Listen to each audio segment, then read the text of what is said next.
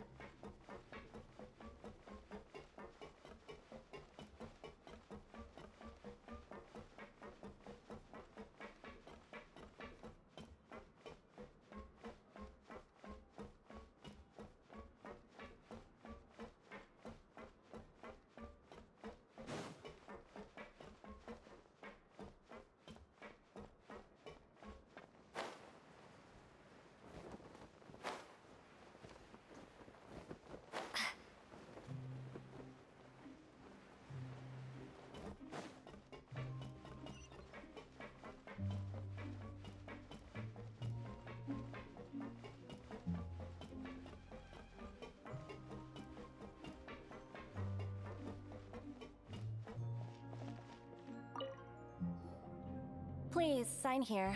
This document will be effective immediately upon signing, and you two may exit the Fortress of Mirapede via the regular channels. It's been so long since we've been to the surface. Let's hurry up and... What's happening?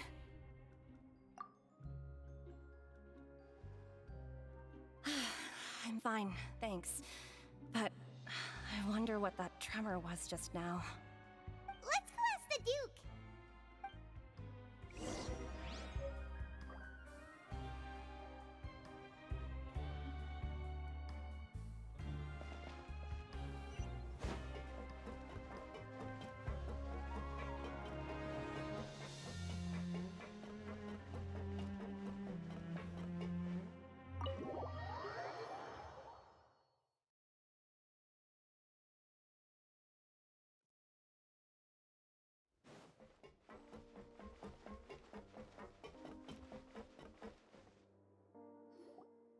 Your Grace? Ah, good to see you two. Is there something you wish to see me about? Yeah, what was with that earthquake just now? Ah, that. The tremor didn't originate from the seafloor. In fact, it seems it came from the surface.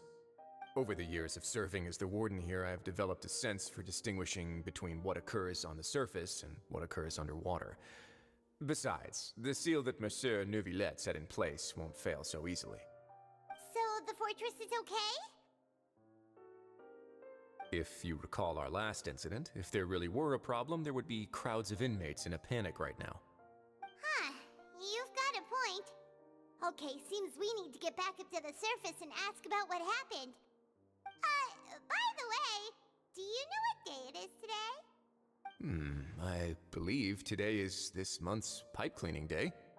Wait, seriously? Ah, yes. Have you completed your release papers? Yep. It's you two. Are you leaving now? That's right! Today is our last day in prison! But now that Paimon says that, it doesn't feel like we were confined here. It's actually been pretty nice. Oh yeah, Paimon feels fond of this place now. Then be sure to come back and visit. I'll miss you. If you've signed the release papers, then you're free to go. The guards will escort you out. You're not going to see us off? I knew you'd ask. All right, sure. Let's go. Well, you actually agreed. No worries, you must be busy. Paimon was just joking. Ah, so you do have a polite side, I see. After being down here for so long, I imagine you must feel like you're lacking companionship. Shall I come along too? Yeah, don't worry, we'll come back to see you. Paimon really likes the cafeteria here. The chefs sure do know how to make good grub. I hope you won't be here as convicts the next time I see you. We'll do our best to stay out of trouble. Well, it seems our work in the Fortress of And since Nervalet was the one who asked us to come here, we should probably go report to him now. Next up, the Palais Mermonia! You're going to see Monsieur Nervilette? Please pass on our kind regards. I'm sure just your regards will do, no? I believe it would be the polite thing to do. You're right. I've heard the Palais has been terribly busy these days. Tell him that I hope he hasn't been overwhelmed by the recent string of troubles.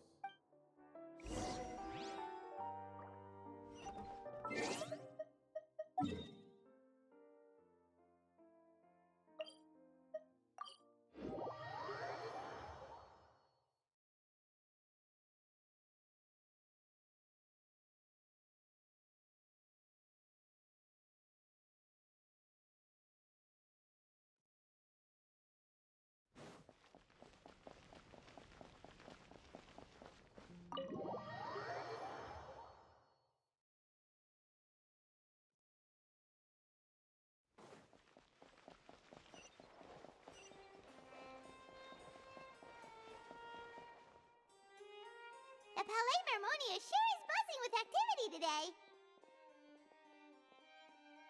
Halt! Huh? Oh, it's you two. Apologies. Monsieur Nervilette did say you'd be welcome at any time. Excuse me, would you mind helping me take a look at this report? I'll be right there. Sorry, I've got my hands full here. You can see yourselves in. Everyone's so busy. Seems a lot has been happening.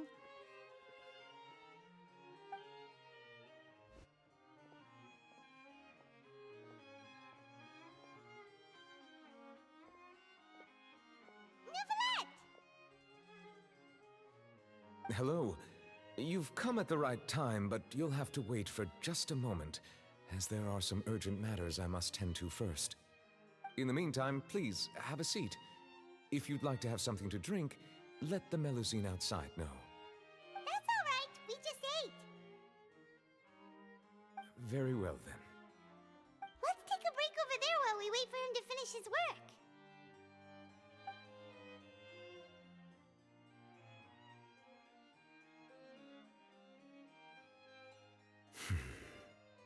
All right. That should wrap things up for now. Are you done with your work? Yes, sorry to keep you waiting. Today should be the day you were released from the Fortress of Meripede, and it appears that you've managed to complete all the release paperwork. That's right, and we came here to see you right away.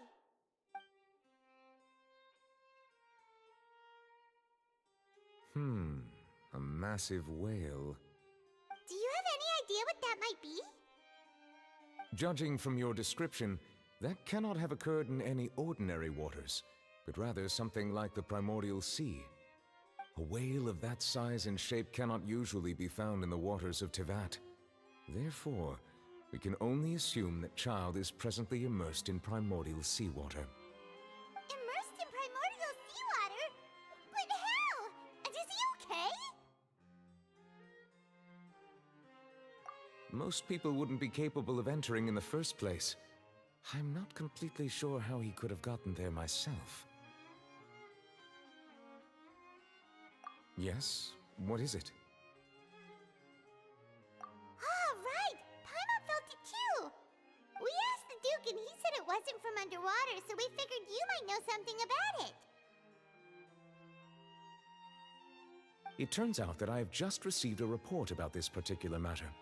In fact, that's exactly what I was busy with a moment ago.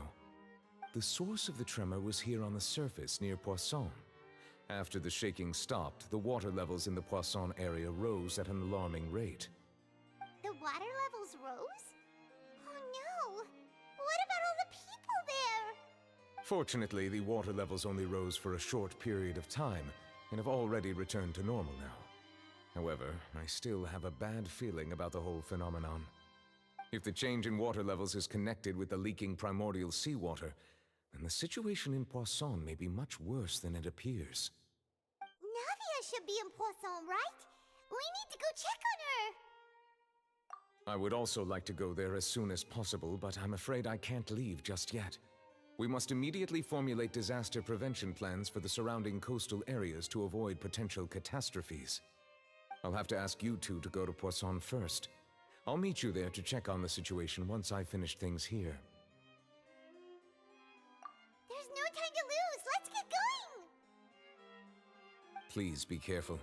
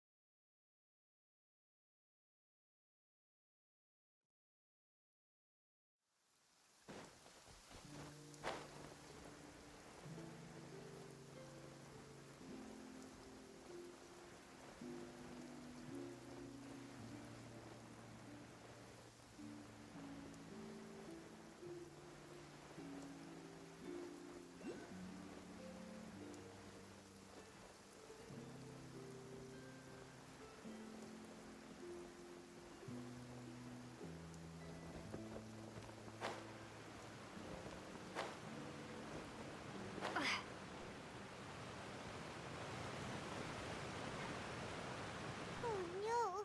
What happened here?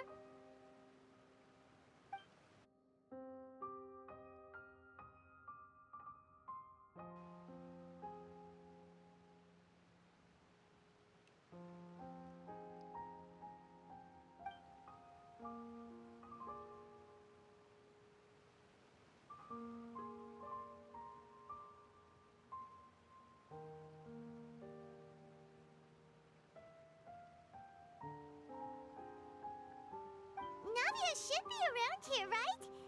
We need to make sure she's still... Paimon means we need to check on her.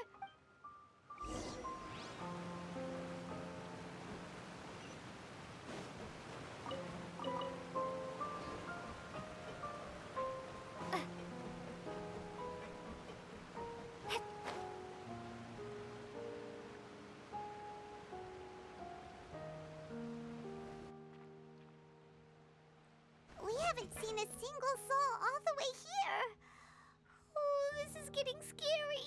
What will I ever do now? Look, there's someone on the roof over there. Just stay put. We're coming up. Watch your balance. All right, just hurry.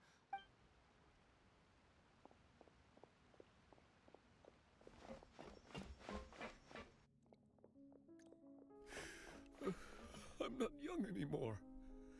How will I survive on my own? My Desiree! Oh, he looks pretty sad. My leg! My leg! How could this have happened? It hurts! Just hang in there. Help is on the way. You can hold my hand if it makes you feel better.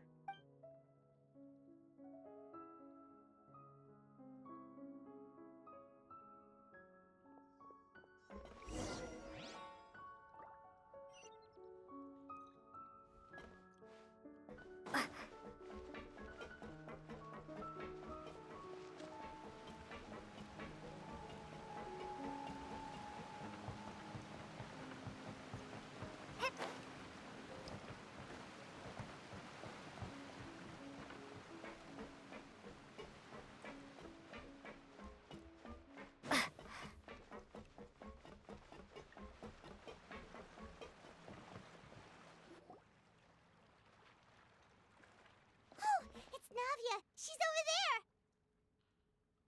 Hey, Navia, are you okay?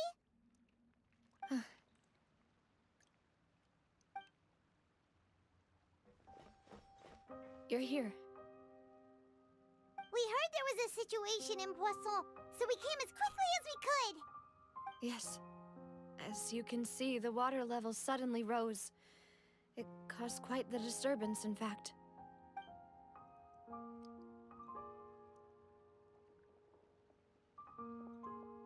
Demoiselle! There was a wounded resident next to a building southeast of here. We've already transported him to safety, but we've run out of medical supplies. He's wounded? How badly? He fell, so it's probably a broken leg. He's pretty shaken up. When the water level rose, he desperately climbed up to the roof. Once the water receded and he saw the ground, he became terrified and eventually... He jumped down then. Find the leader of Squad 1 and tell him to take the wounded resident to see a doctor. He should know where to go. Understood. I'll take over his search and rescue mission in the meantime. All right, you'll be in charge.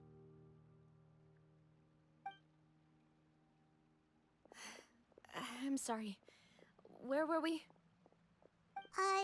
The situation in Poisson? Ah, right. Allow me to explain. A little earlier, we suddenly heard a loud noise. At first, everyone thought that something might have exploded on an aquabus. But before we knew it, water started pouring out from everywhere.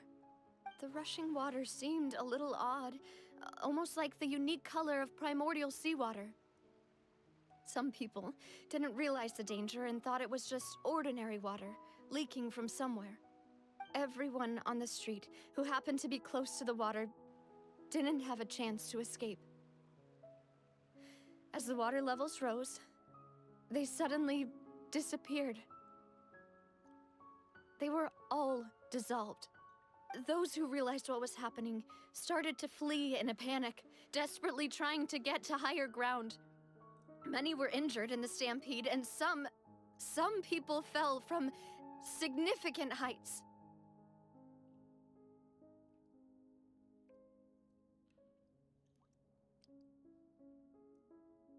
The Spina di Rosula initiated rescue operations as quickly as possible, but there have been a lot of casualties.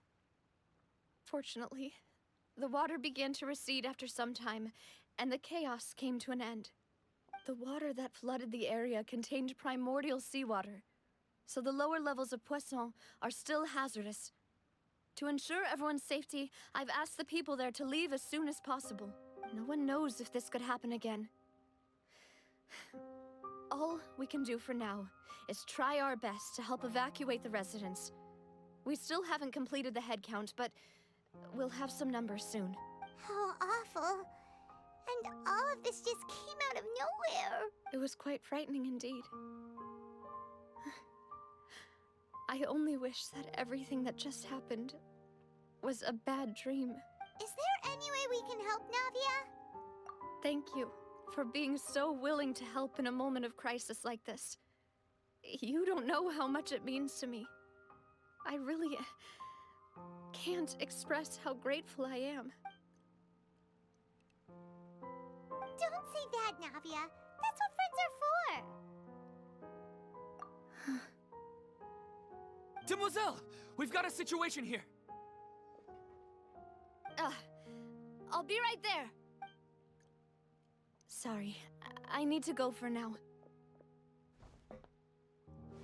And off she goes. Seems it might be a while before she can take a break.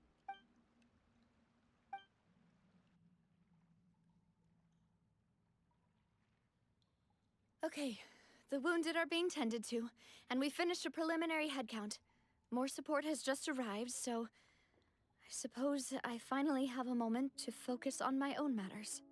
Of course, we should remain ready for anything, and continue doing our best to rescue others. I'll be sure to have everyone at the Spina di Rosula ready to render assistance. Traveler, Paimon, would you two accompany me to my father's grave for a moment? Huh? Right now? Thank you.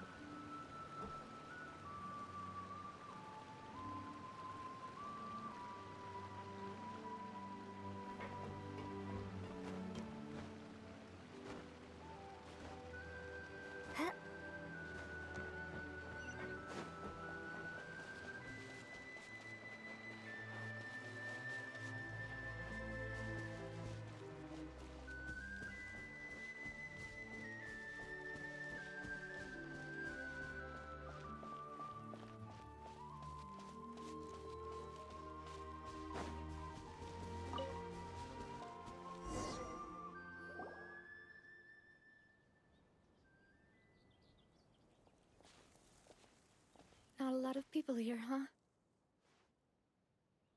Well, given the time of day and the whole situation in Poisson, Paimon doesn't think there'd be a ton of people here visiting graves. Right. That's how things are now. The living are so exhausted that they've no strength to spare any words for the dead. Navia?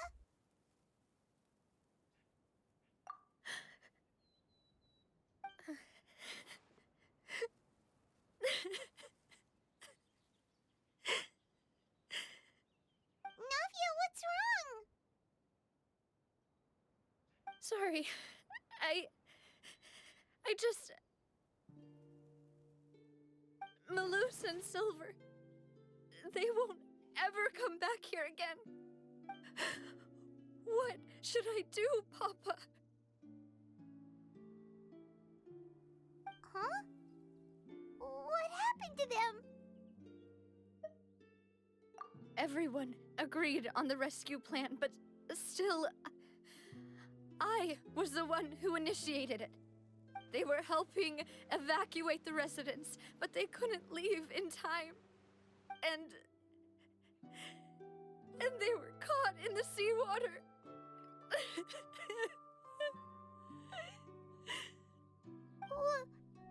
What should we do? I've known them for so long.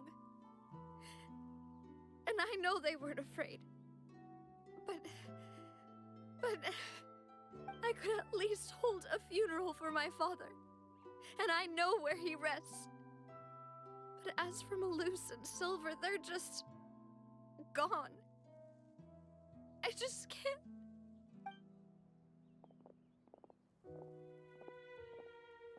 Everything looks so clean after it rains. Even the gravestones.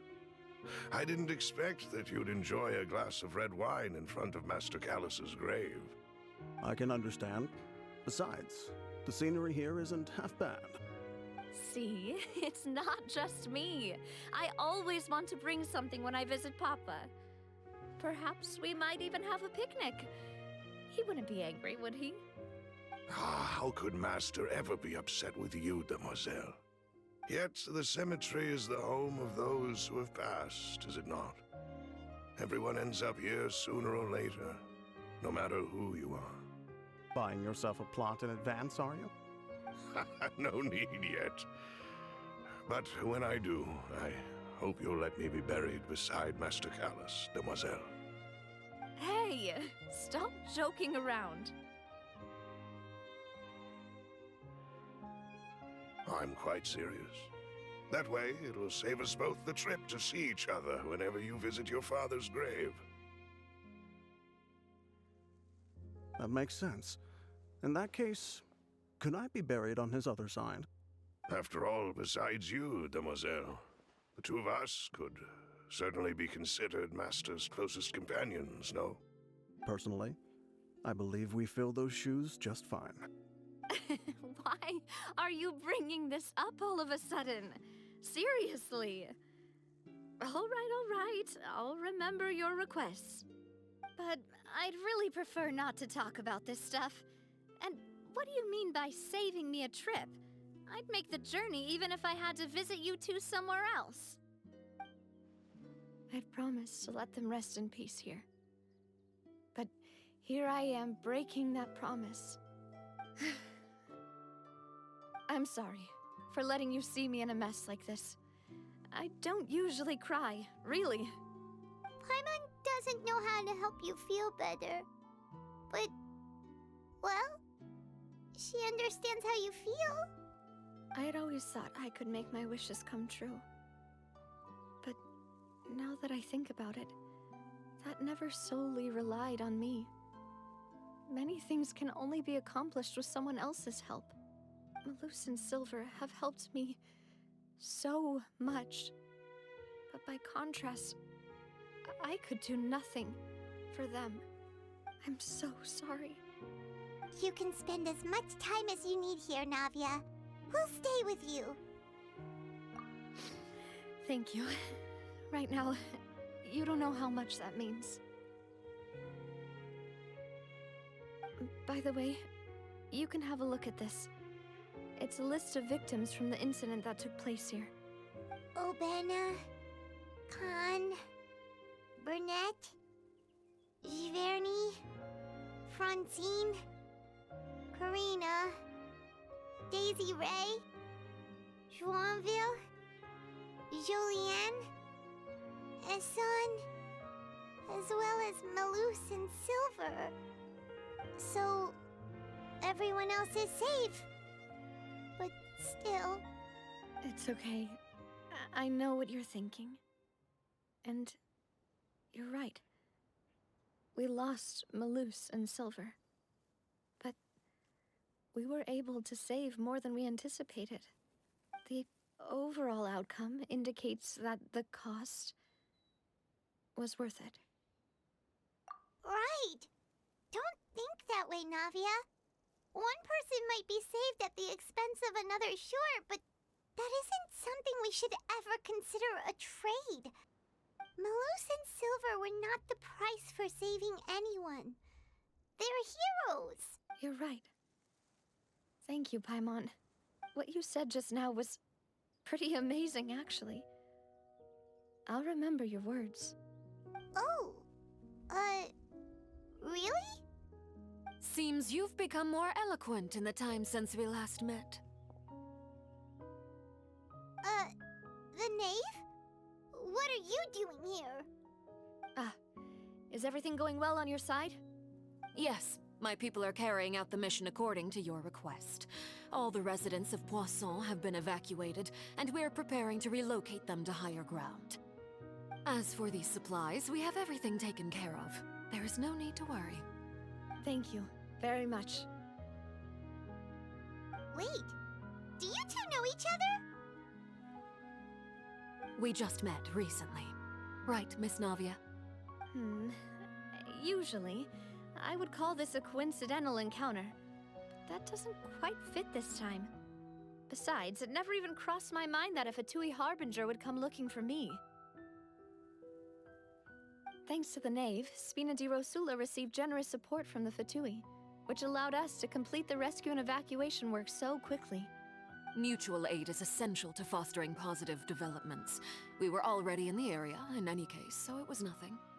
That said, I must say that you're a lot sharper than you let on. I'm sure you understand what I mean. I apologize for all the ways in which I tested you previously. We've never worked with a Fatui before, and it's extremely important for us to know who we're working with. My subordinates have reported that Fatui soldiers have been observing water levels and taking head counts in various locations.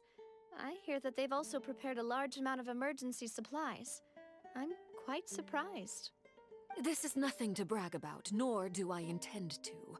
It is simply the way of powerful organizations to act forcefully, whether they are doing good or ill. You've witnessed that firsthand, in any case. As I've told this traveler before, I know of the prophecy, and I intend to prevent the impending disaster. Lending your organization a hand was a natural first step in accomplishing that. As such, do not be troubled by this token of our sincerity. Perhaps one day, you'll also be able to help me in the same way. Without your help, there would have been many more casualties. I won't forget your kindness. Furthermore, I sincerely regret what happened to Malus and Silver. I only wish that my people could have arrived a little earlier to prevent this from happening. Don't say that. You and your subordinates did everything you could. As Paimon said, Malus and Silver didn't choose to sacrifice themselves for any specific person. And they weren't the price paid for other salvation. They chose to become heroes themselves. I've never liked hearing people put it that way. It's like trying to relieve pain by saying some noble-sounding words. But right now, there's nothing more suitable. They really did become heroes. You're right. I'm sorry for your loss, Miss Navia.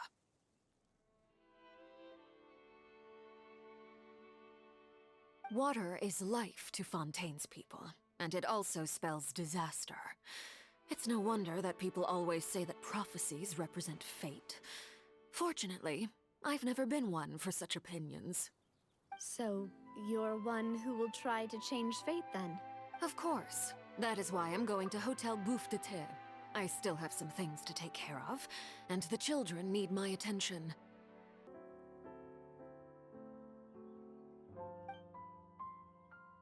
By the way, Traveler, Paimon, one more thing. Alright, then we'll just... Huh? This isn't right.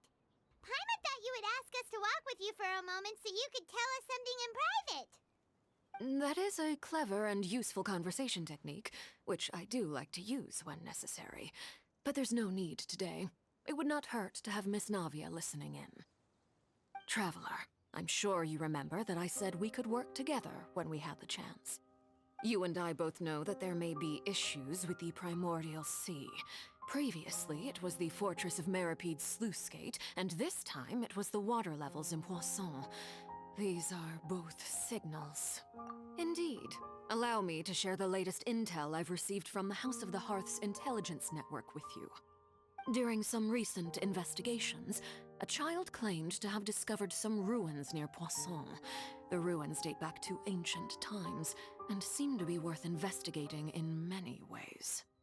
Judging by the dating of the ruins, they may be related to the prophecy and the coming crisis. The situation is becoming more urgent, so any pertinent information will prove extremely precious. My people initially came to prepare for ruin exploration. Unexpectedly, this disaster struck, and at present, we're all busy prioritizing the rescue effort.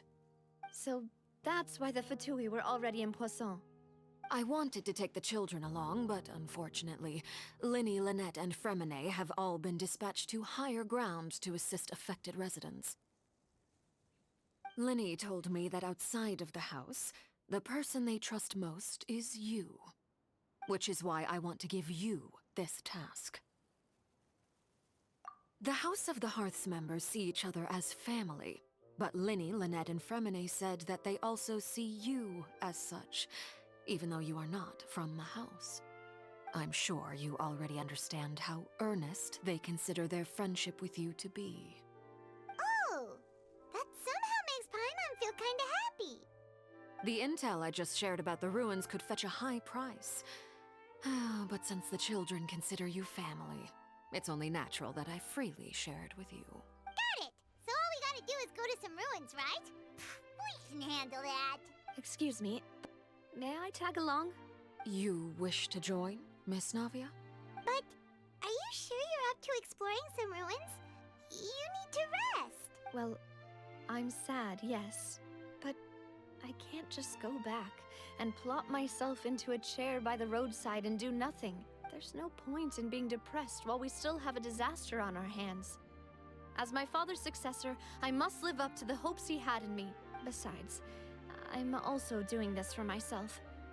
I need something, a distraction, to keep my mind off Malus and Silver. Since you put it that way, I have no objections. What do you say, Traveler? All right. The ruins are to the south of Poisson. Here's the map. Okay, the three of us will handle it. Come on, let's pack up and get going.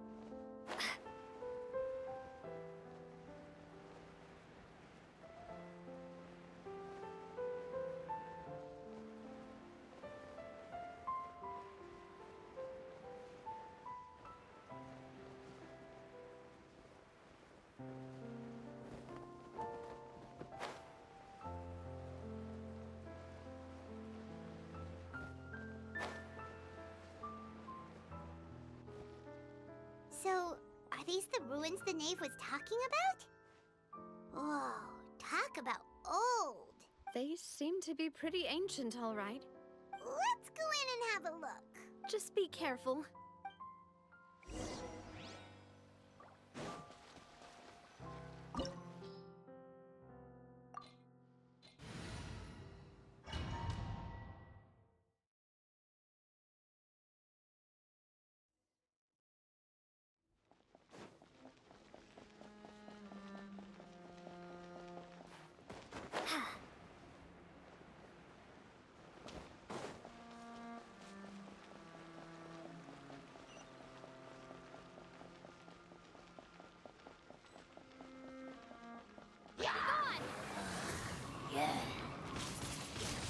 Windblade! I'll protect us. Hi. Freeze!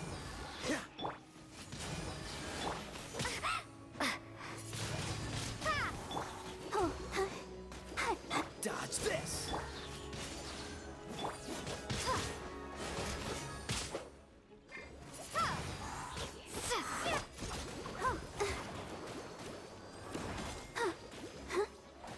Freeze!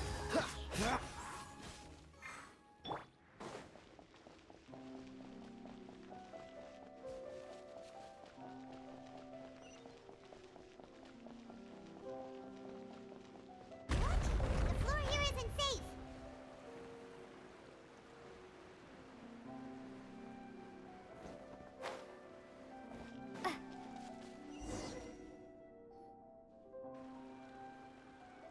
This place has also been contaminated by primordial seawater. Yeah. And a lot of it, too. A Fontainian would most likely dissolve the moment they fell in. Right! You can't go down if there's primordial seawater.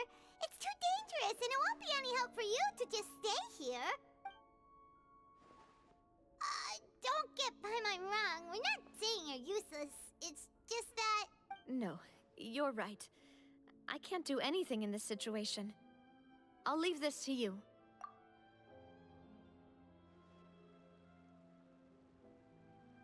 That complicates things. Maybe the only way left is forward. In that case, do you want to wait for us here? The water levels here are unstable, and there's a chance the water will rise. So staying here wouldn't be safe either. I'll go together with you. Perhaps we'll find the exit just up ahead. All right. Come with us for now then, but please be careful.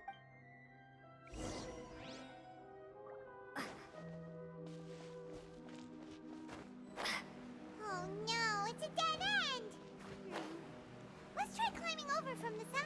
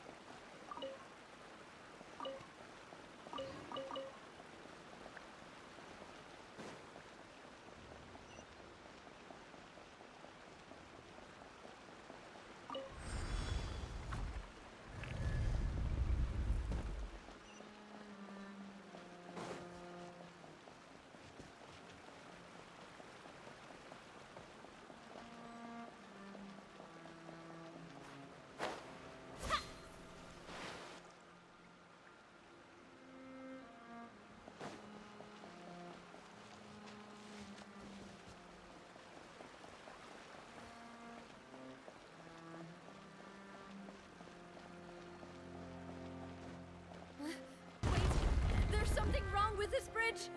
Run for—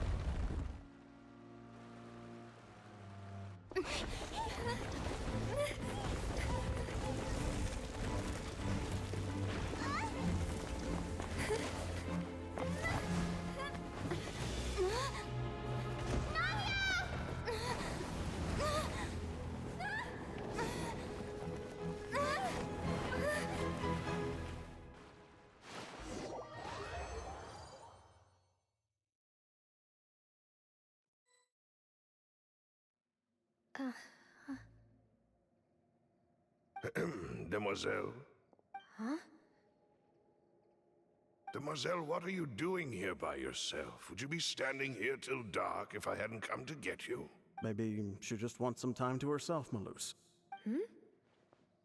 Oh, was I sleeping? Yes, it would appear so. I must be tired. That's quite possible. However, you were the one that suggested we go out for a walk. Oh, right. I nearly forgot. It must have slipped my mind when I dozed off. I haven't had a nap today yet. Have I? This is a familiar feeling, yet something's a little strange. Is something the matter, Demoiselle? Oh, no. No, I'm fine. I was just trying to recall why we came out for a walk. Do you remember Mr. Giverny? He'd requested our help before with foreign merchants who had a debt dispute with him, and we'd resolved the matter not long ago. We were headed to see how things were going with him at the moment. Ah, right. Yes. I remember now. Oh, Miss Navia. Ah, Mr. Malus. And Mr. Silver, too. It's good to see all of you. How have you been? I've been great. Thanks to your help, those bothersome merchants finally realized that I wasn't the one they were looking for. Why, I wasn't even the guarantor for that person. They were knocking at my door day and night. Even my neighbor, Obina, was getting fed up with them. Sometimes force is required to calm someone down and get them to listen to what you have to say. That's right. Oh, by the way, Burnett, what was it that you wanted to give to Miss Navia again? Oh, yes. One moment, I have it right here. Miss Navia, these are some flower seeds that I prepared. Please take them. They're a very good variety, and they'll become very big and beautiful once they bloom. I don't know what we would have done without your help, so this is a little token of our appreciation. I hope you won't refuse. Ah, did you cultivate them yourself? Thank you so much. I'll certainly take them. Malus, we do still have some empty flower pots at home, right? Why, we can have as many pots as you'd like, Demoiselle. Perfect. In that case, we'll swap out some of the decorative plants for some of Mrs. Burnett's flowers. Very well. Wait. Something seems to be off here. Excuse me, madam. If I'm not mistaken, your name is Burnett, correct? That's right. Is something wrong? No, it's nothing. This is the first time we've ever met, but your name seemed familiar to me. I must have heard it when I was discussing things with your husband previously. I've heard this name before. Sometime recently, I'm sure of it. And why are there so few people around here? Where did everyone go? We must mind the time, Demoiselle. We still have important things to attend to today. Huh? We do? Like what? Well, now, did you forget? Miss Navia, here you are. I've been looking for you. Please, come to the Opera House. Your trial is about to begin. My trial? Wait, why would I need to go to the Opera House? Yes, she's right, Demoiselle. It's just about time now, so we should get going. Oh? All right then.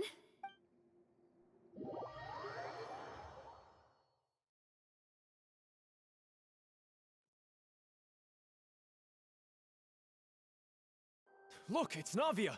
She's here! And her two attendants are with her. Goodness, everyone's finally here. There sure are a lot of people here to see the trial. And they all seem to be oddly excited about something. I even know some of these people. Karina, Desiree, Joyville, Jolien, Essen. Why are so many people here? And why do I have no recollection of this case? And as for the judge... huh? Where's Monsieur Neuvillette? Please sit in the defendant's seat. Don't worry, Silver and I shall accompany you. All right. But are you sure you can stand behind me? Typically, it wouldn't be allowed, but today is an exception.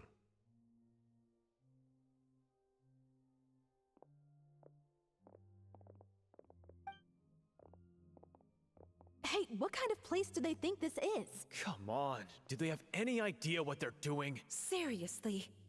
Enough with the whispering! Could someone please tell me where Monsieur Nervalette is, and why I'm standing trial?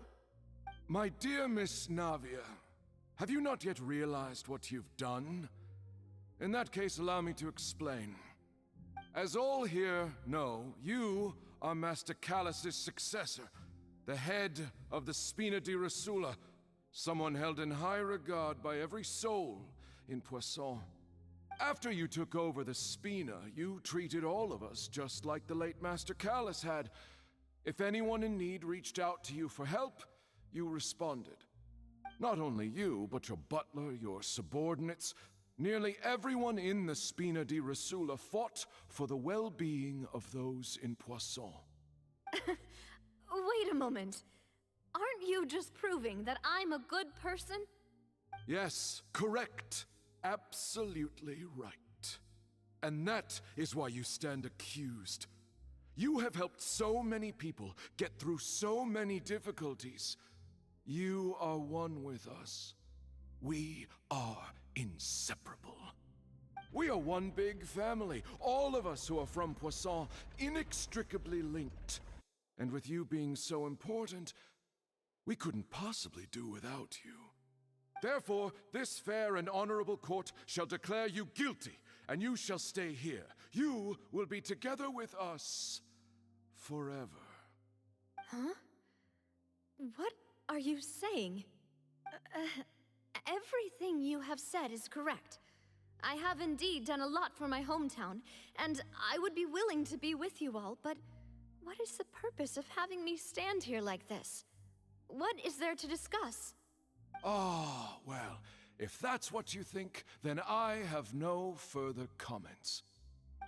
How wonderful, Miss Navia!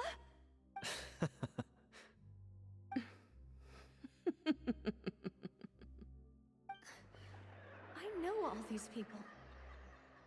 Why are they laughing? I seem to remember now. Yes, I get it. This trial is... Wait just a moment. This isn't right! Malus? What was that, Mr. Malus? Our conclusion is very clear and unanimous. Let the court judge her now. She's guilty! Stay here, Navia! You're one of us! Demoiselle, don't admit guilt. This trial means to keep you here forever. I wish to exercise my right to defend Our Lady.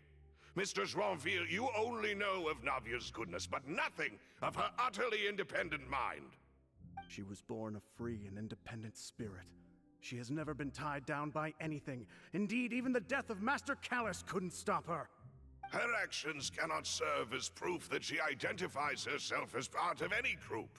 She merely acted as an individual, extending her hand to help others.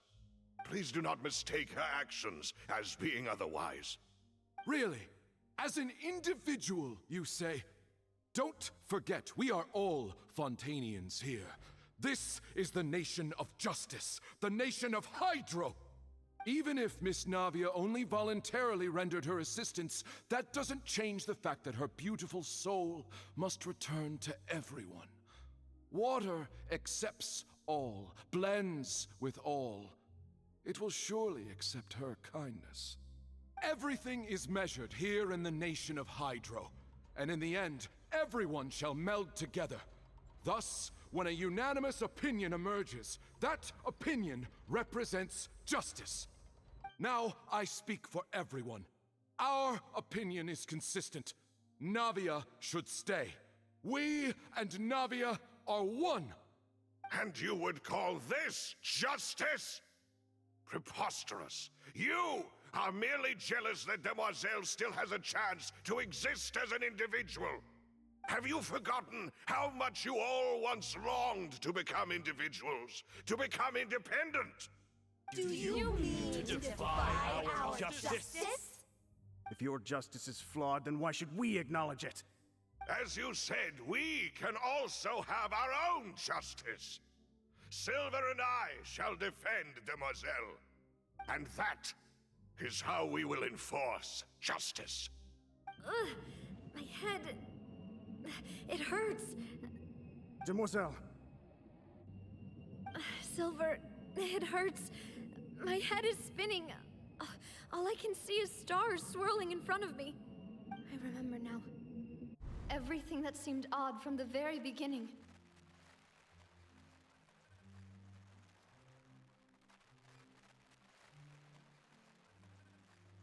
Karina, Desiree, Joyville, Jolien, Essen, and Mr. Giverny and Mrs. Burnett, who we met earlier. Even Malus and Silver.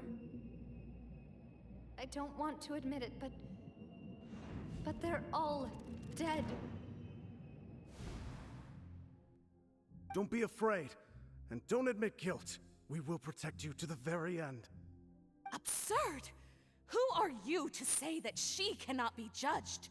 We are the majority, and in the nation of trials, the majority is absolute justice. We are the will of all. Don't let them escape! We shall keep Navia here with us! Mr. Malus and Mr. Silver, must you be so stubborn? How could the two of you possibly hope to stand against the collective? Do not resist. This judgment is fair and just. Navia belongs to us. After all that happened, she should not be left alone in Poisson. What are you saying? No more excuses! He says we're jealous. Jealous? How could she possibly be an independent individual? What's with these people? Who's jealous of her? She belongs to us! Miss Navia, she... Silence!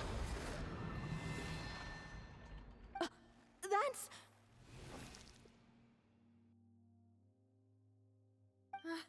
Monsieur Neuvillette! Such commotion is prohibited in the court. The accusations you just presented are nonsense and cannot constitute a proper trial. The court will adjourn for the rest of the day. In this, I shall hear no objections from any unauthorized party. Our thanks, Monsieur Neuvillette. Please leave with me, Miss Navia, while there is still time. But... Go on now, Demoiselle. This is your only chance to leave this place. What, can't bear to leave us behind or something? Malus. My apologies. I couldn't resist making one little joke once I realized that this shall be our last goodbye. Malus... Silver... Quickly, you must come now! Goodbye, Demoiselle. Farewell.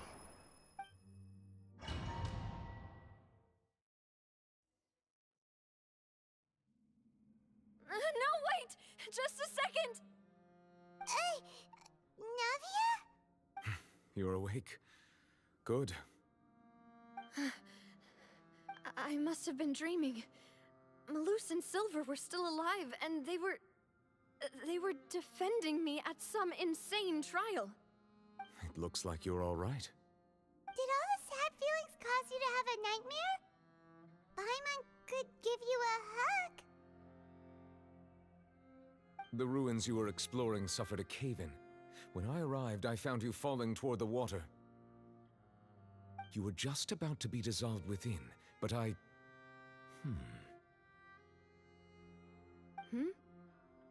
What is it? I think I saw 2 Oceanids protecting you. It was only for a moment, perhaps even a fraction of a second, but they gave me the chance to retrieve you. Were it not for their intervention, I would not have been able to rescue you before your consciousness dissipated. Wait, did you say Oceanids? You mean like what happened with Vache? Perhaps those 2 Oceanids were the people you saw in your dream. I always told them that they didn't have to protect me. To think that they'd keep doing so even after death. Please come with me.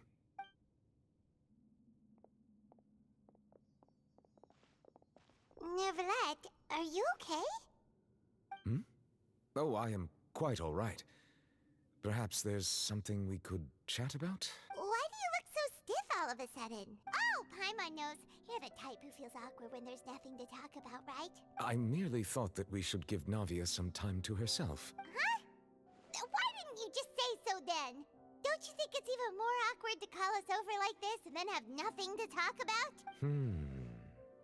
I suppose so. Ah, Sigewinne. I hope all is well with her these days. Her work in the Fortress of Meropide has not been too much for her, has it? No way, don't worry. She's doing fine down there. She's an amazing head nurse. I see. Well, that is good. I have always worried that Sigewinne would need a lot of time to understand the world of humanity, just as I have. Oh, and the Duke also says hi. Even though Sigewinne made him do that. He hopes that you haven't been overwhelmed by all that's happened lately. Thank you. I have indeed been busy lately, and I also hope that everything is going well in the Fortress of Meropide. He still doesn't know what to talk about. Let's chat about something else then.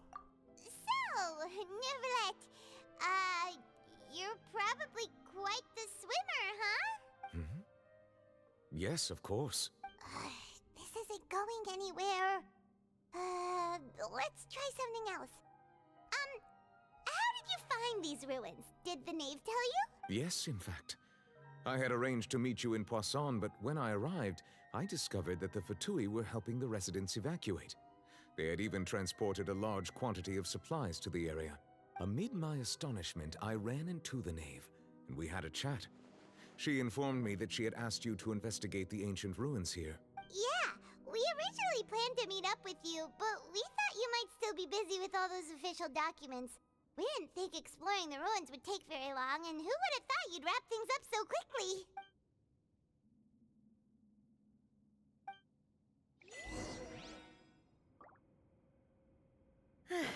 I'm sorry to have kept you all waiting like that. I'm feeling much better now. I guess we should get going again. Will you come with us, Monsieur Neuvillette? Yes, if you wouldn't mind my company. All right! Another one joins the party! Let's get going then! This moment will be frozen.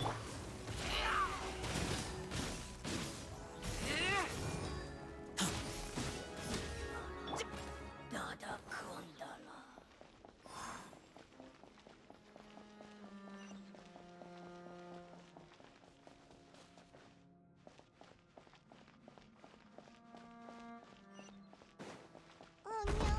Another unstable path! Watch your step!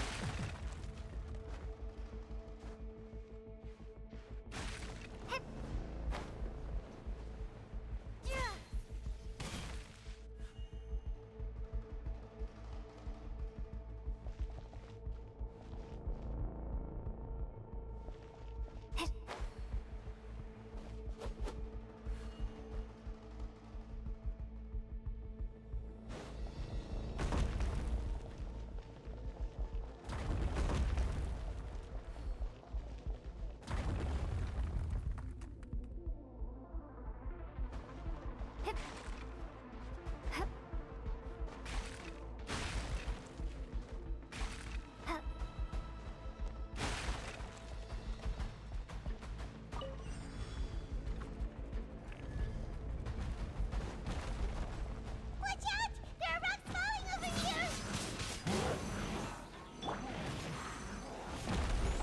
Oh no!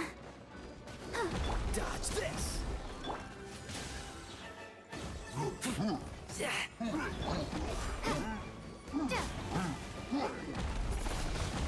Windblade! Freeze!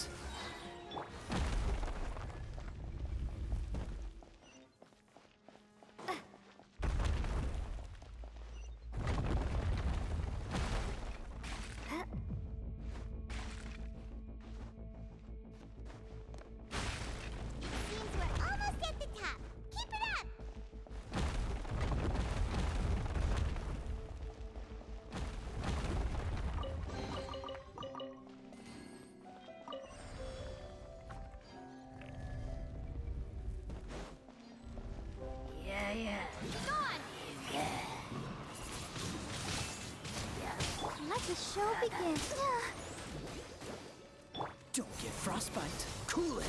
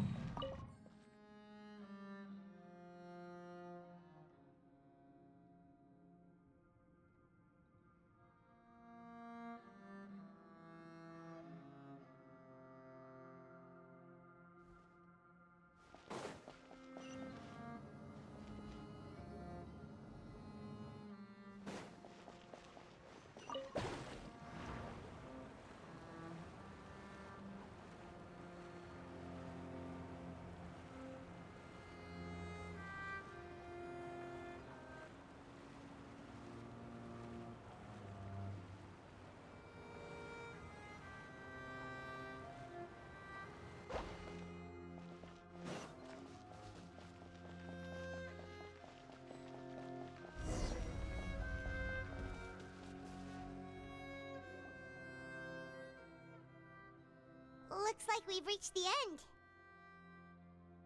This is the place?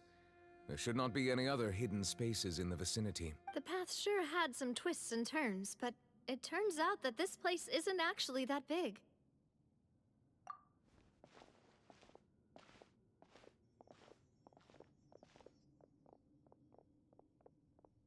Stone slates.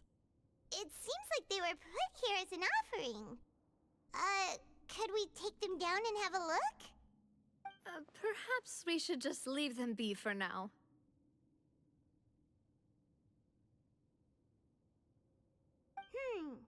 There are 4 locations in total, but only 3 stone slates.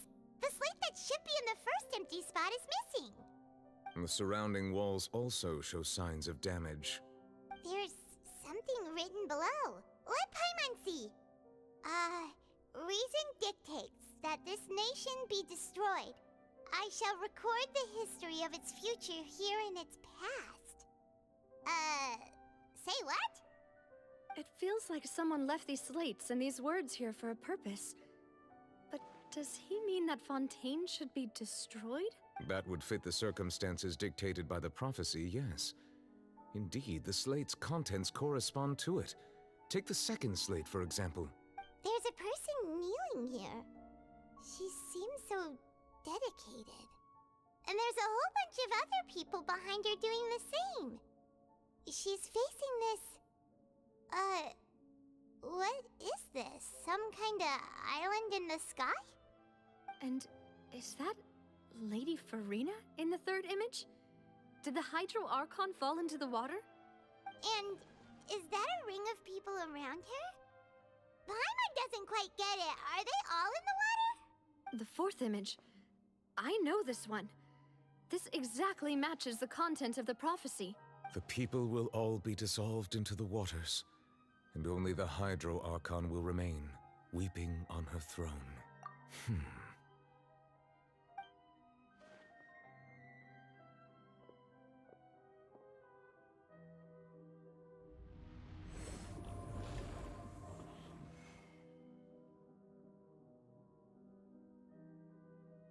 More information should be hidden in these slates, but I fear I cannot easily uncover it, most likely due to us missing the first slate. I am very sorry. Don't blame yourself, Monsieur Neuvillette. Deciphering ancient stone slates isn't one of your duties. Ooh, Paimon's getting the chills just looking at these slates. This says that it's the history of the future, right? That means the prophecy's sure to come true.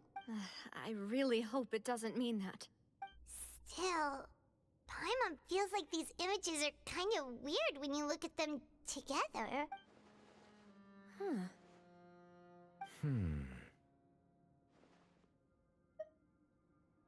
That's right! If the images are in chronological order, shouldn't the fourth, the waters drowning Fontaine, come before the third, where the Hydro Archon herself falls into the water? And yet the order is reversed here.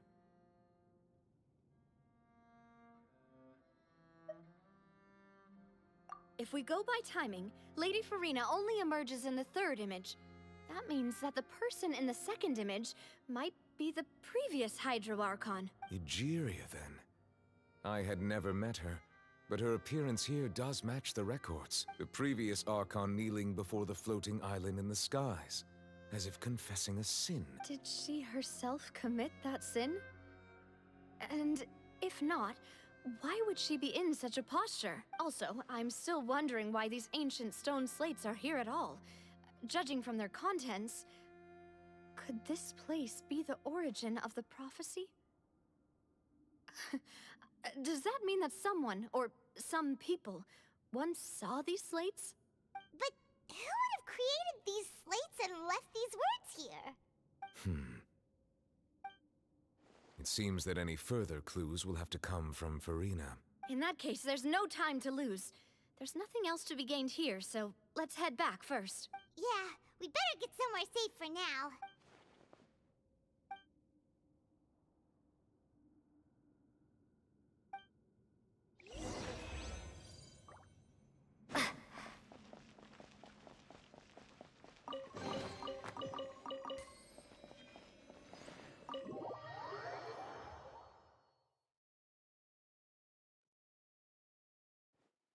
Let's split up here. I'm going to check on what's happening with the Spina. You know how it is. There's some things you just need to be there for yourself. You still have energy for that, Navia? Paimon's already beat. Just head back to the Fluvsandra and have a rest then. Thanks for keeping me company all this time. I'll depart as well. Thanks for your hard work today. Rest well, everyone. Traveler, I will go talk to Farina tomorrow morning to ask about the stone slate. I'm sure that you're concerned about this matter as well. If you have time, drop by my office. I will share the results of our discussion with you. Are you really gonna talk to her about this directly? Will that be a problem? Paimon's getting a little scared now that it's come to this. She has long been harboring secrets, and will not give them up easily. Which makes it all the more my duty to ensure that she understands the present situation. Alright, we'll leave it in your hands then. You're probably the best person to talk to her anyway. I will be carefully considering my words tonight. Traveler, Paimon, our safe house at the Fluvsandra is always open to you, as ever. So please don't think you're an imposition. All right. I'll be on my way then.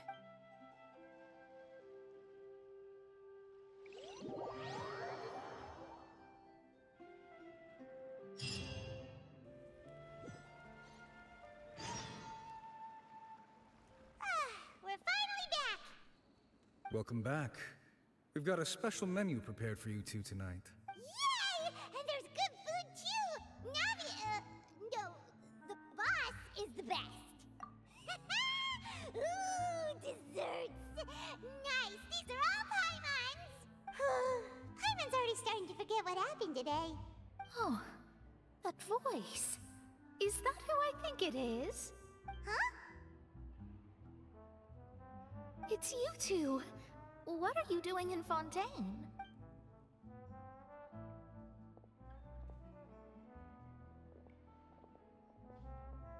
Mona?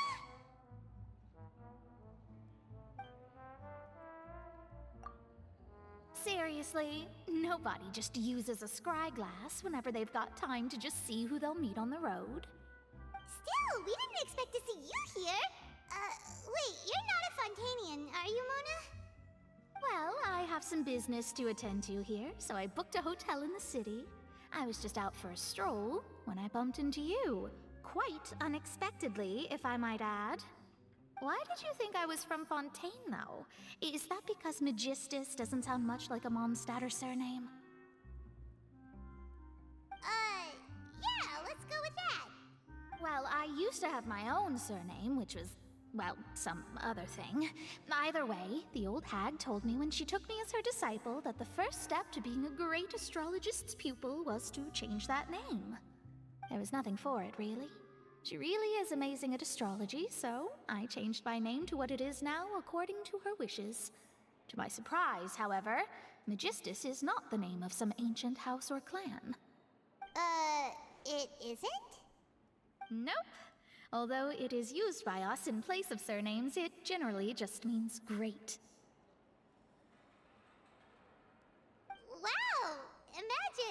including a boast in your name. Wait, are you gonna have to put that into your genealogy as well? I reckon so. In any case, I'd give my disciple a name like this as well, if I were to take one. Astromancer Barbeloth Trismegistus. Whoa, that's a long one. Does it also mean great or something? My name means Mona the Great Astrologist. As for the old hag, hers is, in plain speech, the thrice as great Scholar of the Stars. Just take it as a title specific to astrologists. Thrice as great? That's so petty. I know, right? That's just how she is. She used to call herself Magistus, actually, but when she took me in, she changed her name to Trismegistus. Talk about excessive. Magistus is thus the calling card of our school, so to speak, which makes it about the same as a surname. It's all right if you don't get it. You can look into it further should you need to study astrology more deeply. That sounds terrible! Ugh. But anyway, you're not Fontainian, are you, Mona? You're from Mondstadt, right? Well, I was born in Mondstadt, yes. My parents migrated to Dornman Port, and I traveled with the old hag for a while, after which I settled down in Mondstadt City. Oh, that's a good thing then. At least we know you won't be dissolved by Fontaine's waters. Speaking of that, I'm sure you're aware that a bunch of things have happened here in Fontaine, right? I know you're not a local, but I'd avoid getting too close to any water that looks strange all the same. There's something ominous about it. Well, the water, I mean. That was the main reason, yes. Just a while back, the Steambird invited me to take part in a panel and speak about the circulation of the prophecy as an astrologist. The invitation was sent quite early on. I don't think anyone expected Fontaine to be in this much trouble. What do you make of that prophecy, Mona? Just tell us what you think as an astrologist. Your word would go a long way to make things more certain and less scary. What I can tell you is that I'm an astrologist, and that this prophecy concerns the fate of Fontaine, even that of Altivat. Ascertaining this is akin to reading the fortune of the whole world. I'm afraid that this is not something that just anyone can do. If I could do it, you would no longer call me an astrologist, but a visionary. But on the flip side, the prophecy is so huge and powerful that it must surely come from a powerful visionary. Its contents involve the fate of the world. Disregarding it would be a mistake. A visionary? Sounds really powerful and all, but does such a person really exist? Of course. The old hag could do it, and I'd bet there are others amongst those Hexenzirkel colleagues of hers who could do something similar. Huh? Are you sure? All right, I'll help you. It isn't often that I see you with such a serious look on your face. I'll tell you once I hear back from her. Thanks, Mona! You're amazing as always! Oh, well, this is something only I can do after all. So yes, your praises are quite welcome. That's the greatest of astrologists for you! Of all the people we know, you know the star's the best! Indeed. That's the spirit. Oh, sorry. I came to see what all the commotion was about. If there's anything you need, do not hesitate to inform the Spina di Rosula. Oh, whoops. Guess we were getting a little too carried away there. Well, I'll go tend to my own business now. If I receive any news, I'll be sure to come find you two again. And there she goes, quick as rushing water. And here we are with the Spina guy giving us suspicious looks. Right, but we were able to recruit Mona's help, didn't we? Our Fontainian friends will thank us someday.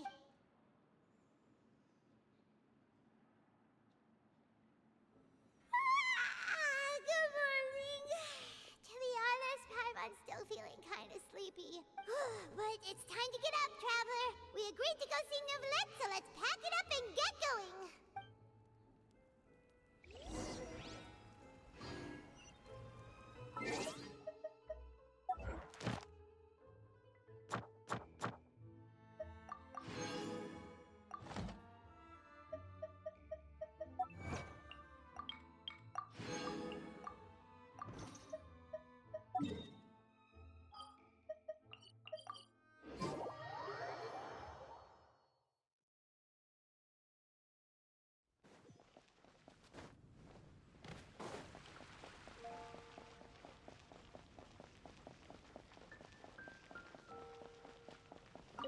Astro.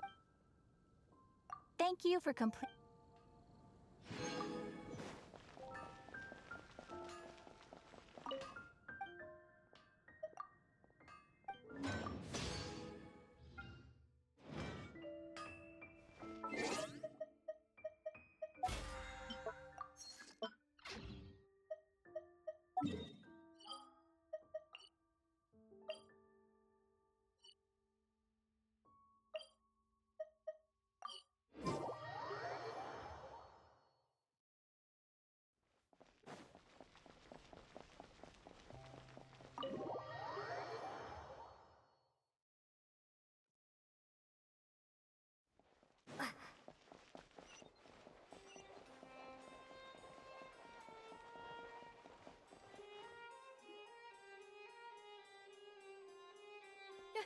You're here!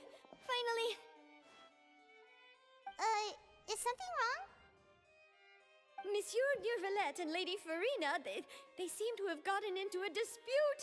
Please go see for yourself.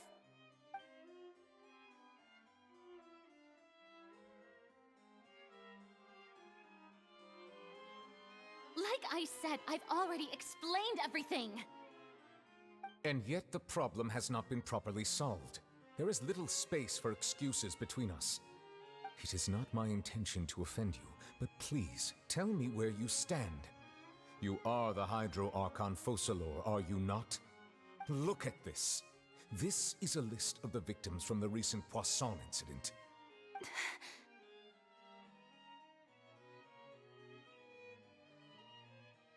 You mean... they're all... We did not arrive in time to avert this disaster, and I will not have it happen again. I will say this once more. You must tell me everything you know. Yesterday, I found 3 stone slates in some ancient ruins near Poisson. Do you know anything about those? Seriously? You're questioning me like this is a court case now. I don't know anything about that. But you found them in some ancient ruins, you say? That's correct, which is why I came to ask you some questions. There should have been 4 slates, but one of them was missing. The other 3 feature different images that seem to correlate to the prophecy. The prophecy? The second of these slates depicts the previous Hydro Archon Egeria kneeling before a floating island in the sky, as if confessing something. Do you know nothing of this either? I don't. I've never seen such slates. I'll ask you again. Do you really have no information regarding the previous Archon? My deciphering of the slates indicates that the Hydro Archon Egeria once had to confess to, or apologize for, a certain sin. If anyone would know about it, it should be you. All gods don't have the same secrets, you know. She was herself and I'm me. Is it really so strange that I know nothing? I understand your concerns, but I'm sorry. I just don't have anything to tell you. Forgive me for saying this now, Lady Farina, but I have long known of your various secret investigations into certain matters. There are several indications that you have been investigating the prophecy on the sly. This is not strange in itself, considering that you are the Hydro Archon. But it is strange that you should also claim to not know any of Egeria's secrets, as well as do nothing following your inquiries. You have never been as superficial as you have presented yourself to be, nor are you a fool. And yet, your behavior is very inconsistent. So you've been watching me all this time, have you? I didn't think you were that type. You... Well, since you know about my secret investigations, then you should know I'm actually working to take care of it.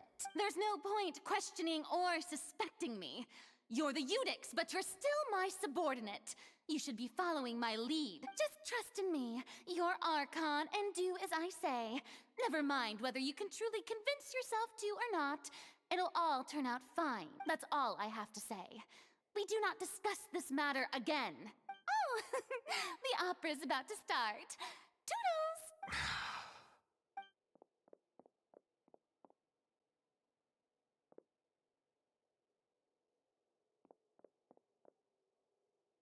Did Farina not notice us standing by the door? Wonder what's up with her. She was smiling. Huh. She didn't seem in the mood to care if we were listening in or not. I assume you've been outside for a while now? Oh! You noticed! Seems Farina didn't even realize we were here. She was in a great panic, though I cannot discern the reason. Our discussion reached impasses time and again, a state of affairs that we cannot allow to continue. Still, I do not understand. Dialogue is the basis for understanding, so why did she keep refusing to engage? Everyone in her inner circle has noticed that she is hiding some secret. The issue is her attitude. I fear that she will not reveal anything unless absolutely forced to. We may have to create a situation in which she will have no choice but to speak. Oh?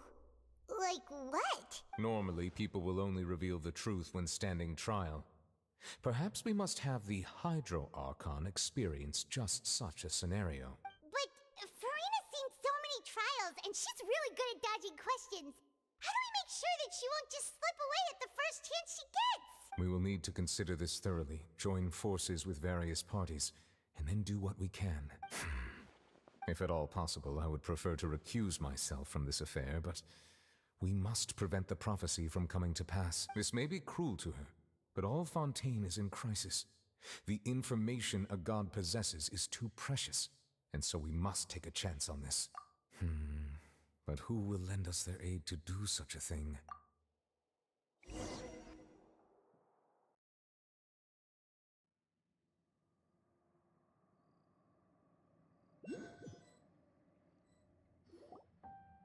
Well, that's everyone, huh? Speaking of which, it was pretty smart of you to think of hiding here. Poisson was just involved in a disaster, so it's presently devoid of people. That naturally makes it the best choice. And here you are drinking tea like it's the most natural thing in the world, huh? That's what families should do. Sit and enjoy a leisurely time together. It's nice to enjoy tea here, you know? Care for a cup? Lend me your ears, everyone. Or perhaps one of you might like to start us off. How about you, friend? Me? No, I don't think I can. Then, how about you, good sir?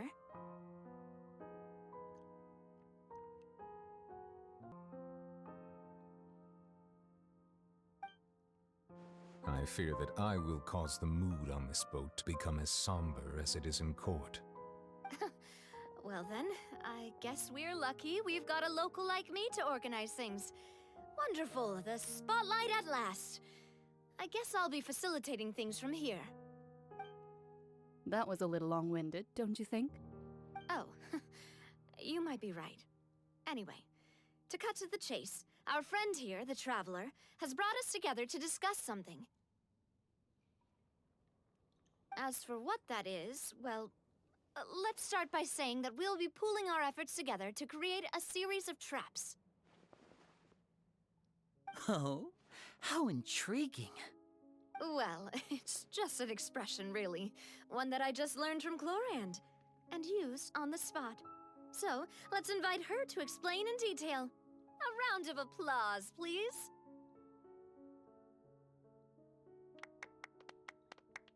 Huh?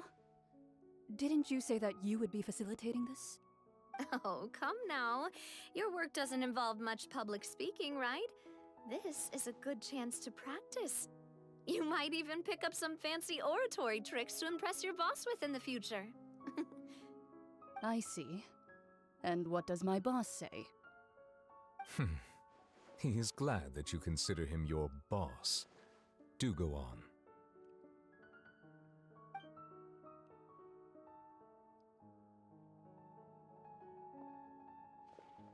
In that case, do any of you have experience hunting? Not that I recall. Fremine and I once used a wooden stick in a basket to catch wild rabbits when we were younger. As for Lynette, oh, right. You were sick that day, weren't you? I've also gone diving to catch some fish before. Does that count? I'm afraid not. You may or may not have heard. but Fontaine once played host to a group known as the Marechaussee Hunters. Though that was their name, they did not hunt animals, but rather various monsters left behind by the ancient dynasty of King Remus. Today, Fontaine's monster population has already thinned greatly, so the hunters have blended back into society, taking up arms in other lines of work. They even left a unique methodology of hunting in their wake. A trap comprises of the following components: bait, a trigger, and a containment device. Sometimes a lethal implement will also be necessary to deal with the prey. So, if we were to build a trap together, right now, what would you choose to build it with? For me, I would prefer something basket-shaped. Pigeons and rabbits will see the bait and naturally enter the snare. Our line of work requires a deft hand, and we're some of the best in the industry, so you can count on our techniques. You used some of those techniques while moving the people of Poisson, didn't you? My subordinates mentioned that you even performed some magic for the bawling children. Yes, and I even managed to gather some intelligence in the meantime. I'm quite the multitasker if I do say so myself. I'm afraid I can't claim that as my strong suit. I prefer more stable methods, like placing bait in the water and waiting for the fish to come within reach. That's the kind of method I would count on. Calm and steady. Exactly the kind of person who would catch loads of fish. And I can be their assistant.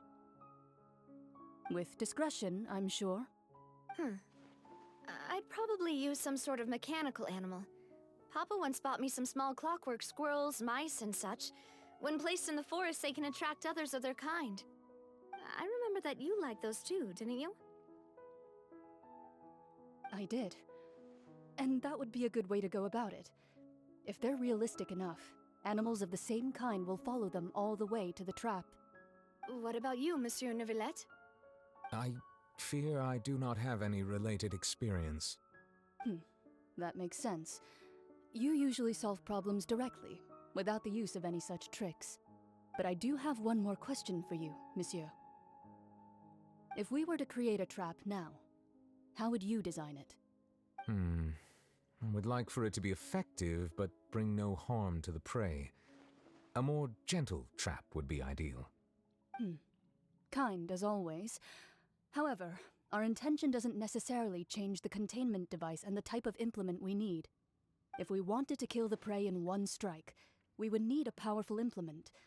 However, that also goes for prey that must be captured and safely contained. Wait, why's that? Only a hunter who's a true expert at subduing their prey can snare it without harming it. The line that divides life and death is often exceedingly thin. So are we going hunting together? We hadn't thought of seeing ourselves as hunters. It kinda works, but maybe it's still not the best metaphor. If our means of capturing and dealing with our prey is to put them on trial, then the hunting metaphor is actually quite accurate. But we shall require much more courage than any hunter to judge a god, a being whose seat is an exalted throne.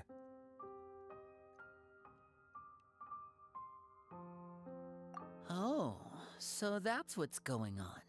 Sounds very interesting.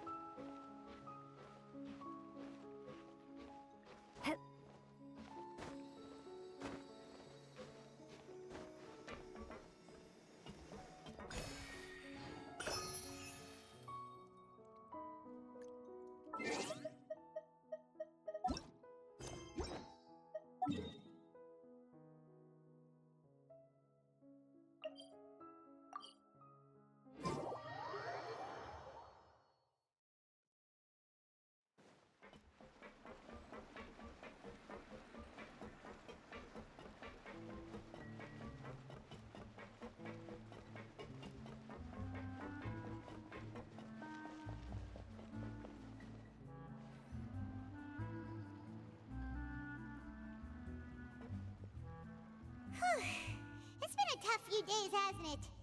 So much has been happening. Paimon didn't think the meetings would go on for so long, but everyone seemed pretty fired up, huh? Paimon thought they'd be at least a little frightened. Well, Fremine was, now that Paimon thinks about it, but everyone else just looked a little surprised. Well... It's hard to say. Paimon doesn't have any experience with this sort of thing. But with you around, Paimon sure will do great. After all, you're the most reliable person in the world, aren't you? Huh? Did you just pour some tea? Paimon didn't notice you doing that at all. Then what's that? Paimon's never seen that cup before. Don't be frightened. I'm just joining you two for tea. I merely refrained from saying anything till now. Who's that voice? But there's no one here. Huh. Have you forgotten me already? Wait, you are familiar. You're the voice we heard from the sky in Sumeru. The voice from the sky, I fear that description is wrong, though not completely wrong. You're feeling lost now, just as you were feeling previously. I sensed that confusion, and thus came to you. Guiding people is an irresistible hobby of mine, after all.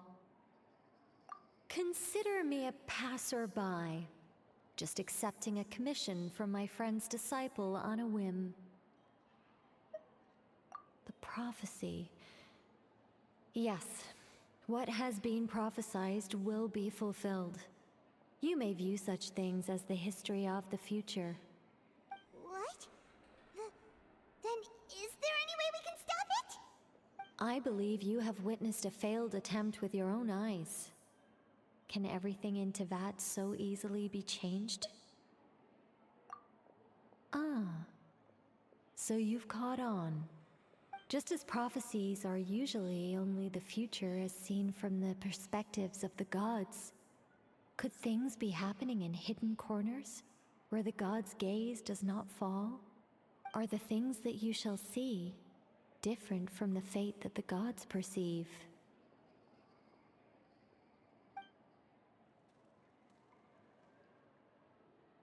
What is she talking about? It all sounds really impressive and important and stuff, but it also sounds kind of scary. I believe that you understand, right? Some things are insignificant, but others, you must reach out to change. Ultimately, fate shall serve as your only guide, no matter what will happen in Teyvat's future. All you need to do is to play your part. This was good tea, by the way. Thank you for your hospitality. Well, that'll be all for today. The voice. It's gone.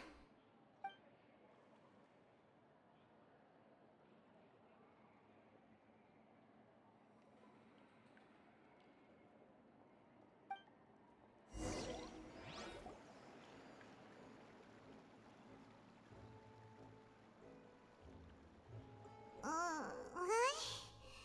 I want to hear someone talking.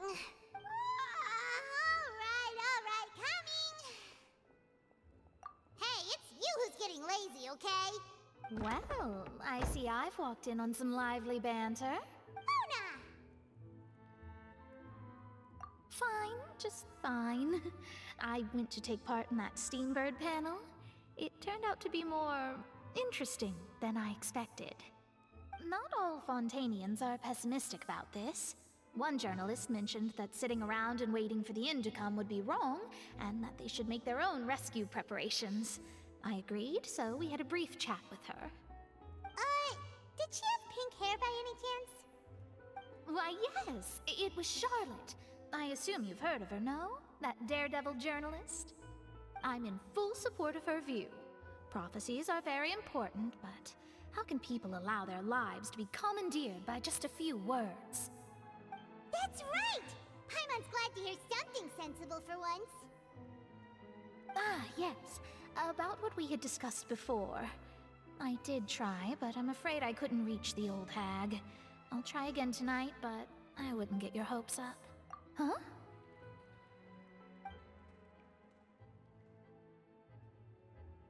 Goodness gracious. Are you serious?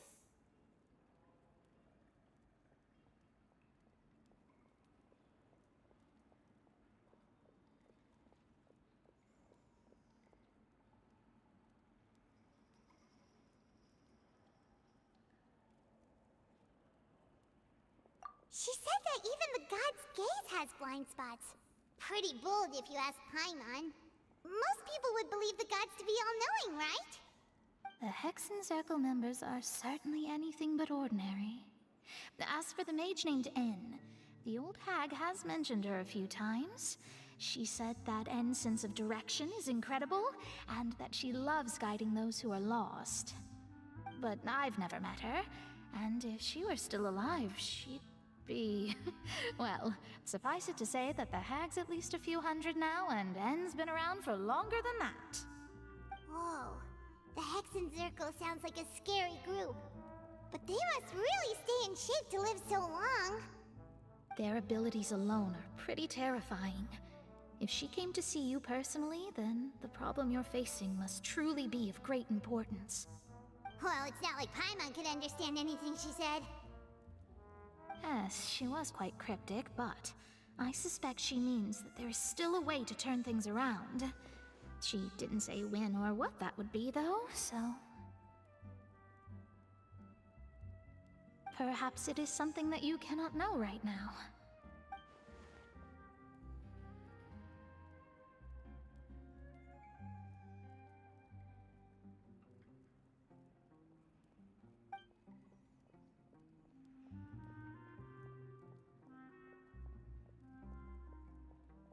Traveler, Paimon, are you two all right? Oh, we're fine. We're just a little down right now. It kind of feels like the end is coming, you know? I see. I feel that same sense of desperation, too. I guess you could consider me someone who has often witnessed fate. So far as I have seen, it cannot be swayed. But even so, I still hope for, and believe in, miracles. Astrology is eternal and rational, but fate may not be. It is cruel, but it can also be beautiful. Perhaps that's what En was trying to tell you. Not to lose heart, and to believe that what you are seeing playing out before you is not yet set in stone. I did originally think of steering clear of all this, but I couldn't. Even if this is all futile, I still wish to help everyone. If we don't struggle to the last, then how can we face the end when it comes? Huh. You do have a point. There I go, talking about astrological principles again. Sorry about that. The moment I start talking about work-related stuff... I need to get going. It was worth trying to comfort you, even if only a little. I believe that you'll help those who are struggling in the same way I did. I suppose that might be why we always seem to meet by coincidence. Paimon feels kinda moved by what Mona said, but also kinda sad too. Hey, Traveler, Paimon suddenly feels like going outside for a walk. Let's go. Let's walk around the city, shall we? There's a few spots we always like to walk by.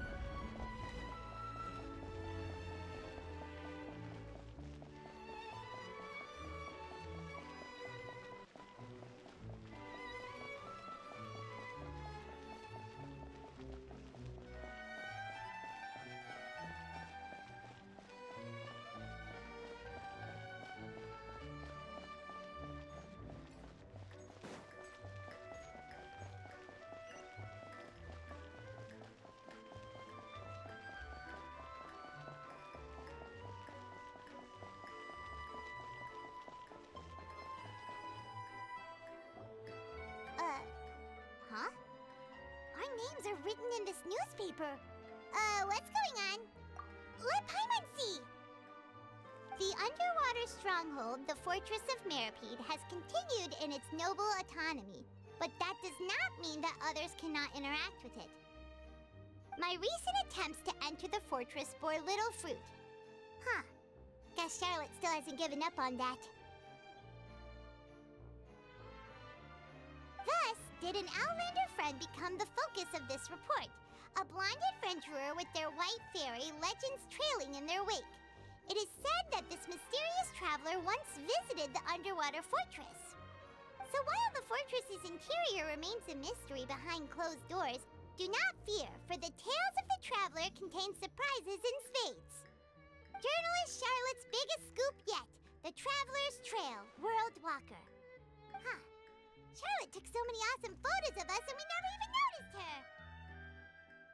She hasn't been able to get a hold of anything at the fortress, so since we're easier to find, she's using us as the subject matter instead?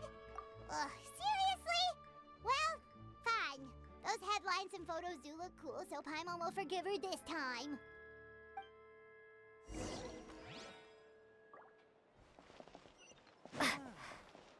So these are the kind of headlines that go.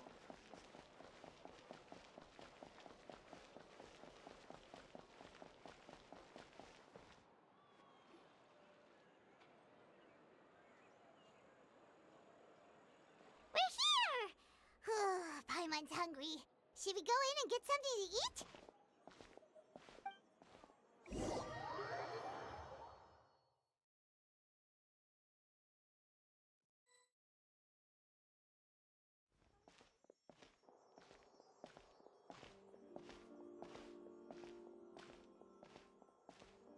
Hey, quick! Look! That's the limited edition only 16 slices a day cake! It was so delicious the last time we tried it! Despite the tense situation we were in, let's give it another go! I'm sure it'll be great! 1 slice of cake, please. Someone showed up after all! Oh, wait, you're the one from the Palais Mermonia. Oh, are you here to buy cake too? It seems Monsieur Nervalette was right. You really can eat. Wait, did he really say something like that? That's right. Even he has his own preferences when it comes to food. As for me, I love the cake and coffee here. Do you come here often? Usually every day. Every day? It's part of my daily schedule, apart from work. I shall have my cake and coffee.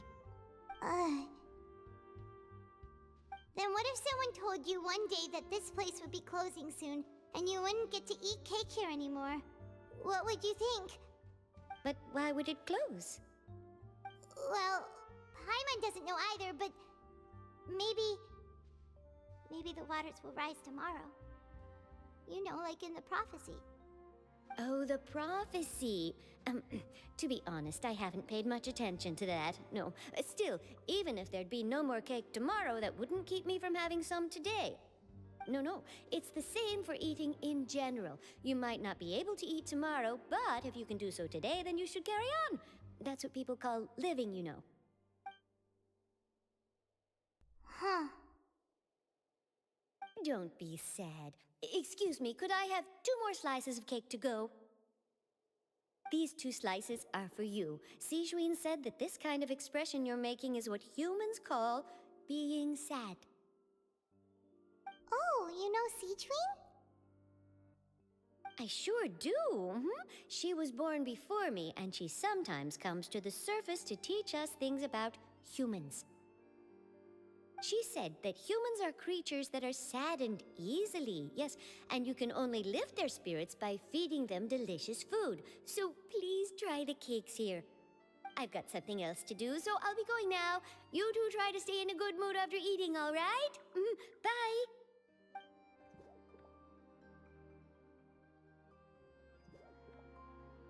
And there she goes.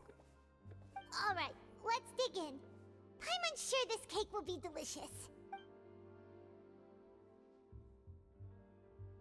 It's more delicious than last time, and the flavor gets even better with a sip of tea. It sure would be nice if we could come again tomorrow. Sure would be nice if we could always eat delicious food here.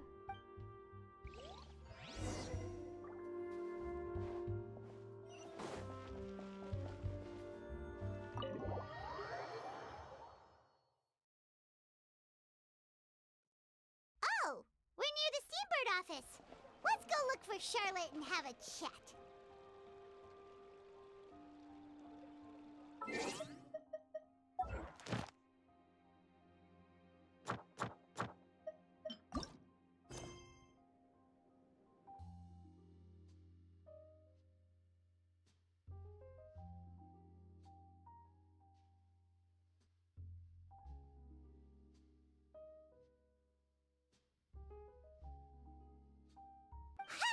You've got some nerve! You just used us to make some quick mora! Oh, you needn't worry about that. I heard that you were in Poisson some time back, so I sent you a letter to discuss just that. It appears you didn't receive it, though. It's all right, though. I've set aside the amount intended for you. I've even set the table with some food. Really? Oh, you're the best! You're almost a little too easy to win over, Paimon. If I were a journalist with ulterior motives, you'd be in trouble now, you know. Oh, Paimon knows you're not like that. Still, what brings you here all of a sudden? Were you looking for me? A friend of ours met you a while back, and when she mentioned it, we thought of coming to see you. Her name's Mona. Ah, so you know Miss Mona as well. She's a guest columnist for our paper. Really good one, too. She's so young and already such a brilliant astrologist. So she mentioned me? What did she say? She said that you're a real daredevil of a journalist. Nice. In which case, can this daredevil journalist dare to request an exclusive interview with the legendary traveler and Paimon? Huh? So your article in the paper today doesn't count? Oh, of course it doesn't. That was more like live photography. What I'd like to do is dive deeper and ask you to talk about the things you've seen and experienced. Yeah, are we even qualified enough? Why not? If I say you're worth an interview, then you're worth it. But not right now, of course. I'll need a few days to prepare. Oh, in that case, we'll just chat when you have the time then? Oh, so that's a yes? Ooh, splendid! I'll tell the editor-in-chief immediately. I'll have to apply for lighting, a venue, some props, and... Whew, so much to get done now. Talk to you later.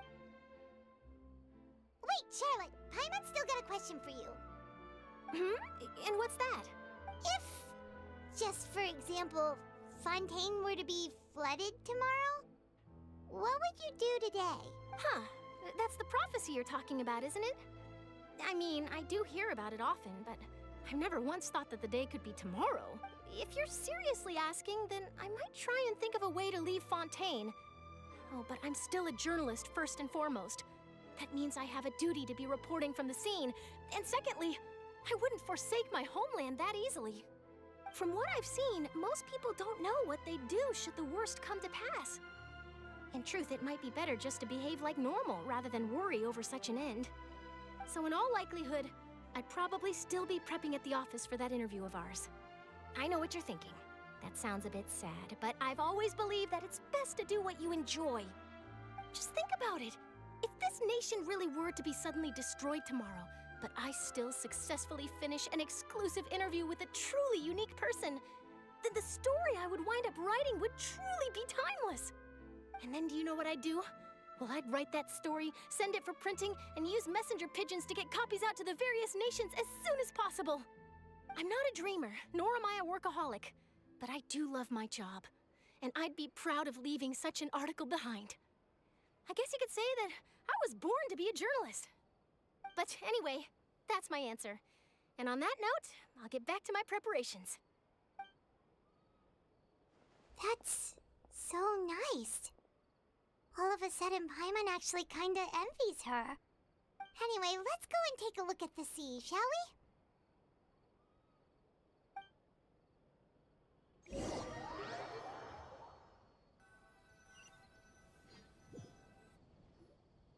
The sea breeze and scenery can be a pretty soothing combo, huh? Paimon's been thinking. If it wasn't Fontaine, but all of Tevat that would be destroyed tomorrow, where would we go and what would we do? No, Paimon should ask, if you could choose, what would you like to do?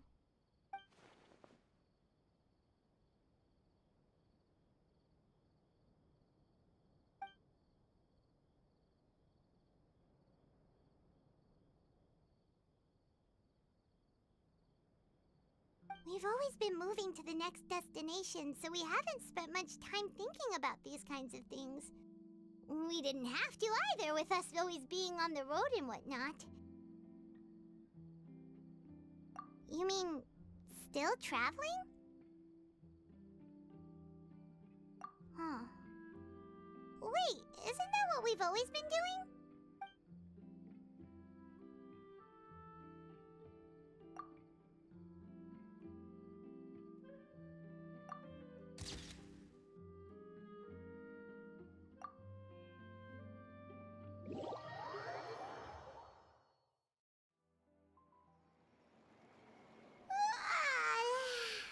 Feels like you'll grow mold if you stay here long enough.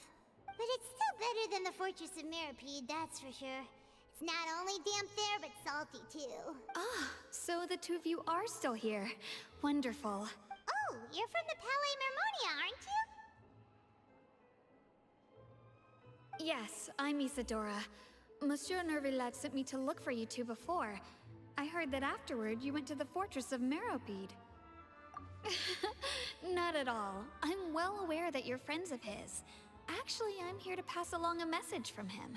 Yes, inside the Opera House. The Maréchaussée Phantom has declared the incident a small-scale riot. A riot? Well, that said, I don't personally think it was that serious. Lady Farina was watching a performance at the Opera House, and while she was resting during an intermission, some other audience members suddenly started harassing her, loudly accusing her of doing nothing about the prophecy crisis. And before she could respond, others started to join in. The crowd continued to grow, and protests against the Hydro Archon started to break out. So people have started to put the blame on Farina. Guess they finally found an outlet for the pressure they've been under due to the prophecy. I agree. People will naturally rely on gods, as is customary. But the moment people feel threatened, gods are also the first to be blamed. So what happened after that? Is Farina okay? Seeing that the situation was spiraling out of control and that further argument was pointless, she claimed that she'd gotten tired of this and left in a hurry. The Maréchaussée Phantom had their hands full maintaining order and did not catch where Lady Farina had gone. Only when things had stabilized did we realize that she had gone missing. So, you mean she's still missing? That's right. The Maréchaussée has dispatched many people to search for her, but we don't have any leads yet. That said, I don't think there's much to worry about. She is a god after all. Even if she were to fall into the hands of rioters, what could ordinary people do to her? Good. Monsieur Nervillet sent me to tell you about the situation, but he didn't say anything else. Don't worry, this is more than enough to go on. Thanks for keeping us informed. Ah, is that so? Well, all right then. In that case, you two take care. I'll be heading back to the Palais now. Well, sounds like we should hurry over to Poisson then. If we know Farina, she won't try to fix things in this situation. Instead, she'll look for a place to wait out the heat. And, as we also know, she may be loud and dramatic, but she doesn't have a heart of stone. When Nervillet was talking to her in the Palais Mermonia, and she heard about Poisson, she couldn't hide her sadness and remorse. It would be hard for her to ignore being accused by the public today. Paimon thinks Farina's probably taken the opportunity to slip away to Poisson and try to relieve the sense of guilt that she's feeling. Huh. Well, what do you think? Paimon knows the answer, of course, but Paimon can do the analysis to back it up, too. Cool, huh? In that case, there's not a moment to lose. Poisson, here we come!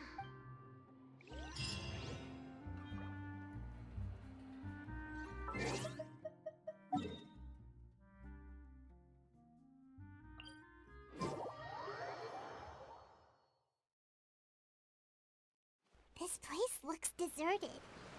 Guess all the survivors must have evacuated already. All that's left here are signs of devastation. Could Farina really be here? Let's try to find her as soon as possible.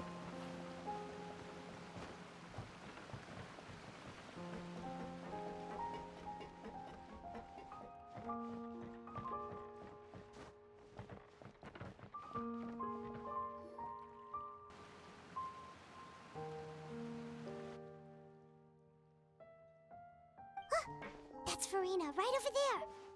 She really is here all on her own.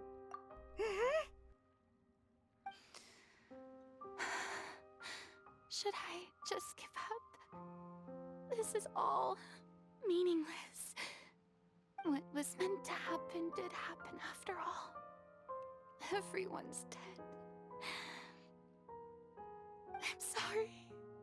I'm so sorry.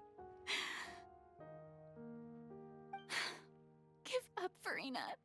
There's no point in holding out. I'm sorry. But what can I even do other than to repeat meaningless apologies over and over? Who's that? Don't worry, Farina. It's just us.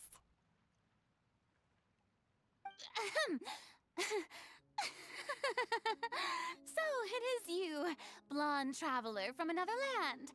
Why, I almost thought you were someone from that mob of my ignorant subjects, come to kneel and beg for my forgiveness.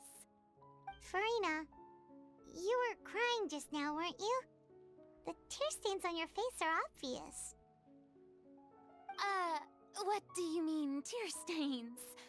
Oh, I remember. The show at the Opera House earlier this morning was so moving. I'm still trying to process it. Who did that uncivilized rabble think they were, disturbing my enjoyment of the arts? They even dare to tout their archon. I must teach them a lesson. I can just imagine their twisted and frustrated faces once they realize that I'm nowhere to be found. Oh, and I'm sure Nouvellette and those people from the Marish Chaussee Phantom are freaking out right next to them, too. Of course not. Hey, there she is! The Hydro Archon's over there! Quick, after her!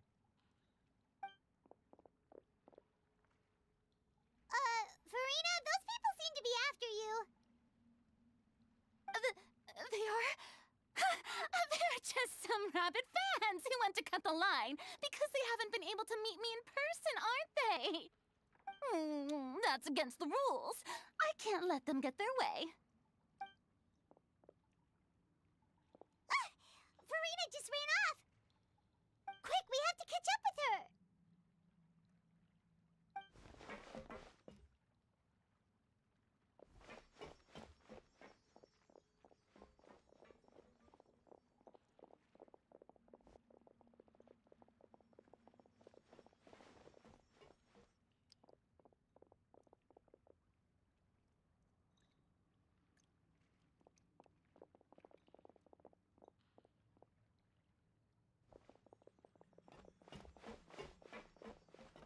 This should be the place, right? Hey, Farina! There's a good hiding spot over here. Quick, come to Paimon before the rest of them catch up to you. What? What is this place? Hurry, they're almost here! Fine. I suppose haste is warranted. Lead the way.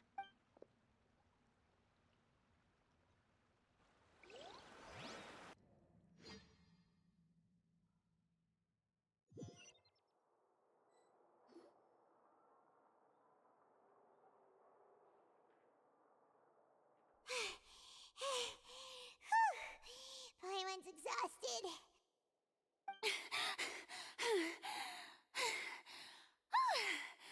I'm so tired. I totally thought they had caught me. No, I mean, I merely gave in to the sheer enthusiasm they displayed. You're right. Yep, that's a good girl.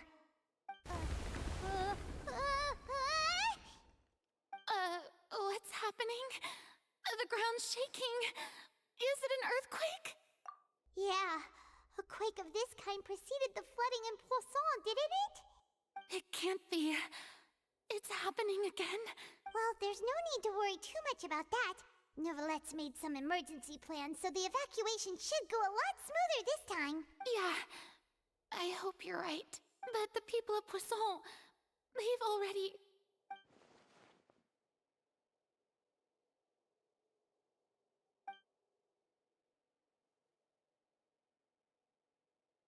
It's true. I've been investigating the prophecy for hundreds of years. I once had informants all over Tevat, searching for clues and feeding information back to me. I've tried all kinds of ways, too, to hold back the sea. Anything to keep the coastline from advancing. But all my efforts proved to be futile in the end. Really, the truth has been clear to me for a very long time. We cannot make an enemy of the divine. No matter what we do, the will of the heavenly principles will have its way, and the prophecy shall be fulfilled. Give up.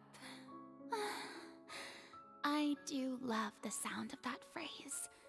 It would mean finally coming to terms with fate, but also for me to finally be free.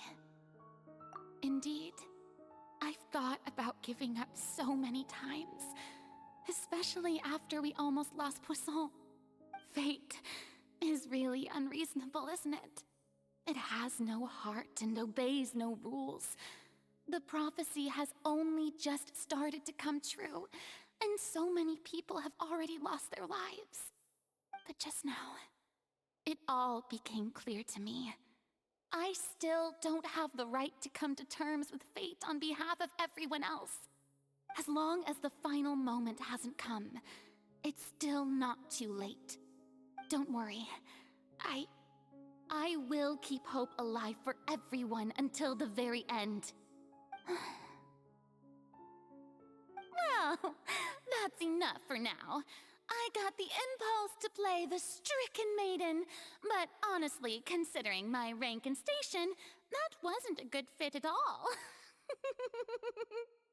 Don't take any of what I just said seriously. How could I possibly let Fontaine fall to the whims of trivial prophecy?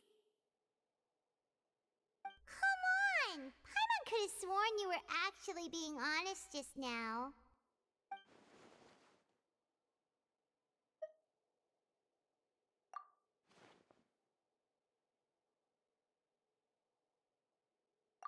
Share my burden. That's impossible. It was fated right from the start that this would be my duty alone.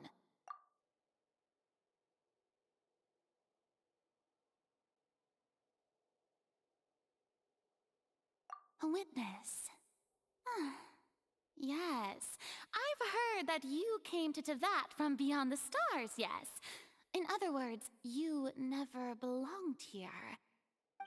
And if Tevat is, in its entirety, a show on a stage, then you're just a spectator, aren't you? If that's the case...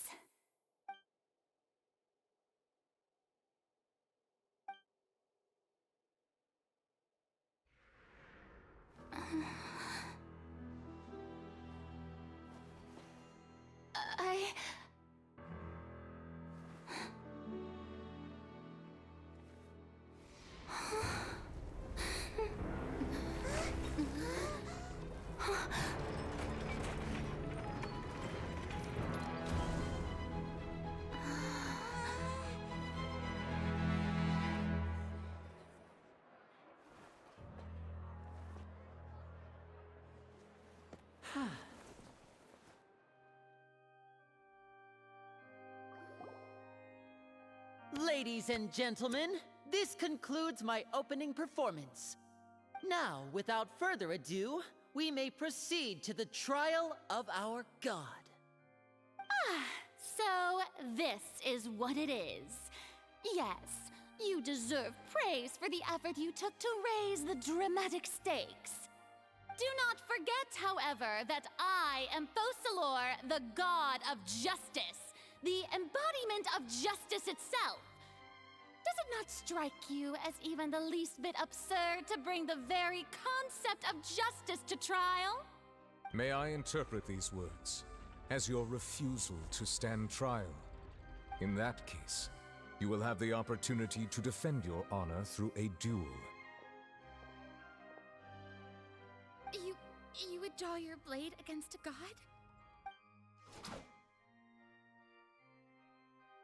I see. It seems like you have made up your mind.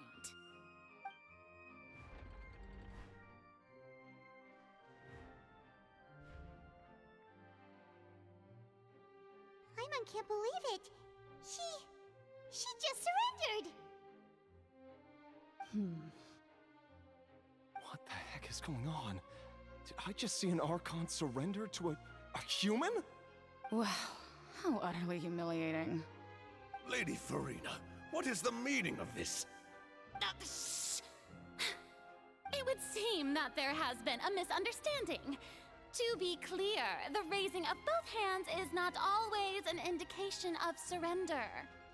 Looking for excuses again, huh? I raised my hands just now to indicate my acceptance of the trial. No duel shall be necessary. I will admit that I've been running away for a long time. I'm sorry, everyone. I was unable to protect the people of Poisson. It is my duty to stand trial for my crimes. You are not the only ones to be disappointed in me. I, too, am exceedingly disappointed in myself. But now, it is time for the Hydro Archon to show you her courage and resolve. I, Farina, will use this trial to show the world the true meaning of justice! This time, I will protect you.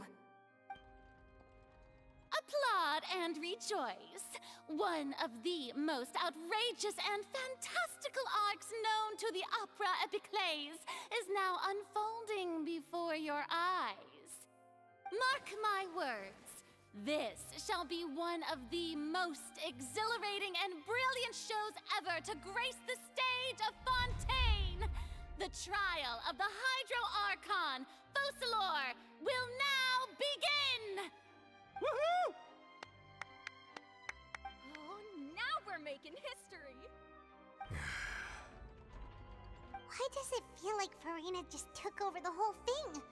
Like, come on! Didn't she just get forced to stand trial for her crimes? Also, even though she's still acting super dramatic, she is taking this seriously this time, right? All right, then. Who will be my opponent in this trial?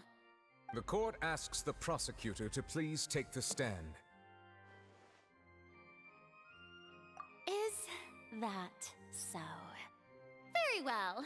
Then please speak, witness of Tivat, my accuser and fated opponent.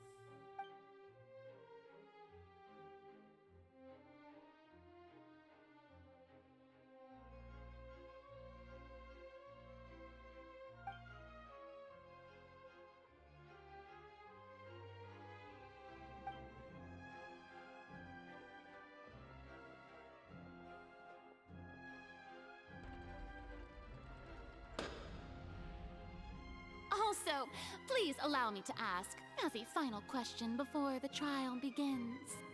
Just how much work did you do to force me onto this stage? Well, we did do a lot of prep after the meeting that day.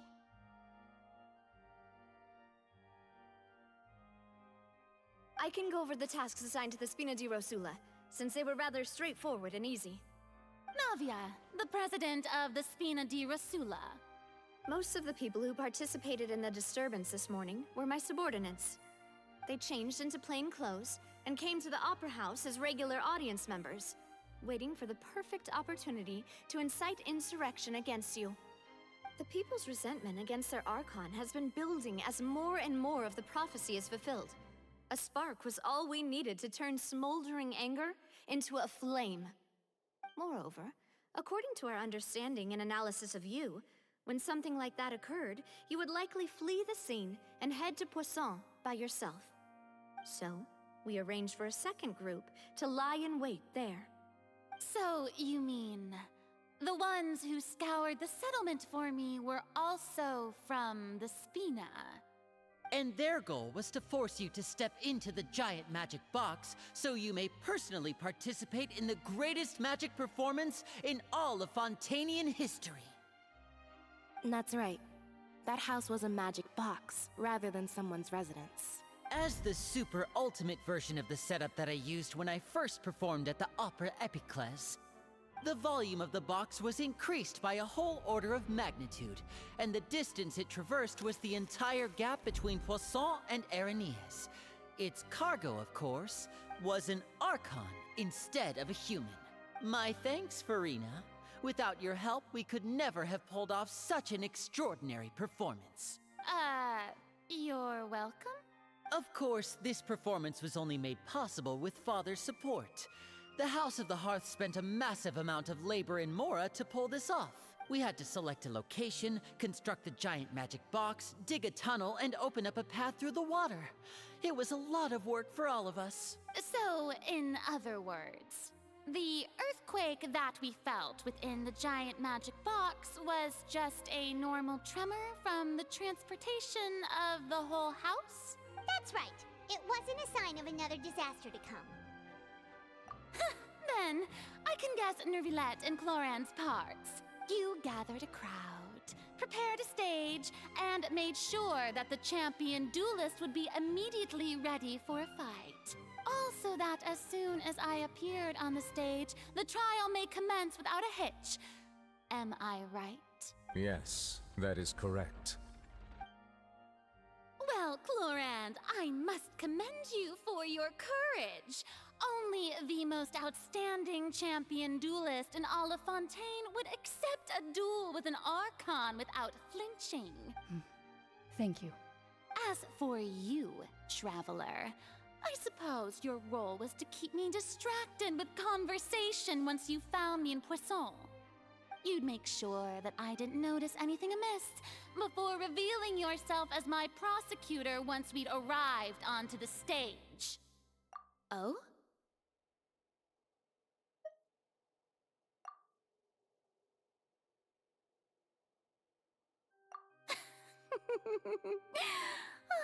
Is that so? Then I suppose I must have missed my final chance. It's fine. It matters not. What's done is done. The stage is already set, so there's no reason to disappoint the audience. Let's see this trial through to the very end.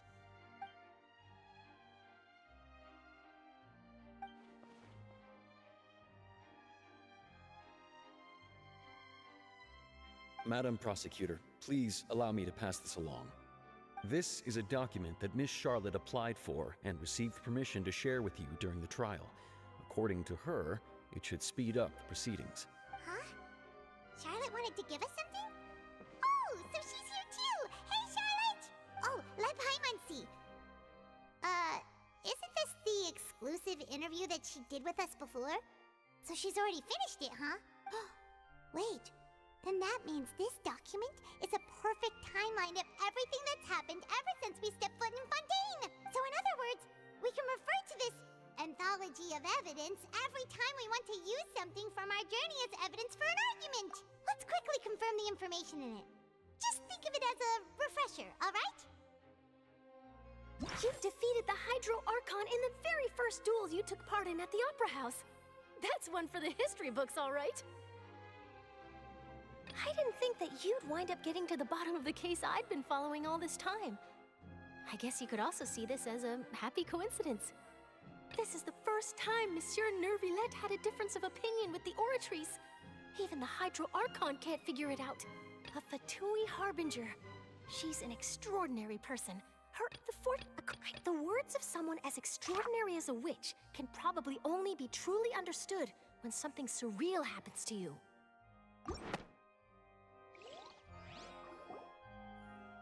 The prosecution and the defense are both in position. The trial shall now begin. Oh, come on, Nervylette. There's no need to repeat all the unimportant legalese. Just fast forward to the part where the prosecution lays out my offenses. As the defendant and the lead actress of this performance, I still haven't even been informed of my supposed guilt in all of this. Of course, it is only natural for humans to struggle to understand the actions of a god. However, you will need more than that to convict me of a crime. That's true, but my charge here is unrelated to your conduct as an Archon. Instead, I would like to charge you as a fraud, who's never been the Archon in the first place. Wait, what was that? Lady Farina's a fraud? Hey, I came here thinking that we were going to try the Hydro Archon for forsaking her duty, but did I hear that right? She's not our Archon at all? Charge accepted. Lady Farina, do you plead guilty to the charge?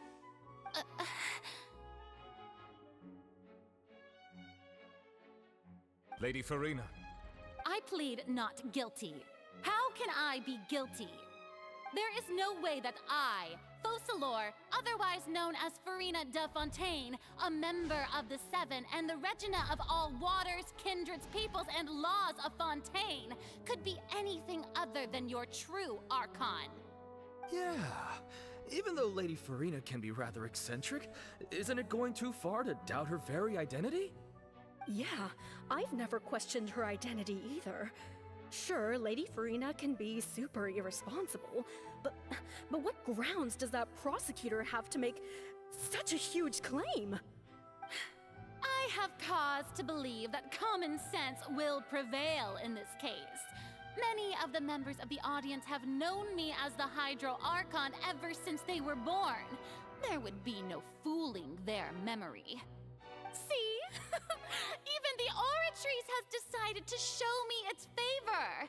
Are you sure you want to commit to a charge that will never be upheld? If you wish to drop the case, I can promise you as the God of Justice that you will not have to face trial for making a false accusation. We will treat everything that's happened as a dramatic spectacle and move on with our lives. What do you say to that? Huh. An argument with near impossible odds, huh? We have to not only refute Farina's claims, but also overturn the long-held beliefs of the people. Well, I tried to give you the chance to surrender. If you must persist, then let me ask. If you believe I'm not the Archon, then what manner of being do you think I am? And if I was not the Archon, then how did I manage to live for over 500 years?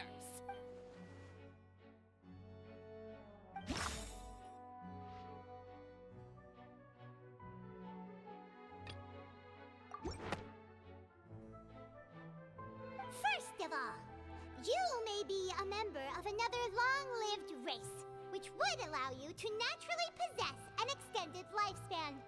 And second of all, even if that wasn't the case, there could be other ways to extend your life. Who gave you that idea? Was it the knave? You'd sink so low as to use a harbinger's words against me. A curse? I once thought it possible that the aura of an Archon might naturally resemble a type of curse. But in light of this claim, perhaps what I sensed was not your divinity, but a curse after all. Neverlet sensed it too, huh? Lady Farina is actually a human? Well, it is true that it's extremely difficult to tell humans and gods apart just by looking at them. It's not impossible.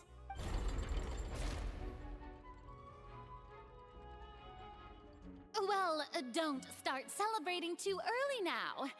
Even if I have been carrying a curse like you said, how does that prove that I am merely a human being? Besides, everyone knows that the main difference between a human and a god is the possession of authority. Gods can do what humans cannot. That's why they're worshipped as gods. For centuries, manifestations of my authority have served the nation of Fontaine. One need only to turn their eyes towards the Oratrice Mécanique d'Analyse Cardinal in this very opera house, or consider the indemnitium that is used in every aspect of life.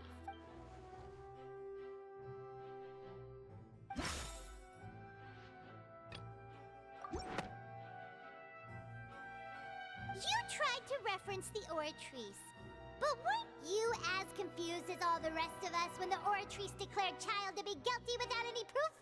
Otherwise, you should have come up with a good explanation for that by now. Didn't I make myself clear at the time? The decisions of the gods are naturally difficult for humans to comprehend. There is no need to provide an explanation. Lady Farina, I believe a reminder of your current circumstances is in order. While the court is in session, the principles of justice and the law must come before all else. While you are an Archon, you are also first and foremost the defendant in this trial. You will prove yourself unable to defend against the prosecution's charges if you continue to withhold vital information against the rules of the court. I never thought you'd use that kind of rhetoric against me. That was no trick of rhetoric, Lady Farina. I've merely reiterated the rules of the court. Rules that all should respect and follow. So, you neither knew why Child was declared guilty, nor did you understand the structure and operations of the Oratrice. Instead of having been created by you, the manifestations of authority you mentioned have been made by the real Hydro Archon, haven't they? The real Hydro Archon? Well, now you're really losing me. It is true that I did not know why the Oratrice gave out a guilty verdict that day. But the Oratrice handed out that verdict unilaterally, and it has been operating independently ever since it was first created. You can't argue that just because a divine creation is flawed, that the god behind it must also be no god at all. She's still throwing out all kinds of excuses. Seems like she's confident that we won't be able to produce proof that she has no power over the Oratrice. My power as an Archon. There are many ordinary citizens in the audience. How can I just carelessly demonstrate the formidable power of an Archon? If that poses a concern, I'm prepared to extend my protection to the audience. You don't need to go that far. Aren't you the Hydro Archon? Or is it that you can't even wield the power of Hydro, much less the authority of a god? Indemnitium! Yes! It's all because of Indemnitium! All Archons derive their power from the faith of the people, and I've converted the people's faith in justice into Indemnitium. Thus did I give up all of my divine power to provide everyone with energy for their daily lives. Have you ever seen a more magnanimous god? Isn't that a huge stretch? Yeah, no matter how generous an Archon can be, how could they give up all their power? Can a god with no power even still be called a god? It seems like nobody's buying Farina's excuse. Hey, come now, everyone. Please don't stare at me as if I was a liar. I'm still the same Farina you knew, right? The one that you loved. Shouldn't you want to believe in me, please? You've got to believe me. If what the prosecutor said is true, she really has committed a grave offense. Did she deceive all of us? And all of our parents and grandparents too? And all of our ancestors? Ever since they were born? Enough. That's enough. Tell me then, if I'm not the real Hydro Archon, then who is? If you have no evidence of another Hydro Archon's existence, nor can you find anyone who can back up their claim to be such, then what grounds have you to say that I'm not actually the real deal? Wow, she came up with yet another argument. How can we refute her now? Seems like she really doesn't want to give up.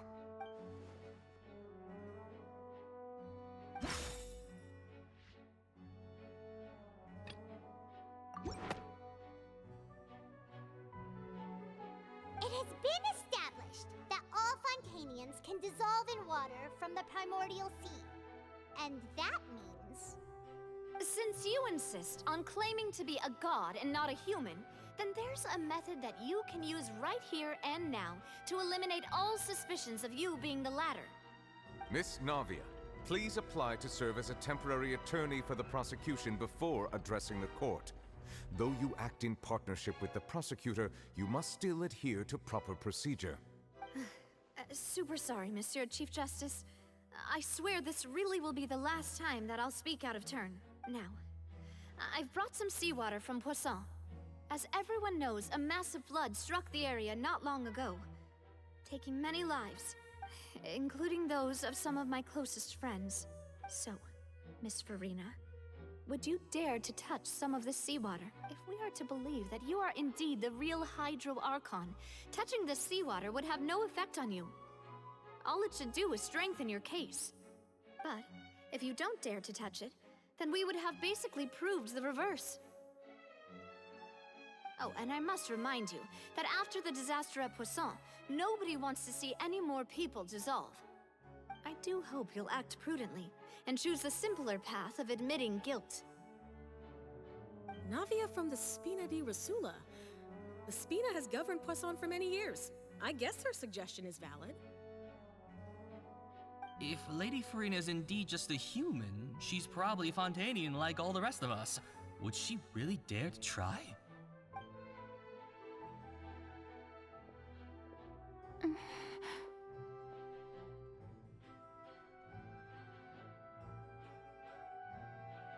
Lady Farina, this test has been unilaterally proposed by the prosecution.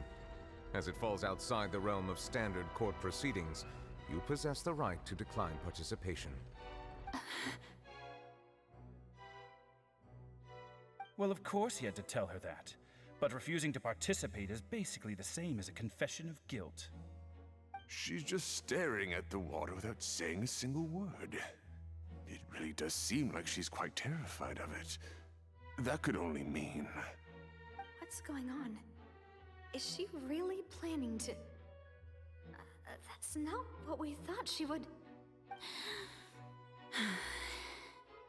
Due to the inherent risk of the test, Lady Farina, you may...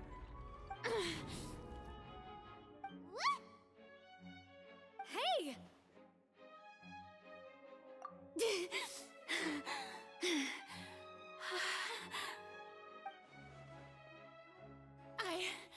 I'm fine! Look at me, everyone! My hand is still here! I haven't been dissolved! Will you believe me now? I really am your Archon! I'm nothing like a normal human who would fall apart as soon as they touch this water! Really, was this not the most obvious thing in the world? Miss Siegewin? If you're present, Miss Siegewin, please come forward and attend to the defendant. Siegewin? Don't be nervous. It'll just take a few seconds. Let me see. That should be enough. Please announce the results of your evaluation to the court, Miss Siegewin. As everyone doubtlessly saw, Miss Farina was displaying symptoms of hyperventilation and flushed skin. These indicate that she was experiencing the adverse effects of exposure to primordial seawater. The extent to which she was affected is the same as other humans when exposed to primordial seawater of a similar concentration. Thank you, Miss Siegewin. Lady Farina, you may return to the defendant's stand. Oh wait, what did she just say? I didn't get dissolved! Shouldn't that be enough to prove my innocence? Well, considering your tendency to run from your problems, we did originally prepare a direct sample of the seawater around Poisson. However, after extensive discussion, we exchanged it for a sample that is not concentrated enough to dissolve an actual human. After all, on the off chance that something entirely unexpected might occur, we don't want anyone else to lose their life to the sea. Yeah, so out of regard for Farina's life, you secured a low-concentration sample and asked the head nurse to serve as an expert witness. It's a great thing that the direct sample wasn't actually used. Farina could have... I can't believe... you...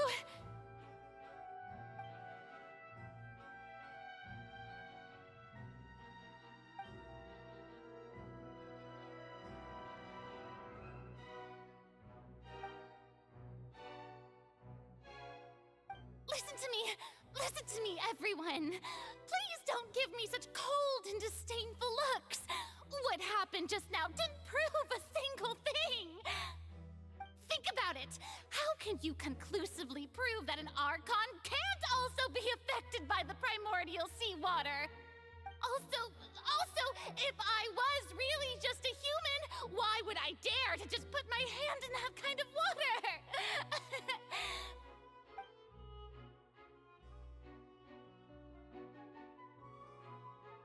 Please, everyone, anyone, just listen to me! I swear, I really am your Archon!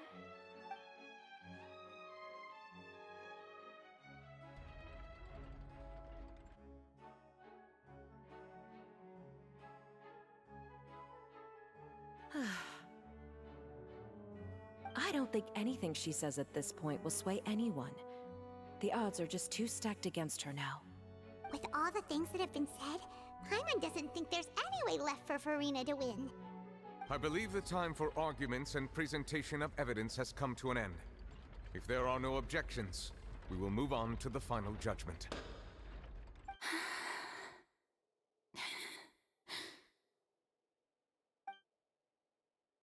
I don't think anything she says at this point will sway anyone. She's too stacked against her now.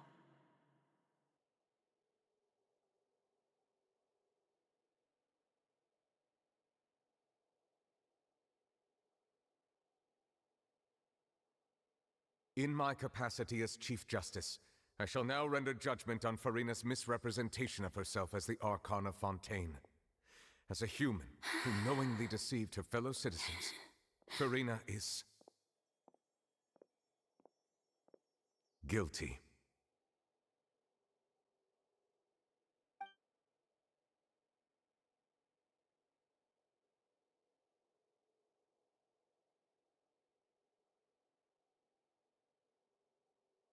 We shall now turn to the Oratrice Mécanique d'Analyse Cardinal to render the final verdict on the charges.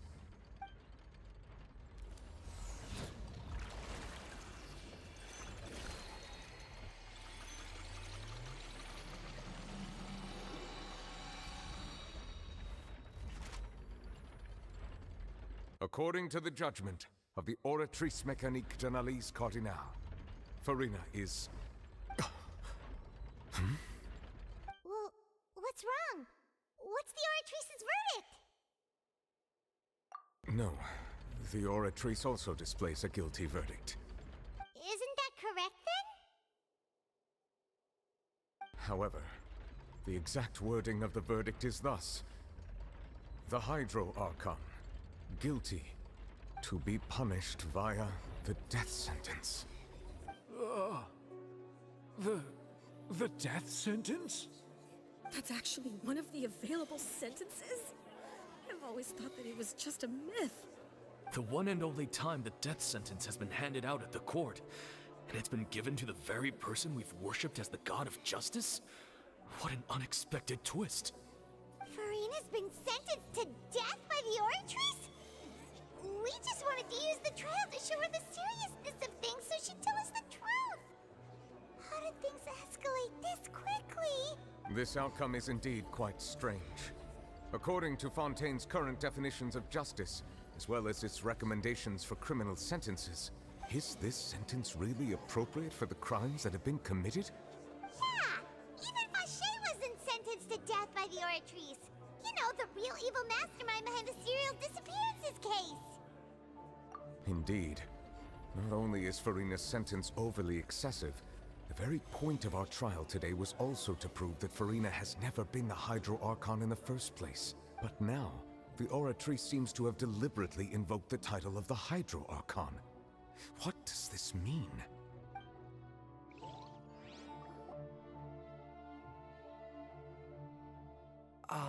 Excuse me, if I may interrupt. Is the trial still going? Fremine! You finally made it. I assume this means you've completed your mission? Mm-hmm. Any mission Father assigns to me will always be top priority.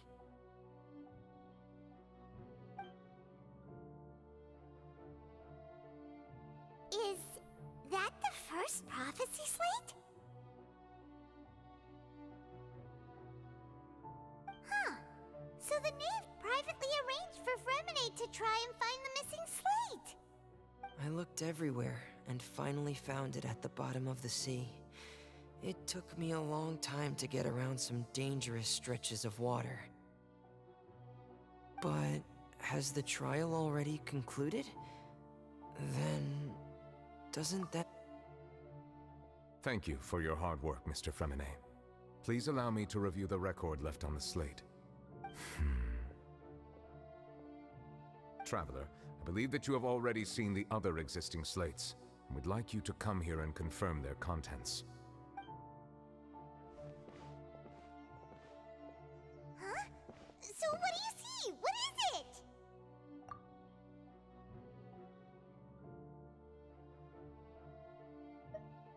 I believe I've now made sense of the Hydro Archon's crime. It has to do with Fontaine's lost history. Huh? Isn't the Hydro Archon just guilty of deceiving her people? Oh, wait, no, that's Farina, and we've already proven that she's not the Hydro Archon. So when you say Hydro Archon, do you mean the real Hydro Archon we've been kinda talking about? In truth, everything that you've encountered in Fontaine up until this point can be traced back to the contents of these stone slates. However, I'm uncertain as to how much sense they currently make to you. Okay, let's try to recall the contents of the other 3 stone slates. Paimon will do her best to help you remember.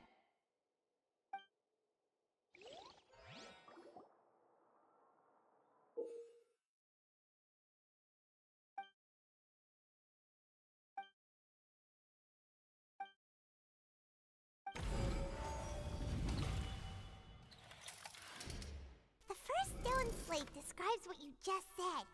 It seems to show the previous Hydro Archon using her divine power, and then the Oceanids turn into humans. Does that mean that Fontainians are transformed Oceanids? Oh, Paimon wasn't expecting that. But if Oceanids can turn into humans, then perhaps this process can be reversed as well. The second stone slate shows Celestia floating in the sky, and the Hydro Archon and her people worshipping it together. But the heavens still brought judgment down upon them. This must be the point when the Hydro Archon and the Fontainians were branded with their original sin. Does this mean that the original sin and the Hydro Archon sin are the same thing? The third slate shows the Hydro Archon sinking into the sea surrounded by many people. That reminds Paimon, didn't we also watch that happen to someone else? Well, the fourth slate is the prophecy the Fontainians have been talking about. People dissolving into the sea, the Hydro Archon crying on her throne, and so on. We didn't believe that such a crazy disaster could happen at first, did we? But after that incident, it was just a question of when and not if.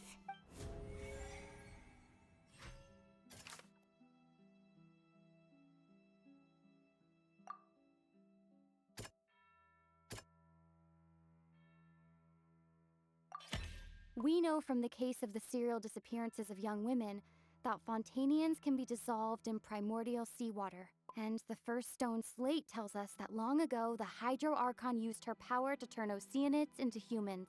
This might be the reason that Fontainians can dissolve.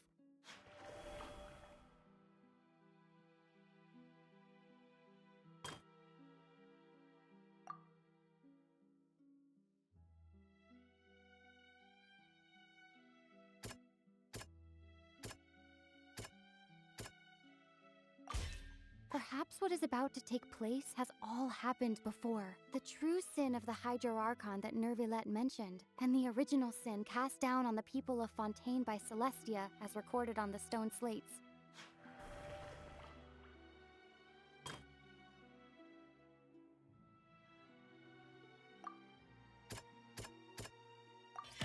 It It's not as simple as falling into the sea. When Navia fell into the sea, her consciousness was subjected to judgment. The stone slates show the people gathered around the Hydro Archon in the sea. Could that be alluding to the same thing?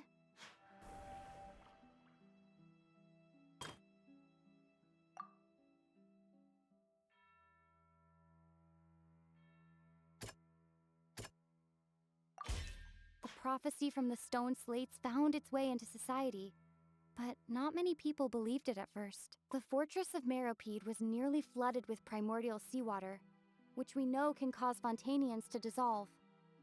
It seems increasingly likely that the prophecy may come true. If we hadn't dealt with it in time, things could have gone very badly.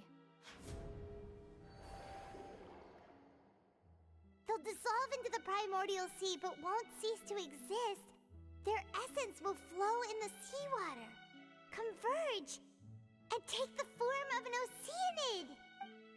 The Hydro Archon was sentenced to death in court, shocking everyone present. Perhaps this means that her sin was actually Fontaine's original sin. Navia fell into the water inside those ruins, and she nearly dissolved. She was surrounded by the people of Poisson in a court within her consciousness, and was forced to take part in a trial meant to make her stay.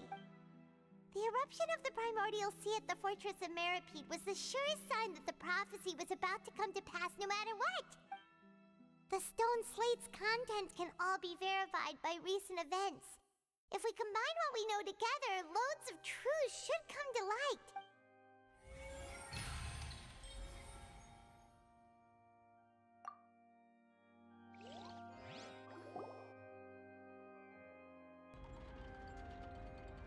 Huh? Oh, Paimon gets it now! So that's how you can make sense of it! But then it feels like we're going to have to share some truly shocking revelations. Let's hear them. Incredible. Linny, did you hear that? We're not real humans. All Fontainians were originally created by the late previous Hydro Archon, with Oceanids as their basis. The evidence for that can be found in how only Fontainians could dissolve in primordial seawater, and how all the girls Vacher dissolved were also turned into Oceanids. Oh, and according to Navia, when she was about to get dissolved, she also saw everyone gathered around for a trial, all of them in the shape of Oceanids. Indeed. Yeah, and it follows from the content of the first slate that she probably angered Celestia by creating humans without prior permission. That could also explain why the Oratrice judged the Hydro Archon to be guilty. It's to account for that ancient sin. The Hydro Archon's true sin was... And yet, after many hundreds of years, the Hydro Archon's creations have turned around to try to judge the Archon within the Opera Epiclese. The twists of history are often the most unexpected of all. Yeah, isn't the image here just like when Navia fell into the sea? So wouldn't it be trying to show the image of the Hydro Archon also falling into the sea once the prophecy has been fulfilled in the fourth slate? In the end, the people will all be dissolved into the waters, and only the Hydro Archon will remain weeping on her throne. Only then will the sins of the people of Fontaine be washed away. Did Paimon get all that right? You've made some keen deductions. I must say, given how much you still don't know, it is impressive that you've already managed to connect so many pieces of the truth. However, while you were able to decode all the information on the slates, they've also been etched with an additional layer of hidden information using a different power source. When we were at the ruins, I tried to decipher the hidden information recorded in the slates. But since we only had 3 slates at the time, I was unable to come to a full conclusion. Now that the slate collection is complete, I shall make another attempt to decipher the narrative recorded within. If everything goes well, we should finally be informed of the unadulterated truth.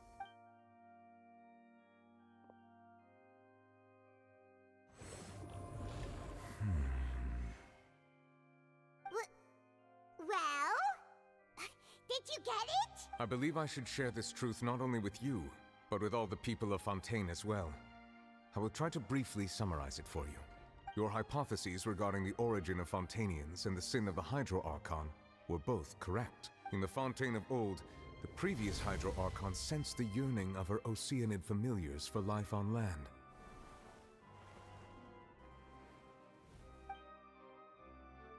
The Oceanids were enamored with the beauty and romanticism of human beings, and wishing to have those experiences for themselves, expressed to the Hydro Archon their desire to become of a similar kind.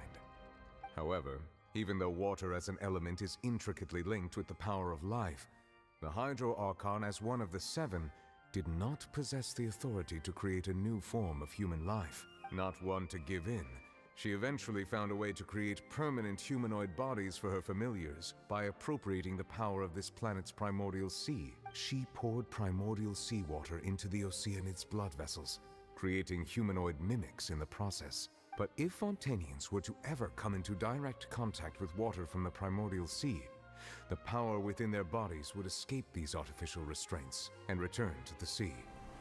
As a result, their forms would collapse, and they would be reverted to their original forms as Oceanids.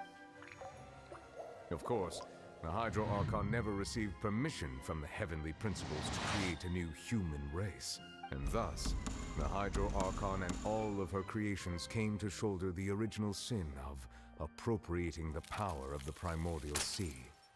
That is the true history of how the people of Fontaine first came into being. So we were all Oceanids before we turned into human beings? That's way too much information for me. I think I'm just going to pretend that I never heard a single thing. Wait, but if that's the truth, we can't let the Hydro Archon be sentenced to death. After all, her only sin was creating us. This really might be too much information for your regular Fontainian, but it does answer a lot of our questions. Alas, your hypothesis regarding the third and fourth stone slates was inaccurate. The slates' respective positions are, in fact. A key point of the visual on the third slate is how all the individuals depicted in the water are humans rather than Oceanids. They have not been dissolved, which implies that the water depicted in this slate is not water from the primordial sea. The nation of Fontaine is the nation of Hydro, as well as the nation of trials and justice. Instead of being the literal element, the water in the scene symbolizes judgment and justice. You may also recall Navia's experience. When she fell into the sea, her consciousness was surrounded by that of many others who intended to hold a trial to determine her fate. Therefore, the meaning of the third slate is that the people of Fontaine shall try the Hydro Archon at the court of justice. Yes, it refers to our present situation. I think I'm following now. So, what you're saying is, even though we decided to put on this trial to avoid fulfilling the prophecy, in truth, everything we've done has happened exactly as the prophecy foretold. So now, it seems, we're the ones making sure it comes true. What should we do? Huh. No matter what, the prophecy will be fulfilled. Is this what it feels like to be a prisoner of fate? If that's the case, does that mean the scene in the fourth slate will also be fulfilled soon? Traveler, I would like to point out another small fallacy in your deductions. About the fourth slate, you probably thought that the eruption of primordial seawater beneath the fortress of Meripede served as the surest sign that the prophecy was about to come to pass, yes? However, I believe that rather than being a sure sign, that eruption could in fact only be a small warning of something far worse to come. As for the root cause of the catastrophe, I believe you've already encountered it once before.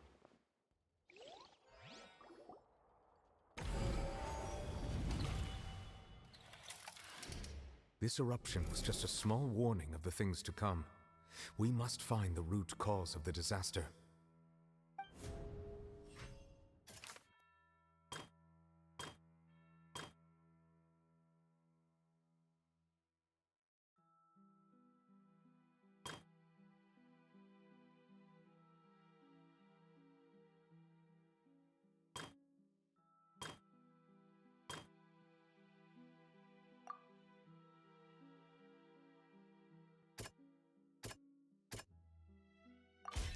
It was both dream and reality.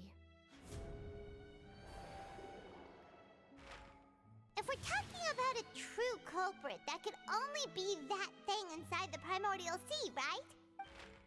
The truth, the original sin, the trial, and the root cause of the disaster.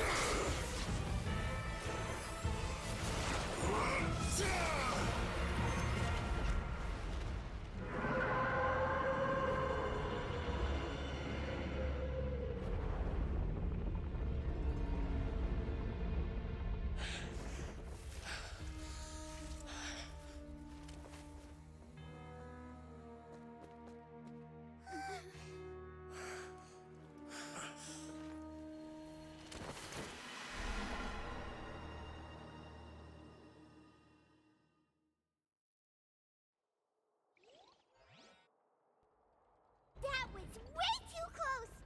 How did that thing just burst into the Opera House? Wait, was that the huge whale you saw in your dream?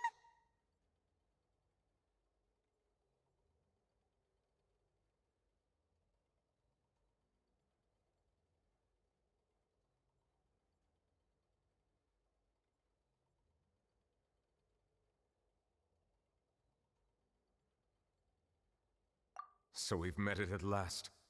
I understand very well why it has chosen to make an appearance here. That whale does not belong to Tevat. It is a monster that has traversed the stars, weeping all the while. It has been greedily consuming the energy from the planet's primordial sea, using it to grow. That is the main cause for the rising sea levels. And once it has finished consuming all of the energy contained within the sea, its next step will be... You said that when the Hydro Archon first created Fontainians out of Oceanids, she filled their blood vessels with primordial seawater. Precisely. That whale finds the blood of Fontainians nigh impossible to resist. Therefore, when it left the primordial sea, it decided to make its next stop a packed opera house full of food. Food in the form of Fontainians. We just barely managed to push it back, right? In that case, won't it come back to target the people again once it's managed to recover its strength? That is correct. Indeed, it is more accurate to say that we should thank that Harbinger for buying us some time. Without him, the whale would have likely come onto land far sooner. From the way he looked, he must have been fighting the creature for quite a long time. That battle maniac. We've always known that he had a special connection with that whale, but we definitely didn't expect it to help us out like this. Anyway, now that we know that this whale is the actual cause of the disaster recorded in the prophecy, all we need to do to stop the prophecy would be to find a way to beat it up, right? It is too late. It had already absorbed too much of the primordial sea's energy before we could notice it. At this point, it has become practically integrated with the sea itself. Even if the entirety of Tevat were to be destroyed, it could still survive and swim off towards some other world. That's not something I will accept. We've already done everything we can, and we even found the true culprit. We've come so far. You can't just tell me that the last— Indeed. That's not how a grand performance should end. I'll fight it to the end. No matter what. So the prophecy will be fulfilled no matter what, huh?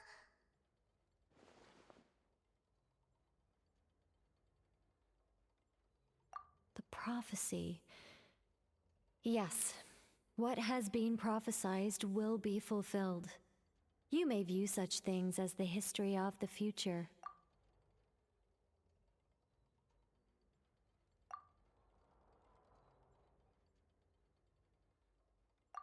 Just as prophecies are usually only the future as seen from the perspectives of the gods, could things be happening in hidden corners, where the gods' gaze does not fall?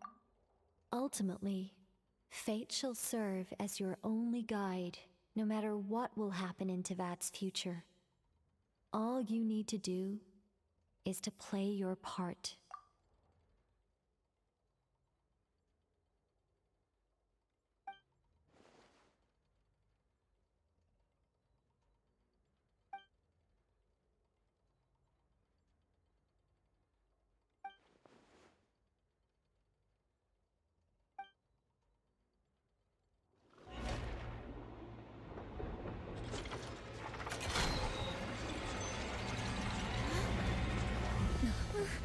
What's happening with the oratories?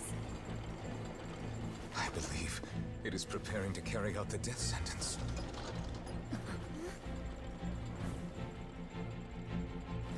Farina!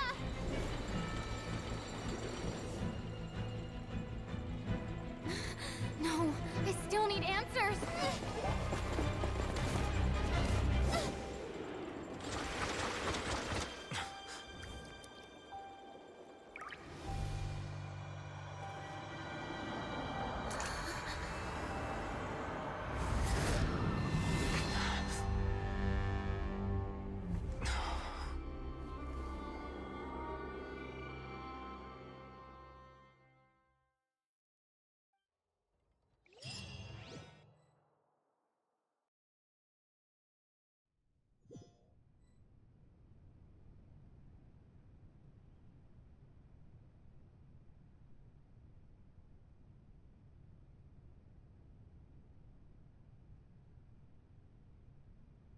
You...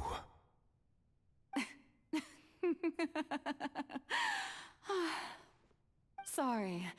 That shocked expression on your face is just too amusing. I couldn't help myself. You are not Farina. Who are you? Ah, the sweet sound of bewilderment. Marvelous. A sure sign that my attempt to deceive everyone was a resounding success. But to answer your question, I am Focalor. You know, the god. Focalor? Why did you deceive us? Oh, that wasn't my goal, of course. Goodness, no. But I had to fool everyone else too, if I was to stand any chance of deceiving the heavenly principles. Deceiving the heavenly principles? It's all because of that pernicious prophecy. Dreadful, wasn't it? Everyone doomed to dissolve. Fontaine condemned to be flooded. One was not amused. In fact, one was positively bemused when that problem was thrust upon me by my dearest predecessor. That's the former Hydro Archon Egeria, for the uninitiated. It hardly gets more disastrous than a preordained national catastrophe, now does it? She knew full well that the prophecy would surely come to pass. And as one of the seven, she also knew full well that one defies the heavenly principles at one's peril. So yes, as you have no doubt surmised, it was a rather impossible situation that I found myself in. I spent a terribly long time mulling it over, alone on the ocean floor. And I was almost growing barnacles by the time I finally realized there was only one possible solution to this confounding conundrum. I had to outwit the heavenly principles, allow the prophecy to be fulfilled, ostensibly at least, while saving everyone at the same time. I'm a genius, I know. I can only assume that's why Egeria chose me as her successor. Although, looking back now, it was hardly the inheritance one dreams of. between the task of saving the nation, the quotidian duties of the Hydro Archon, and not to mention the original sin of creating a new race of humans, I dare say she left me quite a colossal mess to clean up. But one can only play the hand one is dealt. I did not choose this, any more than I chose to be one of her Oceanid familiars. So you were also once one of the Oceanids, transformed into a human by Egeria's hand. Yes, I was. I always dreamed of becoming human. And I still do, even now. In my eyes, to be human is to be part of the greatest opera ever known. After becoming a god, I separated my divinity from my body and spirit, leaving behind only a self that was as naive and bewildered as my past self on her first day as a human being. The me you see before you now is that divinity. And the human counterpart I left behind, I named Farina. She could feel joy, sorrow, and everything in between. She could be as vain and conceited, or as meek and vulnerable as she wished. Her strengths were of a kind only a human could possess, as were her shortcomings. But in my eyes, Farina's humanity was what made her perfect. She was perfectly human in every way. The person I always wanted to be. Anyway, so then I cursed her. All part of the plan, of course. The plan to deceive the heavenly principles. Do you still remember the final scene of the prophecy? The Hydra Archon alone, weeping on her throne.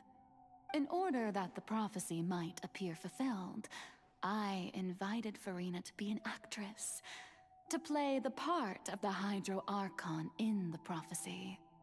Under the curse I placed on her, so long as I, Focalor's divinity, continued to exist, she could not die. But nor was she free to live her life in the pursuit of happiness.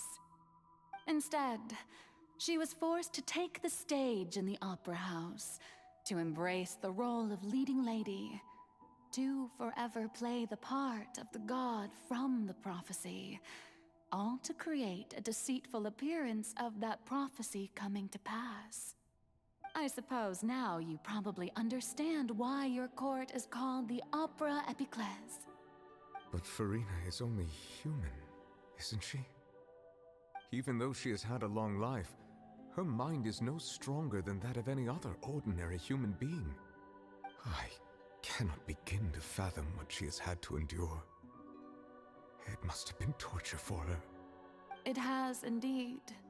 And although she is, in a sense, me in human form, I most definitely owe her an apology for it.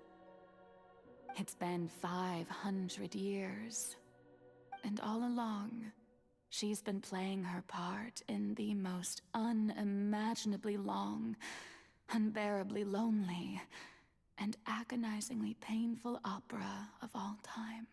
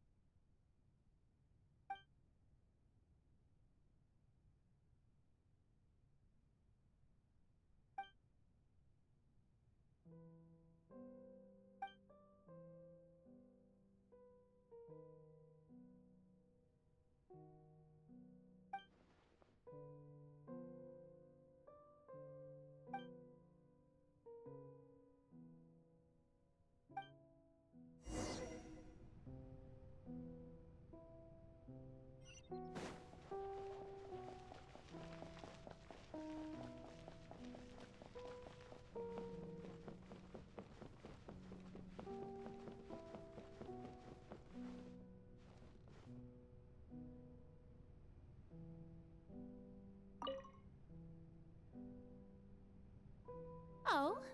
Who permitted you to come onto this stage?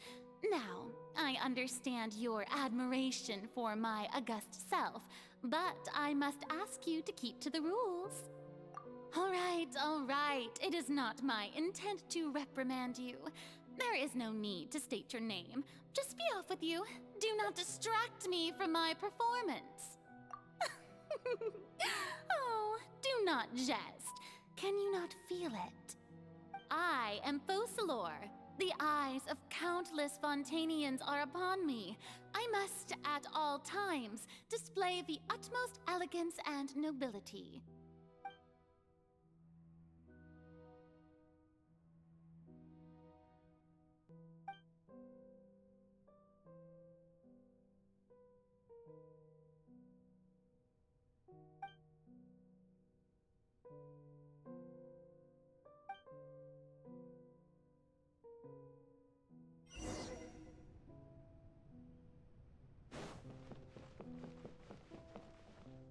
Dear audience, the performance is experiencing a technical difficulty, but worry not.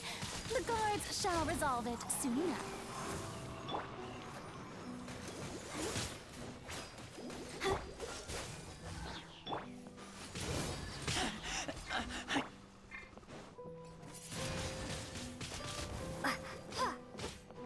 This moment will be frozen in time. Done.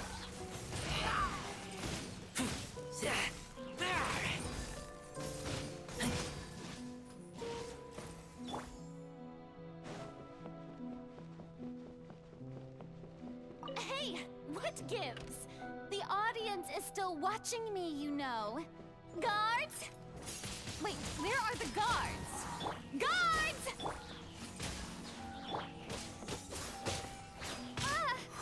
I'll protect us.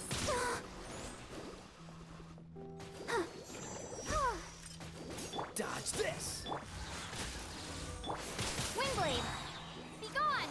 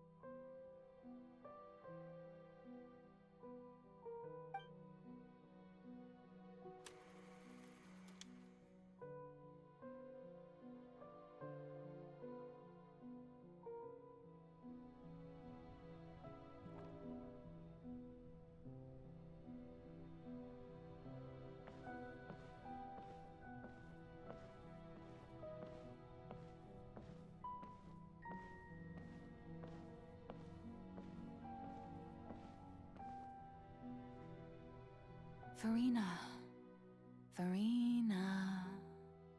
Huh? Who's that? Who's calling me? Where are you? Be not nervous. Be not afraid. I am before you. Wait a moment. You're near me? How can this be?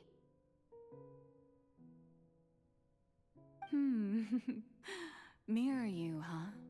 You know what? That's not bad. Let's go with that. Mirror me? What do you wish to say? The prophecy. Have you heard of it? What prophecy? Wait. I know. I think.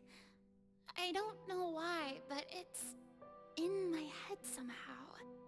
The people will all be dissolved into the waters, and only the Hydro Archon will remain, weeping on her throne.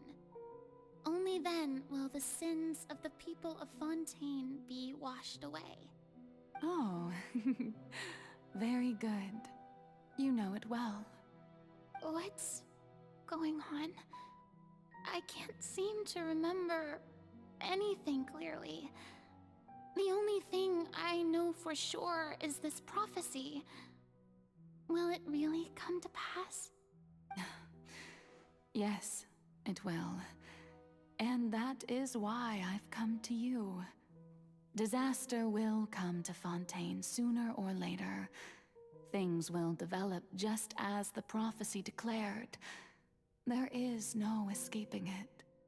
But doesn't that mean everyone will die? I'm a Fontainian just like them. Will I dissolve too? Oh, don't worry. Magical meetings exist in this world precisely to give people a chance to turn things around. It is the reason why you met me today. I will tell you how to save everyone, but you may have to suffer somewhat. Oh, so there's still hope after all. Goodness, you frightened me. You spoke so much and with so much certainty. As for the suffering, well, I will admit that the first thing that came to mind was, why do I have to be the one to suffer? But if the prophecy will come true, I'll also die anyway, right? So if I've already met you as my magical meeting in this world, if there were scales, with all the people of Fontaine on one side and my pain on the other, is it not obvious where the scales should tilt? You truly are the perfect human. My ideal. I suppose this would also be the justice that belongs to you. Huh?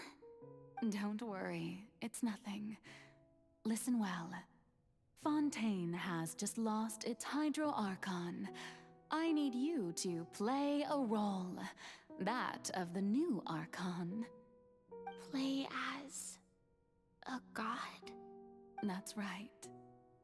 You must begin a never-ending masquerade. You must never let anyone suspect your identity. If you can keep it up, then I shall have my way of defying this prophecy. But should your identity be revealed, then all hope will be lost. But how will I do this? A human assuming the role of a god without being exposed? Don't worry. What you must do is not to turn yourself into a real god. You simply need to play the role of a god as humans imagine them to be. Being a human yourself, I'm sure you already know what such an entity would be like. Remember, your true challenge will not be pursuing divinity, but contending against humanity. I'm still not sure I understand, but I'll try. I'll try to do this. So, how long am I going to have to play this role?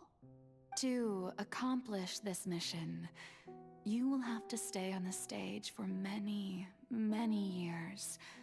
You will endure and not grow old until your task ends.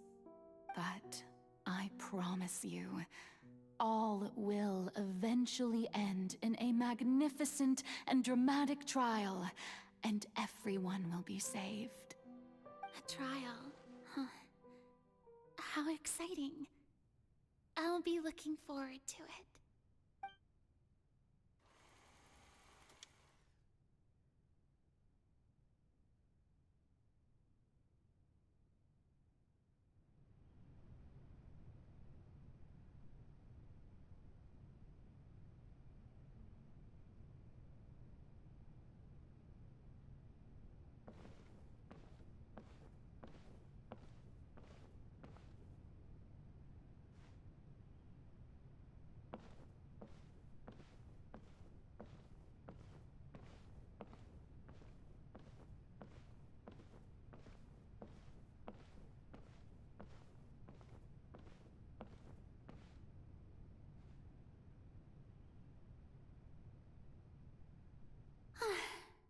The Maison Cardinalise has announced my accession, but this is my first time facing the people.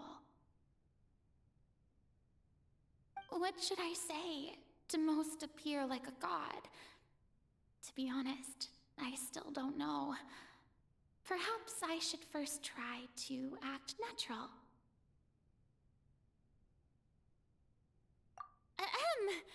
Ladies and gentlemen, good evening, and welcome to the Opera Epiclese. I'm sure you've all heard about how I have taken on the role of Hydro Archon.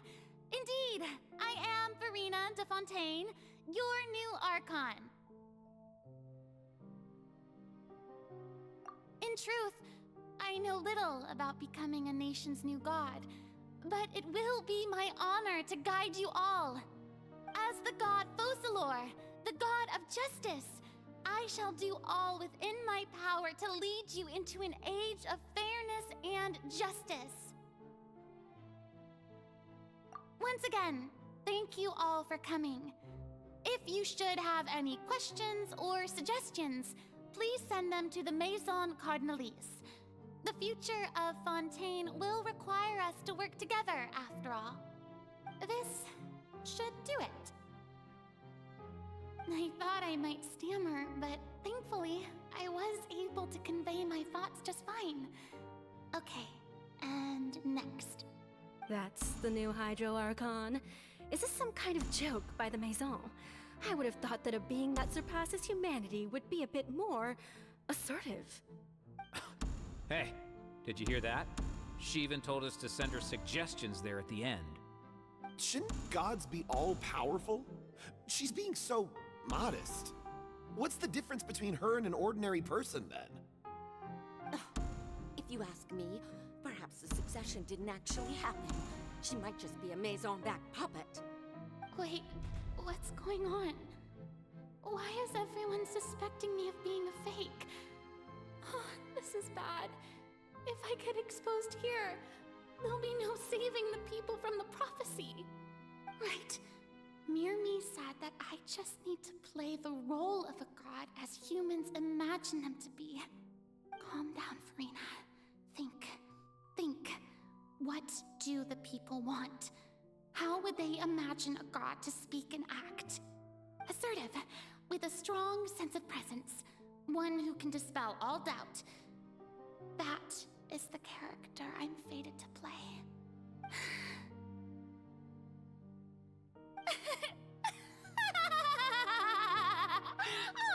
Oh, very good, my people.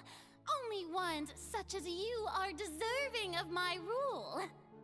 Now, I was wondering if some weak puppet were to one day come onto the stage and claim ownership of this opera house, would the children of Fontaine follow them? Well, it seems that you would all see right through them. Having passed my test, you are qualified to witness wondrous trials alongside my august self, here in this opera house.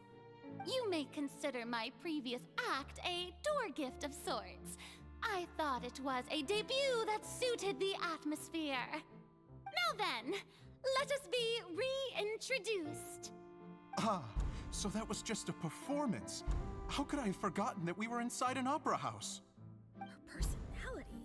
It's quite shocking, to be honest, but I suppose it's a better look than before. Such a fascinating and bold deity.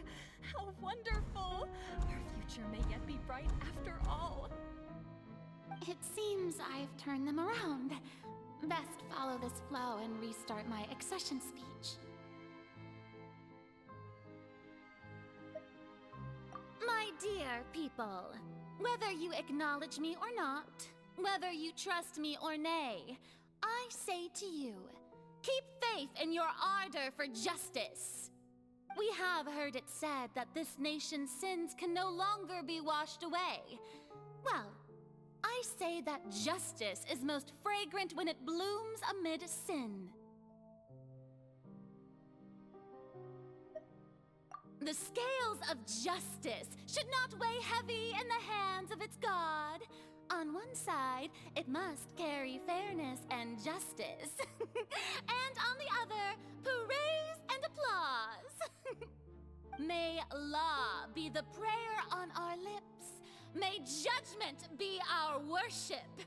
Let us light the fires and drink to the future of Fontaine! No, this won't work. They'll suspect me again. I must play the role that they want me to play. There is no trouble in this world that justice cannot solve. All that is needed is for you, my people, to believe in it, heart and soul. So long as I, the Archon Focalor, stand within the Opera Epiclese, so long as I stand before the Oratrice, I shall even judge the gods of this world!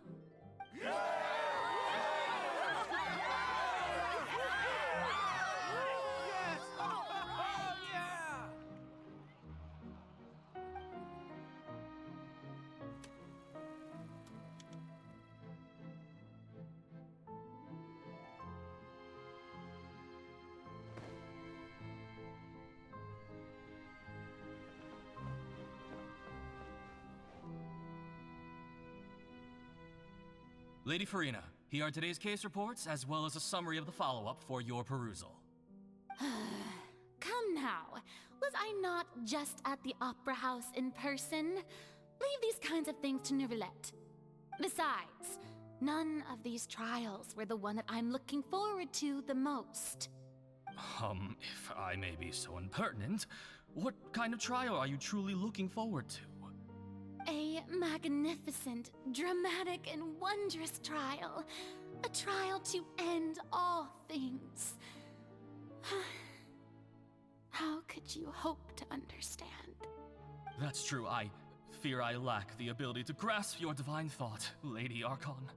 No need for fright, and do not take what I said before too seriously. Go now, do your duties. The trial I await. It will come one day.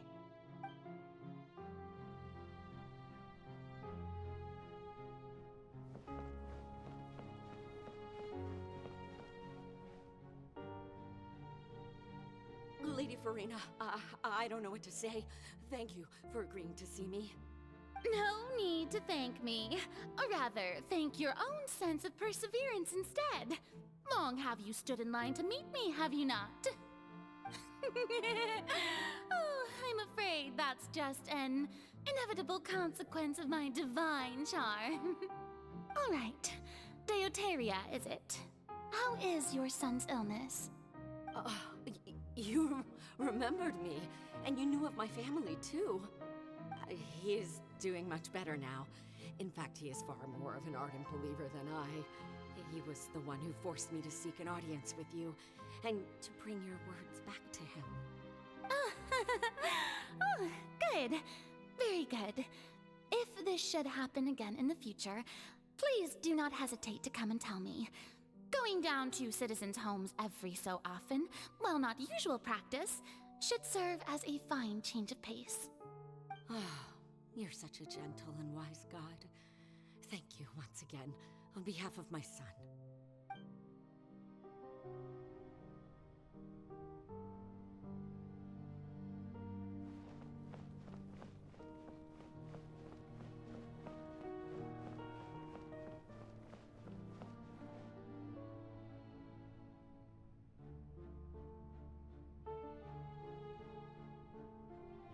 Lady Farina, here are the latest hydrological reports.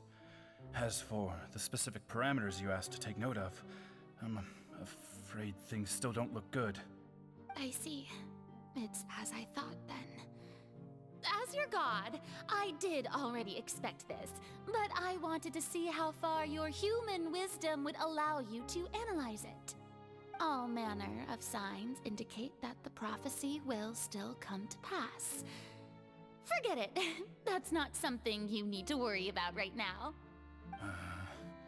Well, as I understand it, the Fontaine Research Institute is also trying to find a way to counter the rising water levels.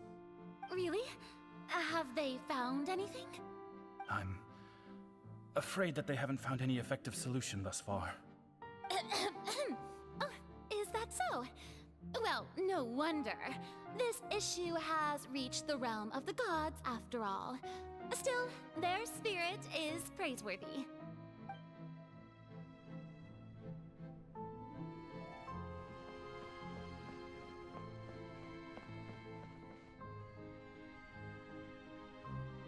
The day is finally over.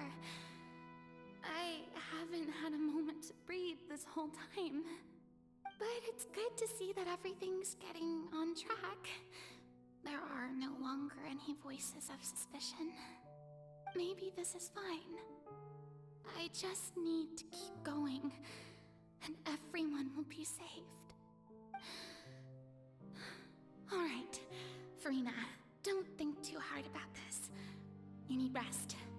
Tomorrow's a new day.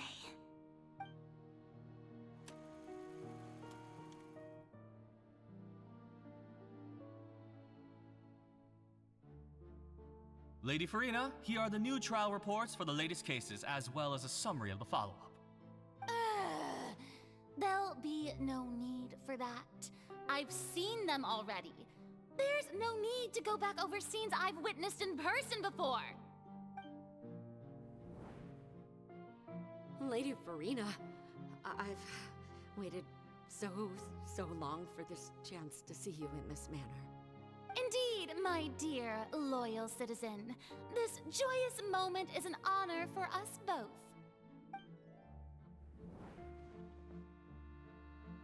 Lady Farina, we're detecting significant hydrological anomalies near Poisson. Understood. Keep monitoring. Keep me informed should anything come up at the Institute.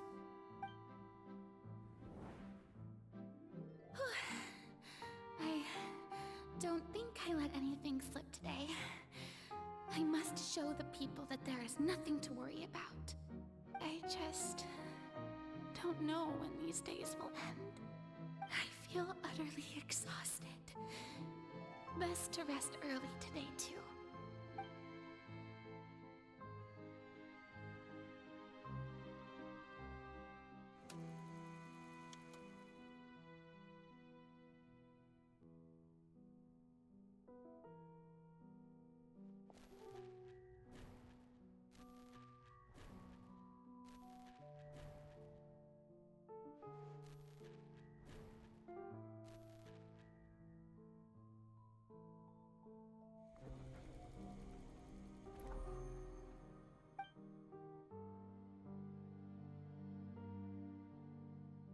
Lady Farina, it's like a dream being able to speak with you up close like this. I've heard that the first member of our family who was honored to receive an audience with you was Madame Dioteria, almost 20 generations ago. And what a fine family yours is indeed. It brings me great joy to meet such a faithful believer. A descendant of a line most ardent. Surely you exaggerate, Lady Farina. My lady? What is it, good citizen? Are you crying? Oh, really now? I didn't even notice. This must be the overflow of hydro from my person. Well, can't quite help being the god whose dominion is the waters, can I? No wonder. No wonder. A manifestation of your power, then. Oh, Archon, I am honored to have witnessed it. Honored indeed.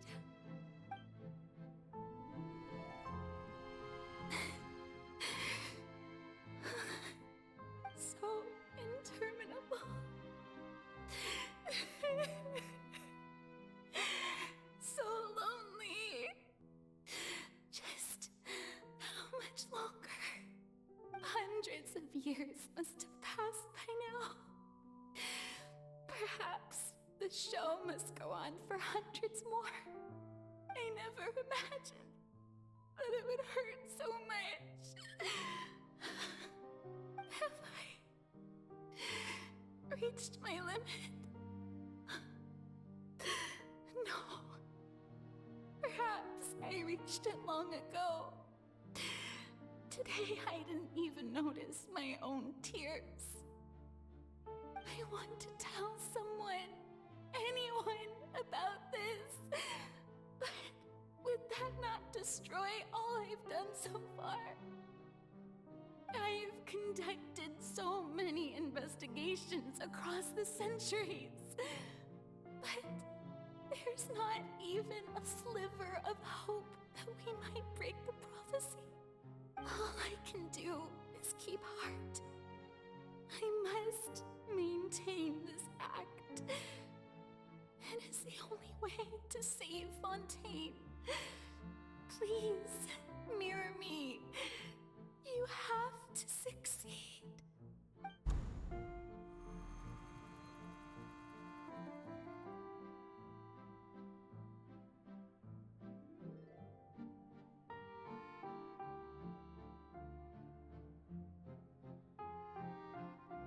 Farina, you don't have to shoulder this burden alone.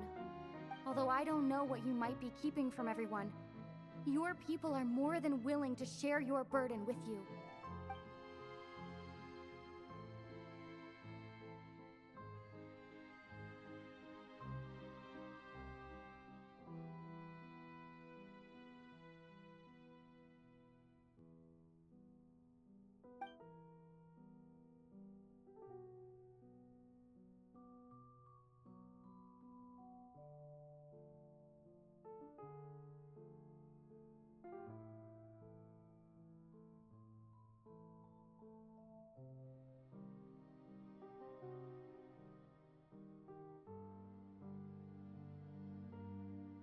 Share my burden. That's impossible. It was fated right from the start that this would be my duty alone. But even if your burden doesn't need to be shared, you can still choose to confide in someone.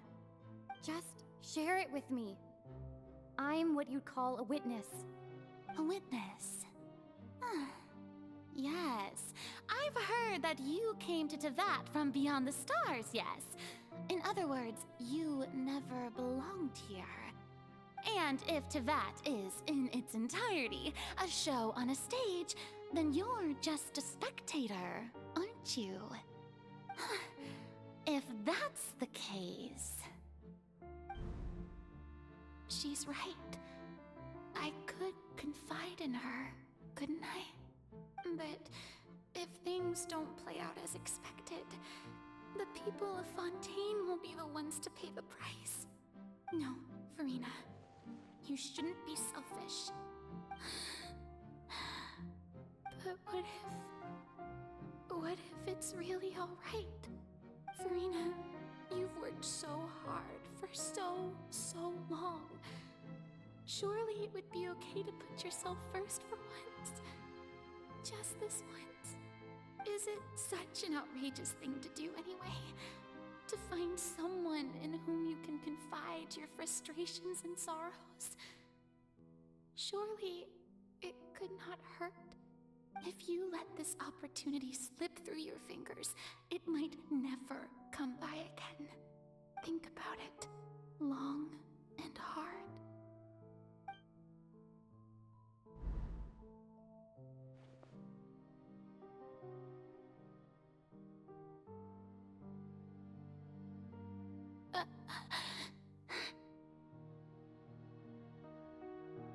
No, I have nothing to say.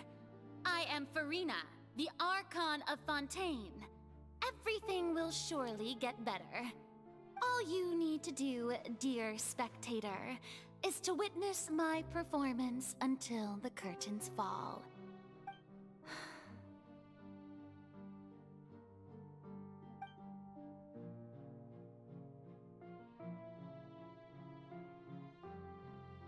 Fine.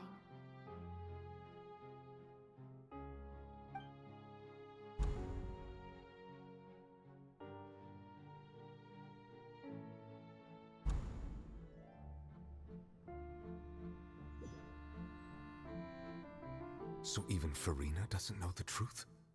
You've never once let her in on the full plan? Yes, it had to be done. To deceive the heavenly principles, you must first deceive yourself. She did very well. If she had let her resolve falter even once in these 5 centuries, Fontaine would have been doomed to the most tragic fate. It seems that trusting humanity was the right decision after all. I believe that I understand how your deception works, but that is only half the truth, is it not? How would you build on this foundation to save the people of Fontaine? That is the most important thing. Ah, good, good. Of course, the Iudex of Fontaine has pinpointed the crux of the issue. I'm sure you've long sensed that the Oratrice is no simple machine, yes? I've always suspected that it had its own consciousness. And Linny did mention that he heard a human voice within the core chamber. It now seems that that person was you, hidden within the machine all along. Am I right? And then I became one with the Oratrice, taking Fontaine's gnosis with me. Yes, it would seem so, wouldn't it? Alas, your understanding of this device still lacks sufficient depth. In truth, it is no enactor of justice. It is, in fact, a device created to kill the god of justice. I beg your pardon? Oh, you have it. And to be more precise, not only will the Oratrice take down the god of justice, it will also take down the divine throne upon which she has been placed. I mean, did you think I would be the sort to enjoy peaceful repose while Farina suffered? My work over these last 500 years has been to constantly accumulate indemnitium within the Oratrice. But really, some have already discovered that only a small fraction of the energy generated by the device was ever used to provide power to Fontaine. The vast majority had to be, accumulated to enact this death sentence. It was all a part of your plan then? Both the trial and the sentence? Indeed. This power, accrued over 5 centuries, could have sustained Fontainians for millennia, had it only been used for that purpose. Almost all of it has now been stored within the Oratrice, but only power of this magnitude could hope to destroy the Hydro Archon's divine throne, shaking the rules established by Celestia, and breaking through the institution that is the Seven. So the Oratrice's call for death was for neither Farina nor Focalor, but for the Hydro Archon. The destruction of that divine throne. If I do not misunderstand your intent, you must be... returning what's rightfully yours to you, of course. In other words, this was all done to return the authority of the Hydro Archon to the Hydro Dragon of this planet. But...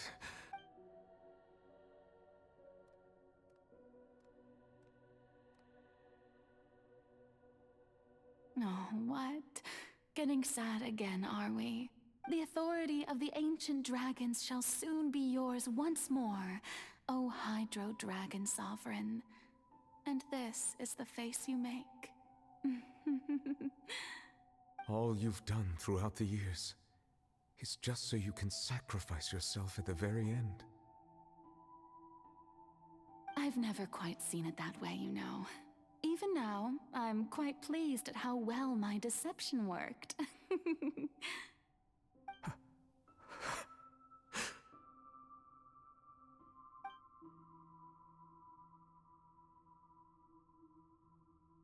Hydro Dragon, don't cry. I must say, had it been within my rights, I would have loved to judge the heavenly principles themselves. Were they not guilty of essentially the same crime? Egeria stole the power of the primordial sea, and the heavenly principles stole the power you ancient dragons possessed. I, for my part, am the god of justice, And is it not just that your original powers should be returned to you? Speaking of justice, I have always believed that justice lies in the process of pursuing human existence itself. So, if the theft of the primordial sea's might was Fontaine's original sin, then, leaving matters of procedural right and wrong aside, the descent of the Fontainians as humans and their right to exist in this world would be Fontaine's original justice. In other words, existence was Egeria's justice, and to me, justice is the continuation of that existence, defying the prophecy and ensuring that Fontaine's people shall live on. That should be the justice enthroned over all others. At this point, we, whether it be myself or all other Fontainians, have shouldered the burden of this sin for far too long. Iudex Neuvillette, the highest judge in our land, when you regain your full power as an elemental sovereign, what verdict shall you pass upon us? So when I was invited to the court of Fontaine to serve as Iudex, I see now that that was your idea too, at last. I now understand the true purpose. In the beginning, I was uninterested in human existence. But these 5 centuries of living alongside them have gradually brought about mutual understanding between us. And I have even attempted to feel as they feel. You are a devious one, Focalors. Things being as they are, surely you know that I could never declare them to be guilty.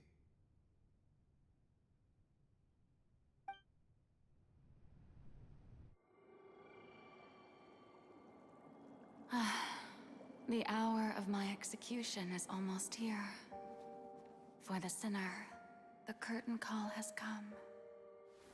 I know I may not sound it, but faced with death, I find myself a little afraid. Perhaps this is one thing both gods and humans have in common.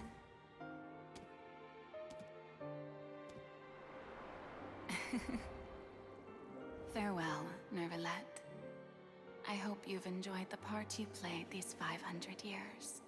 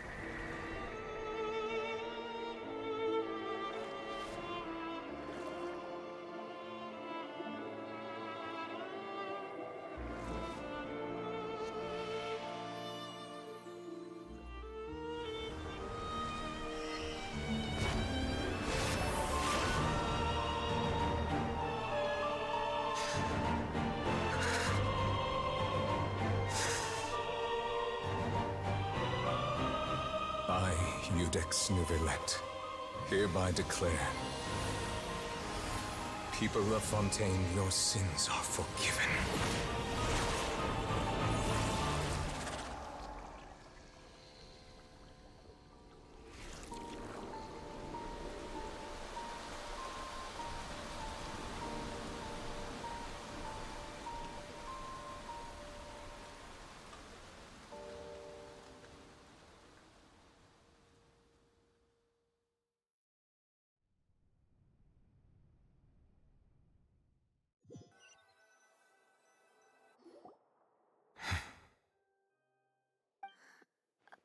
What just happened?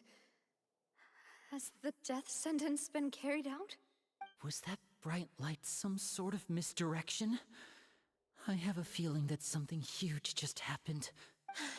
But since we're all still alive and haven't been dissolved, I assume whatever happened was good for us. It's time to end this. We must mete out punishment to that beast. Didn't you say just a moment ago that it can't be defeated? I have gained the strength sufficient to deal with it.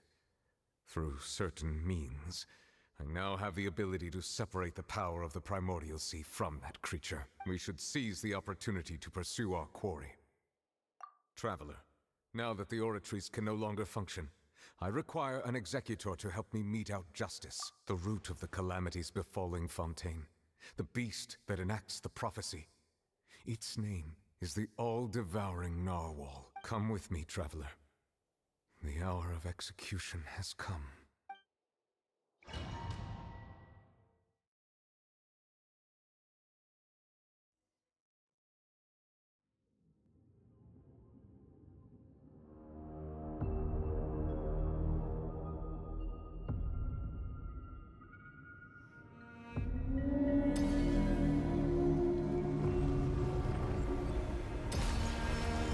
We're going to execute it?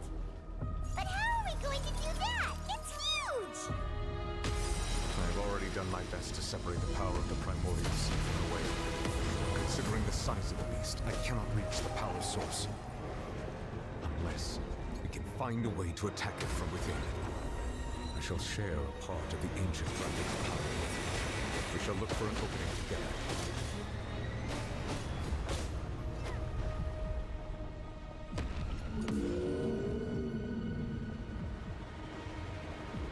I can feel its sorrow turning into hostility.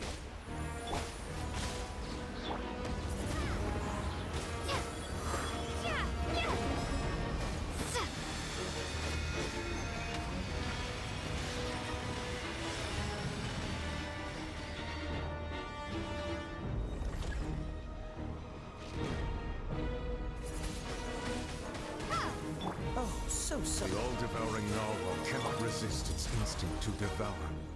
Continue to trigger its hostility. Chance will present itself.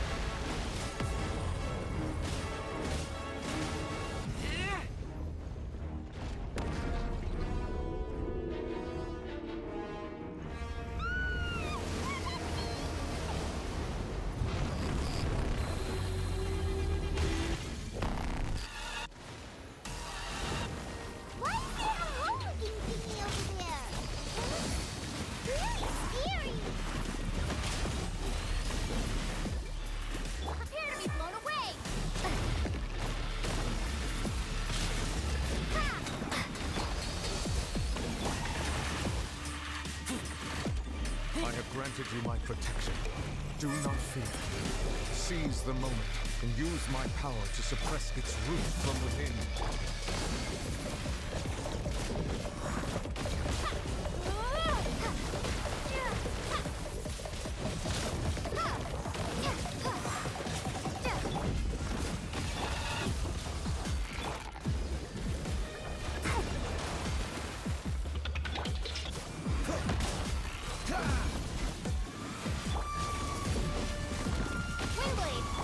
Show begins.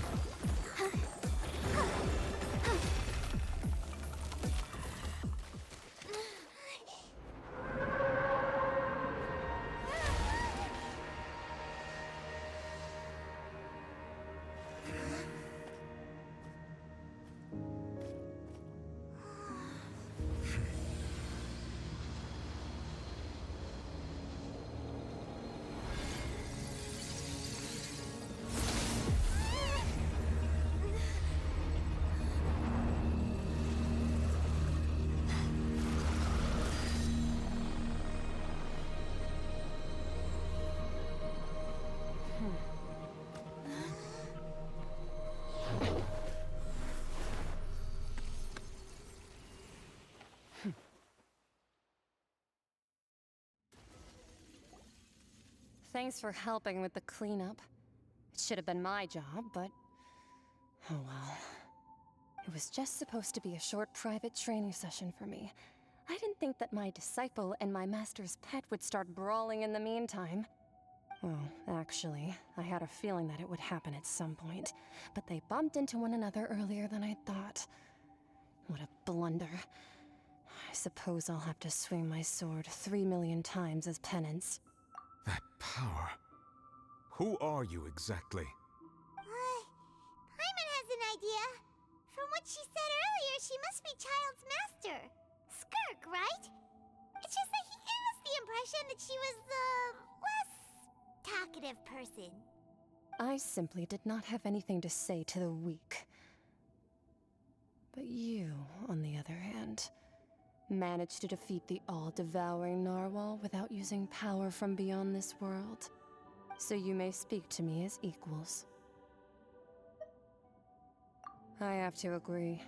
It's a strange use of a planet's primordial waters just to raise an all-devouring narwhal. That kind of power is wasted on it. It's not cooperative, it eats too much, and I have more important things to do with my time than pet sitting. The only thing that creature has going for it is its looks. All in all, it fails as a pet. Miss Skirk? I think you might have missed the point. The point being? Well, being that this pet almost destroyed an entire nation. So what sort of person is your master? Well, Child's master's master. Wait, is that right? Oh, right. So you don't know him. Sorry, I assumed you did. His name is Sir Tologi. Huh? I am unfamiliar with that name. Huh. So Master is insufficiently famous. How should I describe him then? Have you heard of the name The Fowl? The Fowl? Still nothing? Well, how about the Visionary? Vetterfulnir then? Or Gold Rhine-Daughter? Ooh, that one we've heard! Rhine-Daughter's part of the Hexen Circle. She's Albedo's mom, right? Oh, so you do know that name. To be honest, I also heard all of those names and titles from my master. I don't actually know them either.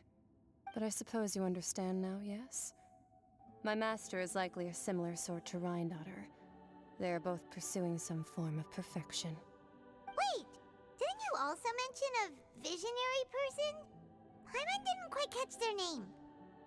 Actually, never mind that.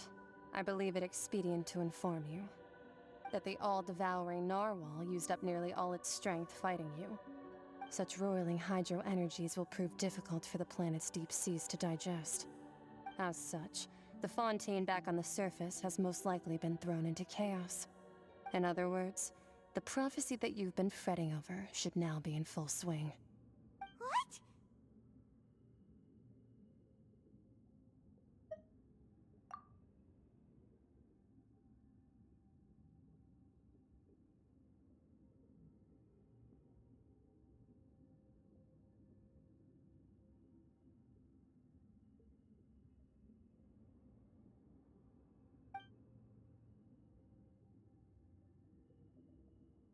Not to worry. Focalor has already managed to deceive the heavenly principles. In the end, the people will all be dissolved into the waters, and only Farina will remain, weeping on her throne.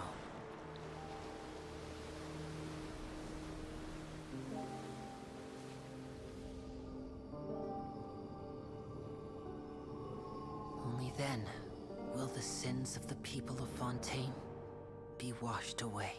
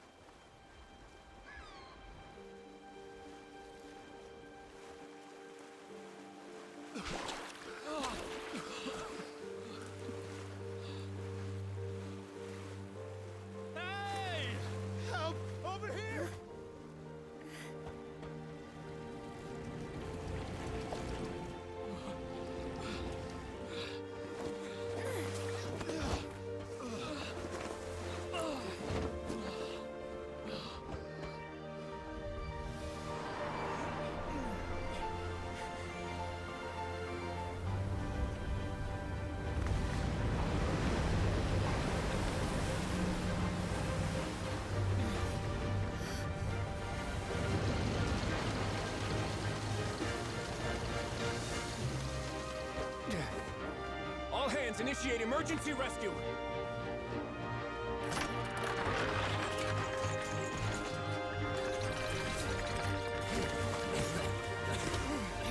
Hurry!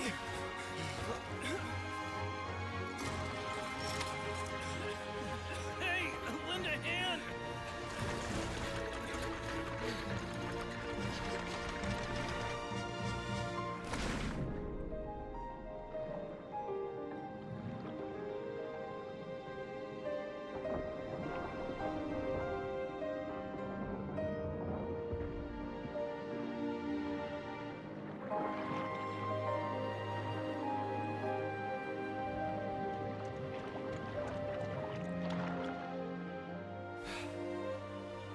Look!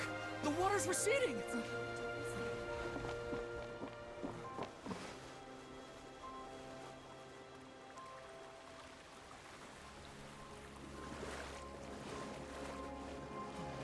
It's a miracle! Water's receding.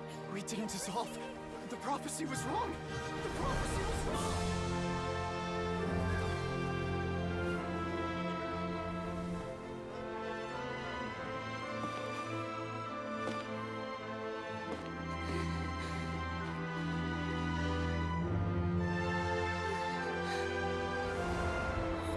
Are you alright? We're saved. The prophecy was wrong.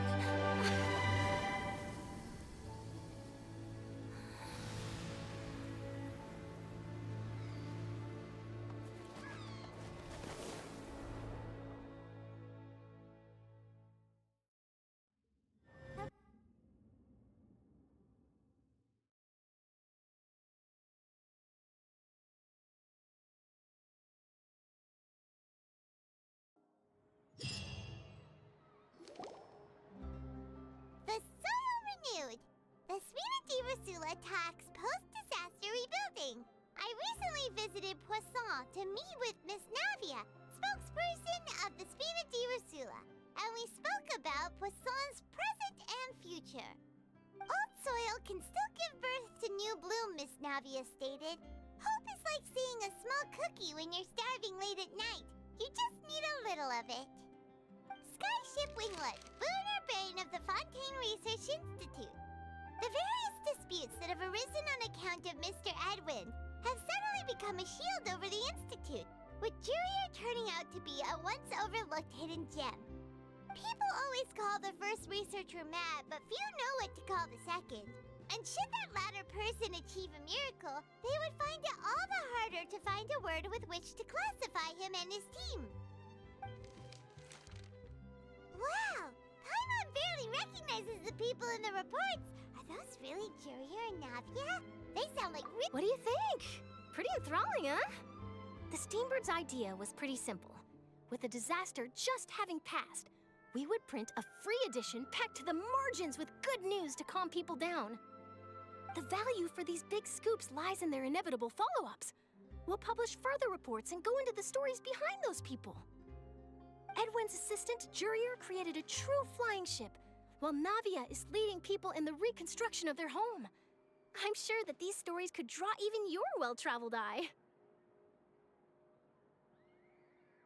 Paimon's curious too! Wait a minute. Didn't we watch everything happen from start to finish? What's there to be curious about?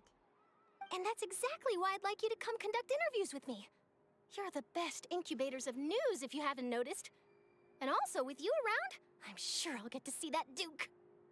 Are you sure? Hasn't he turned you down several times already? Oh, this time will be different. Come on, let's head to Poisson first, and then make a trip to the fortress. There are some things you'll only know when you get there.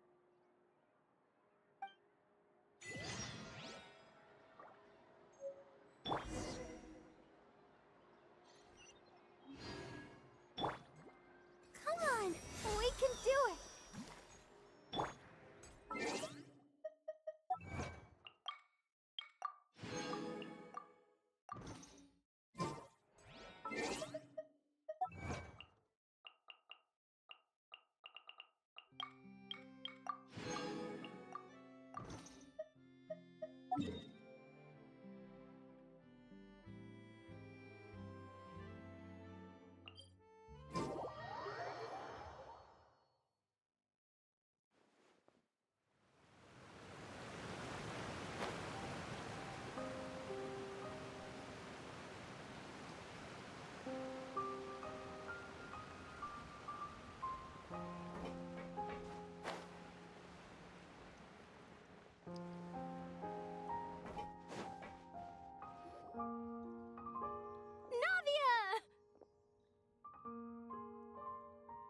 Oh, it's you. What brings you all here? Hey, we're just having a look around. I'm here to update myself on how things are going here. Oh, the Fatui are here too! Let me introduce you. This is Mr. Garunt Snezhevich. He represented the Knave in sending us a large amount of supplies, and is helping with our work. Our residents are hard at work as well. Thanks to everyone, work is progressing nicely. We've lost a lot of people, but we're moving forward. That will have to be enough. Hello, Miss Charlotte. I'm a big fan of yours. I especially like that article you wrote last year about Fontaine's stray cats. But if you don't mind, could you not emphasize our role too much in your report? It's not charity we're doing here. We just happen to share the same interests as the Spina. I get where you're coming from. I'll keep it as simple as possible. Or would you be willing to feature as friendly neighbors? That would be fine. Thanks. Oh, you're back too. How are things? We finished laying down the construction materials. It'll be another hour before the workers are able to go over there. Huh? You're here too, Clorinde? Well, her reputation's greatly risen after that whole duel business with Miss Farina, so she's here in Poisson to wait out the heat. All right. She really came here to help me out. There's too much to consider in the reconstruction of Poisson. The Spina has need of more decision-makers. And, well, I do already happen to be connected to Mr. Callis. Oh, wait just a moment. Do you mind me asking a few questions? You know, about how you felt before the duel, about what it was like facing down a god.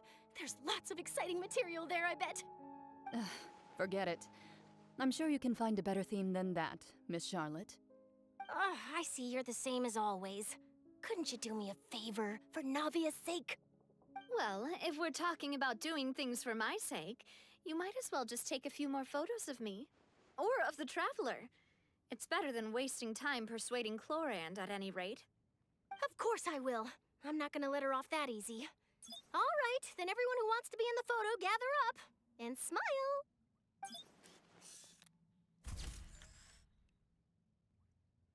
How did it go? Was it a good shot? Did Paimon look cute in it? Not bad. Your addition really helped the composition of the picture. All right, hang on a moment. Let me snap a few more shots.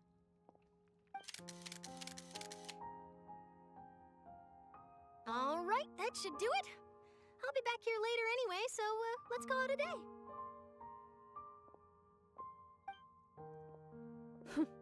You're very quick. Speed is of the essence when it comes to the news, and freshness is the key.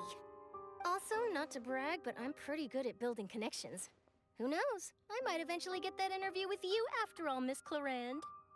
Wow, you really do have that never say die spirit. I'm impressed. I'll hazard a guess that this is how you got that interview at the Fortress of Maripede. Whoa, you're well informed. Let me make a guess too. I asked Sijuin, who told Monsieur Nervillette, and he told you, right? That's a very complete information chain. In truth, all Monsieur Neuvillette asked me was, when did the fortress become so friendly towards the media? I told him that it was best not to speak too soon. There's no guarantee that Ridesley will make a personal appearance. You're right. I've got to treasure every moment I have with them. In which case, I'll be making a move first. Stay safe now. And tell me if you hear anything interesting. I'll treat you to afternoon tea in exchange.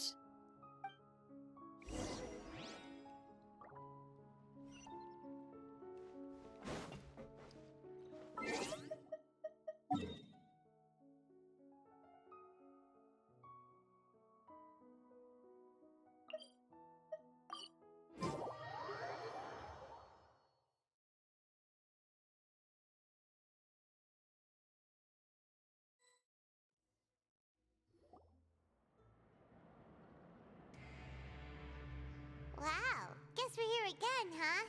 There's a real nostalgic feeling to this place. Looks like you've been missing us. Duke! Did you come all the way to the entrance to greet us? Of course. I'm here to welcome you and our dear Miss Charlotte, whom our good head nurse recommended to me. It's an honor to finally meet the much-rumored Duke. Thank you for consenting to my visit to the fortress, sir. No need to thank me. But that said, I shouldn't be the focus of your interview. I trust you recall our agreement? Of course, of course. All right then, this way.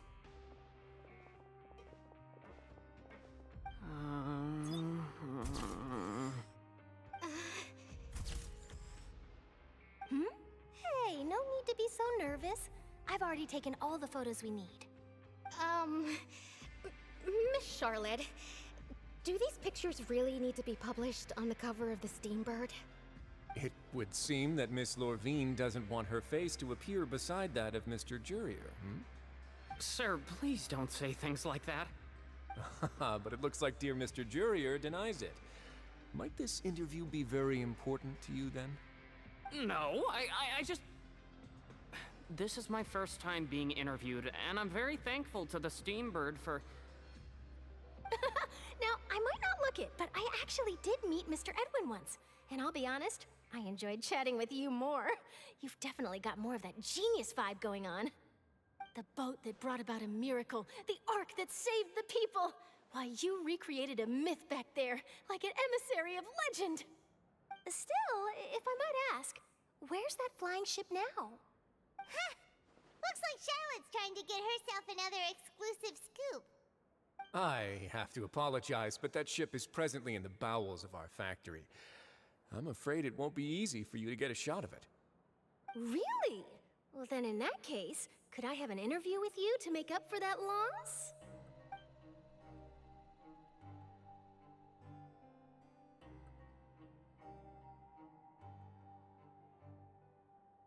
You already know my answer, I'm afraid.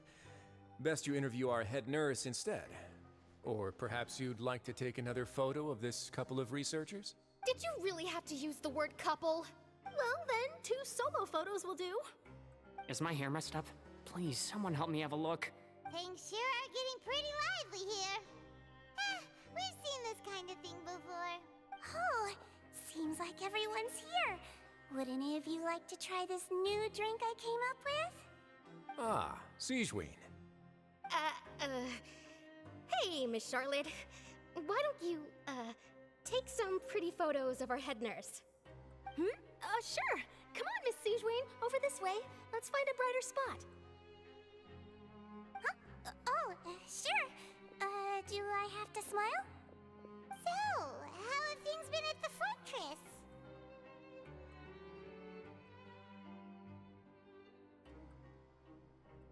Same old, as you can see.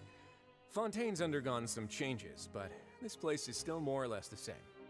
Other than that flying ship, it got a tad too much attention, I think. That's why I decided to let the interview go through. We should direct more public opinions toward the behind-the-scenes heroes. Am I right, Mr. Jurier? You're too kind, sir. I believe that you too should have your day in the sun. Not that you would want that, which is a pity. I'll just leave the spotlight to you two.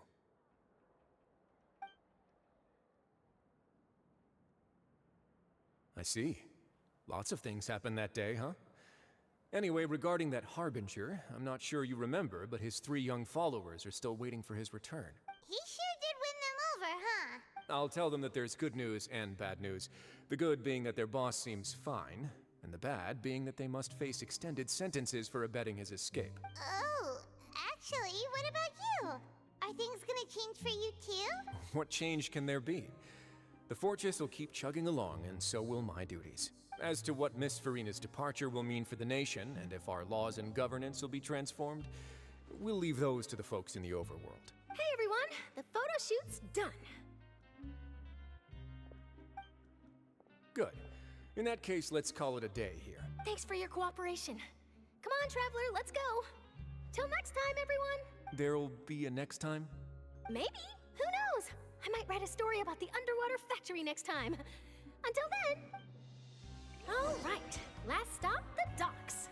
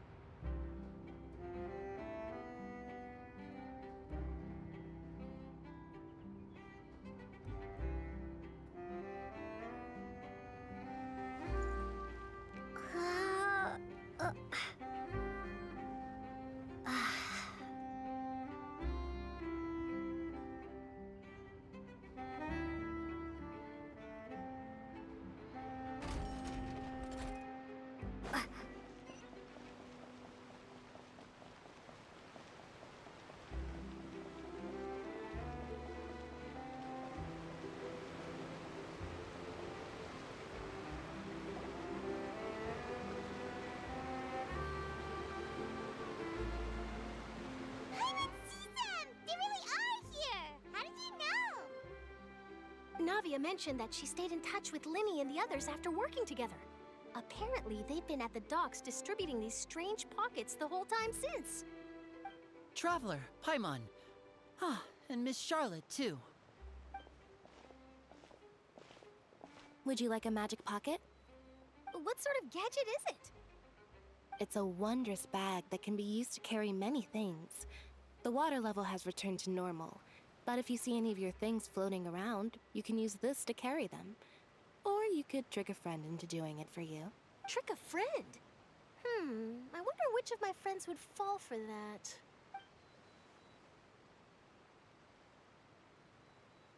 You could just make a friend like Fremine here. Isn't that right, Fremine? Is this what you meant by, I'll help you make some more friends? To be honest, that sounds pretty sweet. Could I have your contact, please? Sure. Please, write down my address. Lynette sure is working hard to help Fremine socialize. He was the one who proposed doing this. He even wants to assist in our magic shows. Yes, I was planning to first introduce Pear as an assistant, and later Fremine himself. In the future, I think we can leave underwater escape magic to him too. That said, would anyone want to see a diver escape underwater? Oh, it'll work out. Every journey begins with the first step. He'll become a part of our show eventually. Lynette, could you come over? Miss Charlotte says she wants to take a picture of us. Got it. My, that Charlotte is rather perceptive. She got rid of everyone the moment she realized I had something to say to you. So, how have things been, Traveler? Father says that you did a great deal during the latest events. She's very grateful for your contributions to Fontaine. That's all right. We were more than happy to help. So, what's she doing now? Oh, I guess you haven't heard.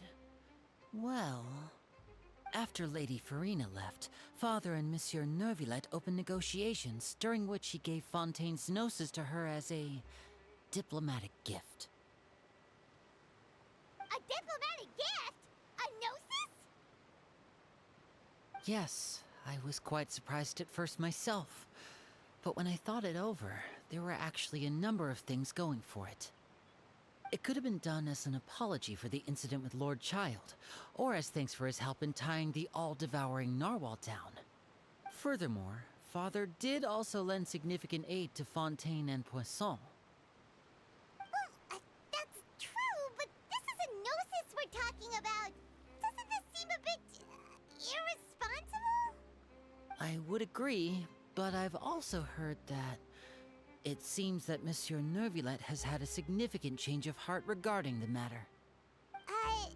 So there's some reason for this that only Neuvillette knows about? I suspect you'll have to ask him about that yourself. Ah, yes, speaking of which, I did see him strolling around the entrance to the Fortress of Meripede a while back. Isn't he real busy and stuff? Paimon didn't think he'd have the time for that. But back to the topic. The gnosis was given to the knave, right? What about Child? They say that he's returned to Snezhnaya to recover from his wounds. I hear that the recent disaster really did a number on his health. That's true. When you think about it, we've had loads of run-ins with the Fatui. To think we'd be allied with them this time. So shocked by such a simple switching of sides?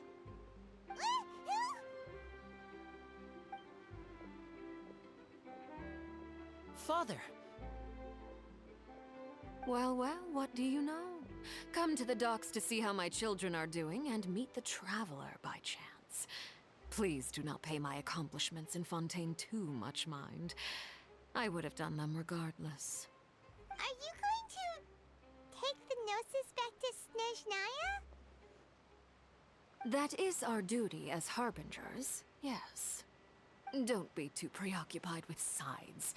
The goal of the Fatui concerns not a single place or person, but the entire world. With such a grand goal in mind, it is inevitable that we must wear many masks. Switching my masks is something I've always done. Well, that depends on many things. No one truly knows what the future holds. What good is honesty if you can't rely on it forever? As for you, I very much look forward to our next collaboration. Good things cannot be achieved alone, and you've proved yourselves to be great partners.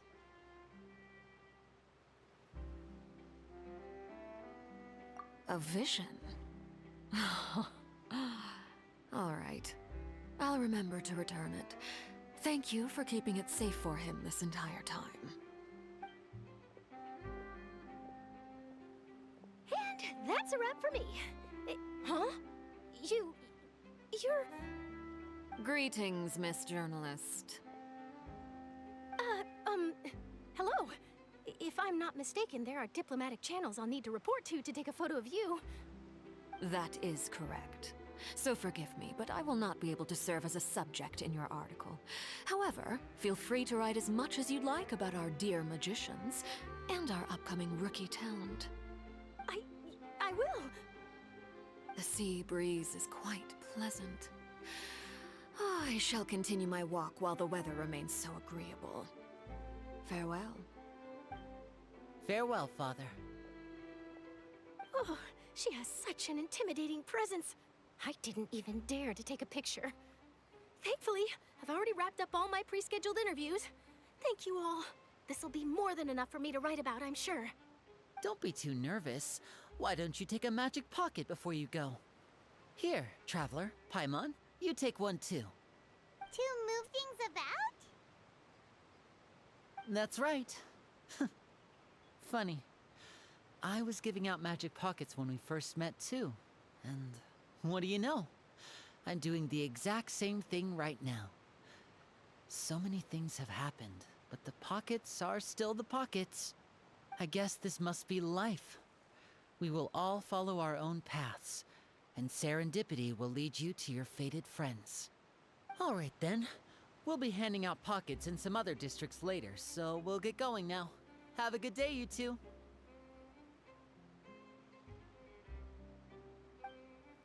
Well, guess we sent Charlotte off.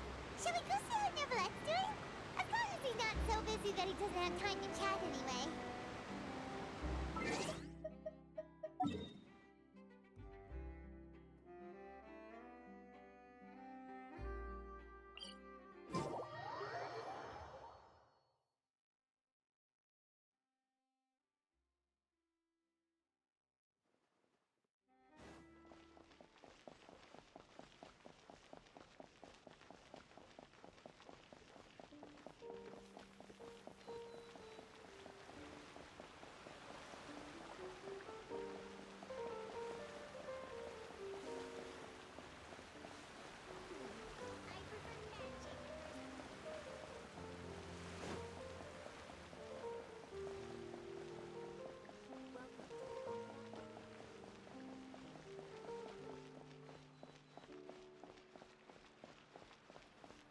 The entrance to the fortress! Ooh, he really is there!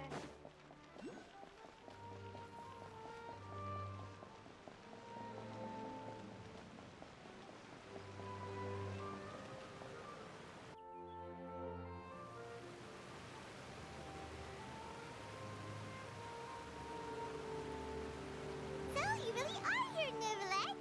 Paimon didn't think you were going to have free time this hour of the day. Really? Oh, I suppose you must have met Mr. Linney. He took the time to greet me earlier when he passed this way. In any case, you came at a good time. I was just considering reaching out to you to set up a meeting, so I may explain some things that I haven't had the time to before. Aw, Paimon's glad that you remembered. Thank you for keeping us on your mind, what with you being busy and all. Alright, let's have it then. How was Fontaine actually saved? The whole business is still quite the mystery to us. It is strange how words can often leave a bitter taste in the mouth when it finally comes time to say them out loud.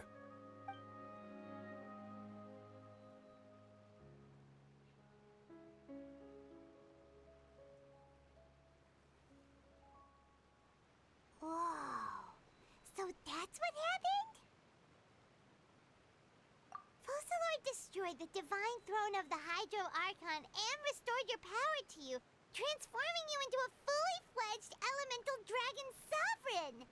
But Paimon still doesn't quite get what you did to save the Fontainians from dissolving.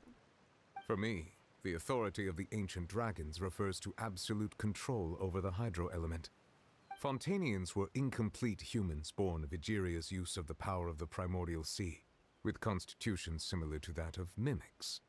But so long as those primordial energies remain within them, I could use the ancient dragon's authority to grant them true blood, after the fashion in which life was first brought into being on this planet. In other words, when I gave my verdict, Fontainians became true humans, and thus would naturally no longer be dissolved by water from the primordial sea. Fossilor must have counted on you to make that decision as well. Your verdict was the key to making the prophecy appear to have come true while saving everyone. Yeah, and in a manner of speaking, Fossilor finally managed to fulfill the original Hydro Archon's wish to turn Oceanids into real people too! It seems from your expressions that you still have more things you wish to ask. Ask away. I will tell you the truth as I know it. I have investigated his case along many avenues, and I have learned that he once fell into an unknown chasm when he was young. There, by chance, he awakened the all-devouring narwhal. But whether it be by sentiment or reason, that should not have been enough to consider him the root cause of the disaster. At most, he would have had tangential liability. As for the judgment passed by the Oratrice during the trial, whether it was due to that liability by association, or Fossilor deliberately using him to buy time for us on the assumption that he would be able to hold the creature off, I cannot say. Guess Fossilor had Fontainians in mind the whole time. In the end, it was thanks to her that they finally became real humans. Hang on a second. Paimon suddenly got another question. Back when Fontainians hadn't yet become real humans, were the children they had also transformed Oceanids? Life has always flowed like water. Do you recall how Fontainians would often come to the Fountain of Lucine to pray for children? Yeah, Lynette said the fountain is where all the waters in Fontaine converge. In truth, even those couples did not know that such prayers were no mere custom, but instead a form of ritual. Those Oceanids who were blessed within the spring water would later descend as new humans in the coming months. Paimon sorta gets it now. Either way, seems like this ritual won't be of any further use, but it'll probably live on as a local custom. Ask away. I will tell you the truth as I know it. Yeah, about that. Risley said Farina has already left. What's that all about? Ah, Lady Farina. The people are only aware that her death sentence has not been carried out. She abdicated the post of Hydro Archon and left affairs related to that title to me, before leaving the Opera House. I related Fossilor's words to her faithfully and completely. After hearing them, she seemed neither saddened nor comforted. She simply said that she was tired and needed to rest. Having said that, she then packed her things and moved out of the Opera House, not unlike how an ordinary person might. But she's still got a place to stay, right? You need not worry. I will make arrangements to ensure that she will not want for food, clothing, board, or travel. In truth, I am somewhat happy for her. The wear and tear on her spirit will, of course, take time to heal. But now that she no longer has to play the role of Fossilor the Hydro Archon, she can finally lay down her burdens and lead a normal life. What about you then? What are your plans now that you've regained your full powers as the Hydro Dragon? After Fossilor passed on, the Oratrice also ceased to function. This matter will directly affect our trials. After much careful consideration, I've decided to take over its role in our courts. From now on, I shall hear cases and pass verdicts by myself. Looks like you're still considering stuff from the perspective of the Udex, huh? As an elemental dragon, there are indeed many things that I must do. But this power and this duty, in a manner of speaking, you could say that both were granted to me. As such, before I attend to my other responsibilities, I must first and foremost continue to serve Fontaine as its highest judge. The duty of the Hydro Sovereign and the duty of the Eudex shall coexist within my person. Additionally, the Hydro Archon's departure has brought about another problem, which is that the Opera House shall no longer produce indemnitium. That's true. That power was derived from the people's faith in the Hydro Archon, wasn't it? Wait, but the various mechs and machines in the city are all still okay. Where are they getting their energy from? As I am now, I have full command over New Musia, and it can serve as a complete substitute. Another reason why I cannot quite leave Fontaine immediately. Wow. This ancient dragon's authority stuff is really quite useful, huh? Ask away. I will tell you the truth as I know it. Oh, that's right! They say you've given it to the knave as a diplomatic gift or something! Leaving aside their intentionality, the two Fatui Harbingers have indeed done much for us during this crisis. Their sole remaining goal in Fontaine, at least at this point, would seem to be the Gnosis. The Oratrice has ceased to function. The Hydro Archon's divine throne is now no more, and I do not need the Gnosis's power. As such, it has lost all meaning for Fontaine. If the Fatui have impure designs, then we might as well accede to their request now, and avoid unnecessary conflict. What complicated considerations! Paimon thought you were just giving it to them out of gratitude to the knave and as an apology to Child. Ask away. I will tell you the truth as I know it. Hang on a sec. Paimon's still got a question about the Gnosis. When we spoke to Linny earlier, he mentioned that your attitude towards giving away the Gnosis had clearly changed. We guessed that there might be some reason for it that only you were aware of. No wonder the House of the Hearth is the Fatui's intelligence division. They are certainly sharp. So regarding this specific issue, I was just getting ready to share something with you.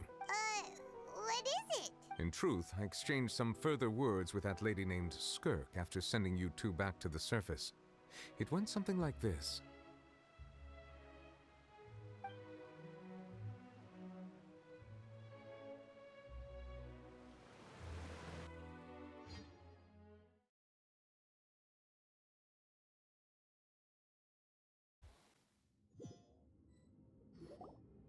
Well, we're going to head topside to see what's going on. You hurry over soon as well, all right, Nervalet?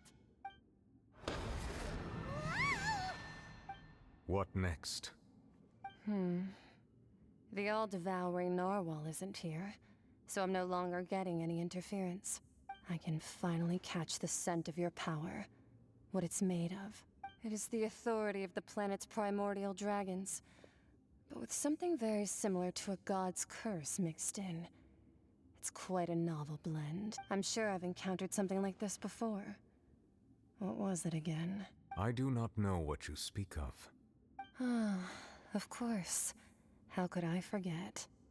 You should have the remains of the third descender on your person, yes? Remains?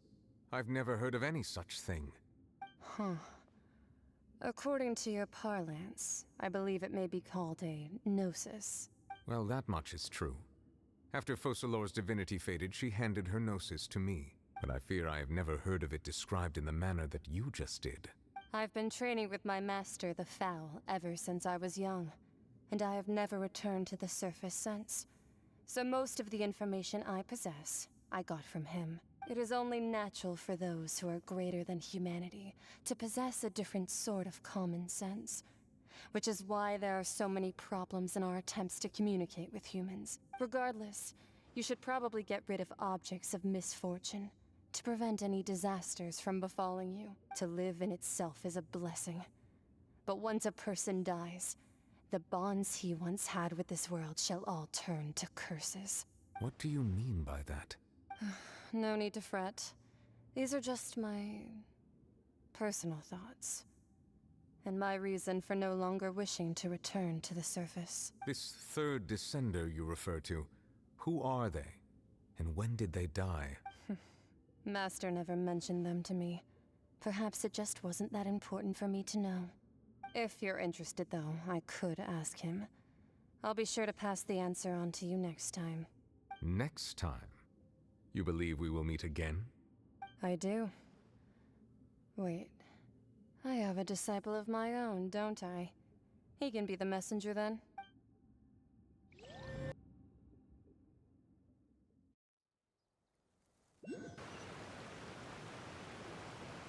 That's what she told me. Whether it would prove useful or not, I wanted to pass that information on to you. The remains of the third descender? So that's what the Gnosis actually are. Paimon just thought they looked like chess pieces. How could they be a person's remains? All the same, assuming that there was no misunderstanding or special metaphor at play, that is what she meant to say. And she said that it would bring misfortune and that you should check it, which is why you gave it to the Fatui. If she speaks the truth, then I would simply be putting Fontaine at unnecessary risk by keeping it here.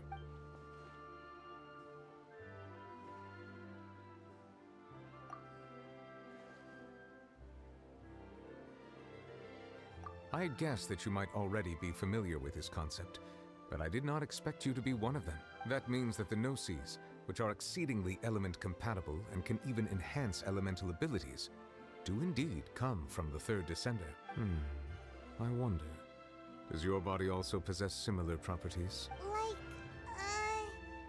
Like being able to use elemental powers without a vision. That does sort of count as special compatibility, right? No, let's not think about this stuff right now.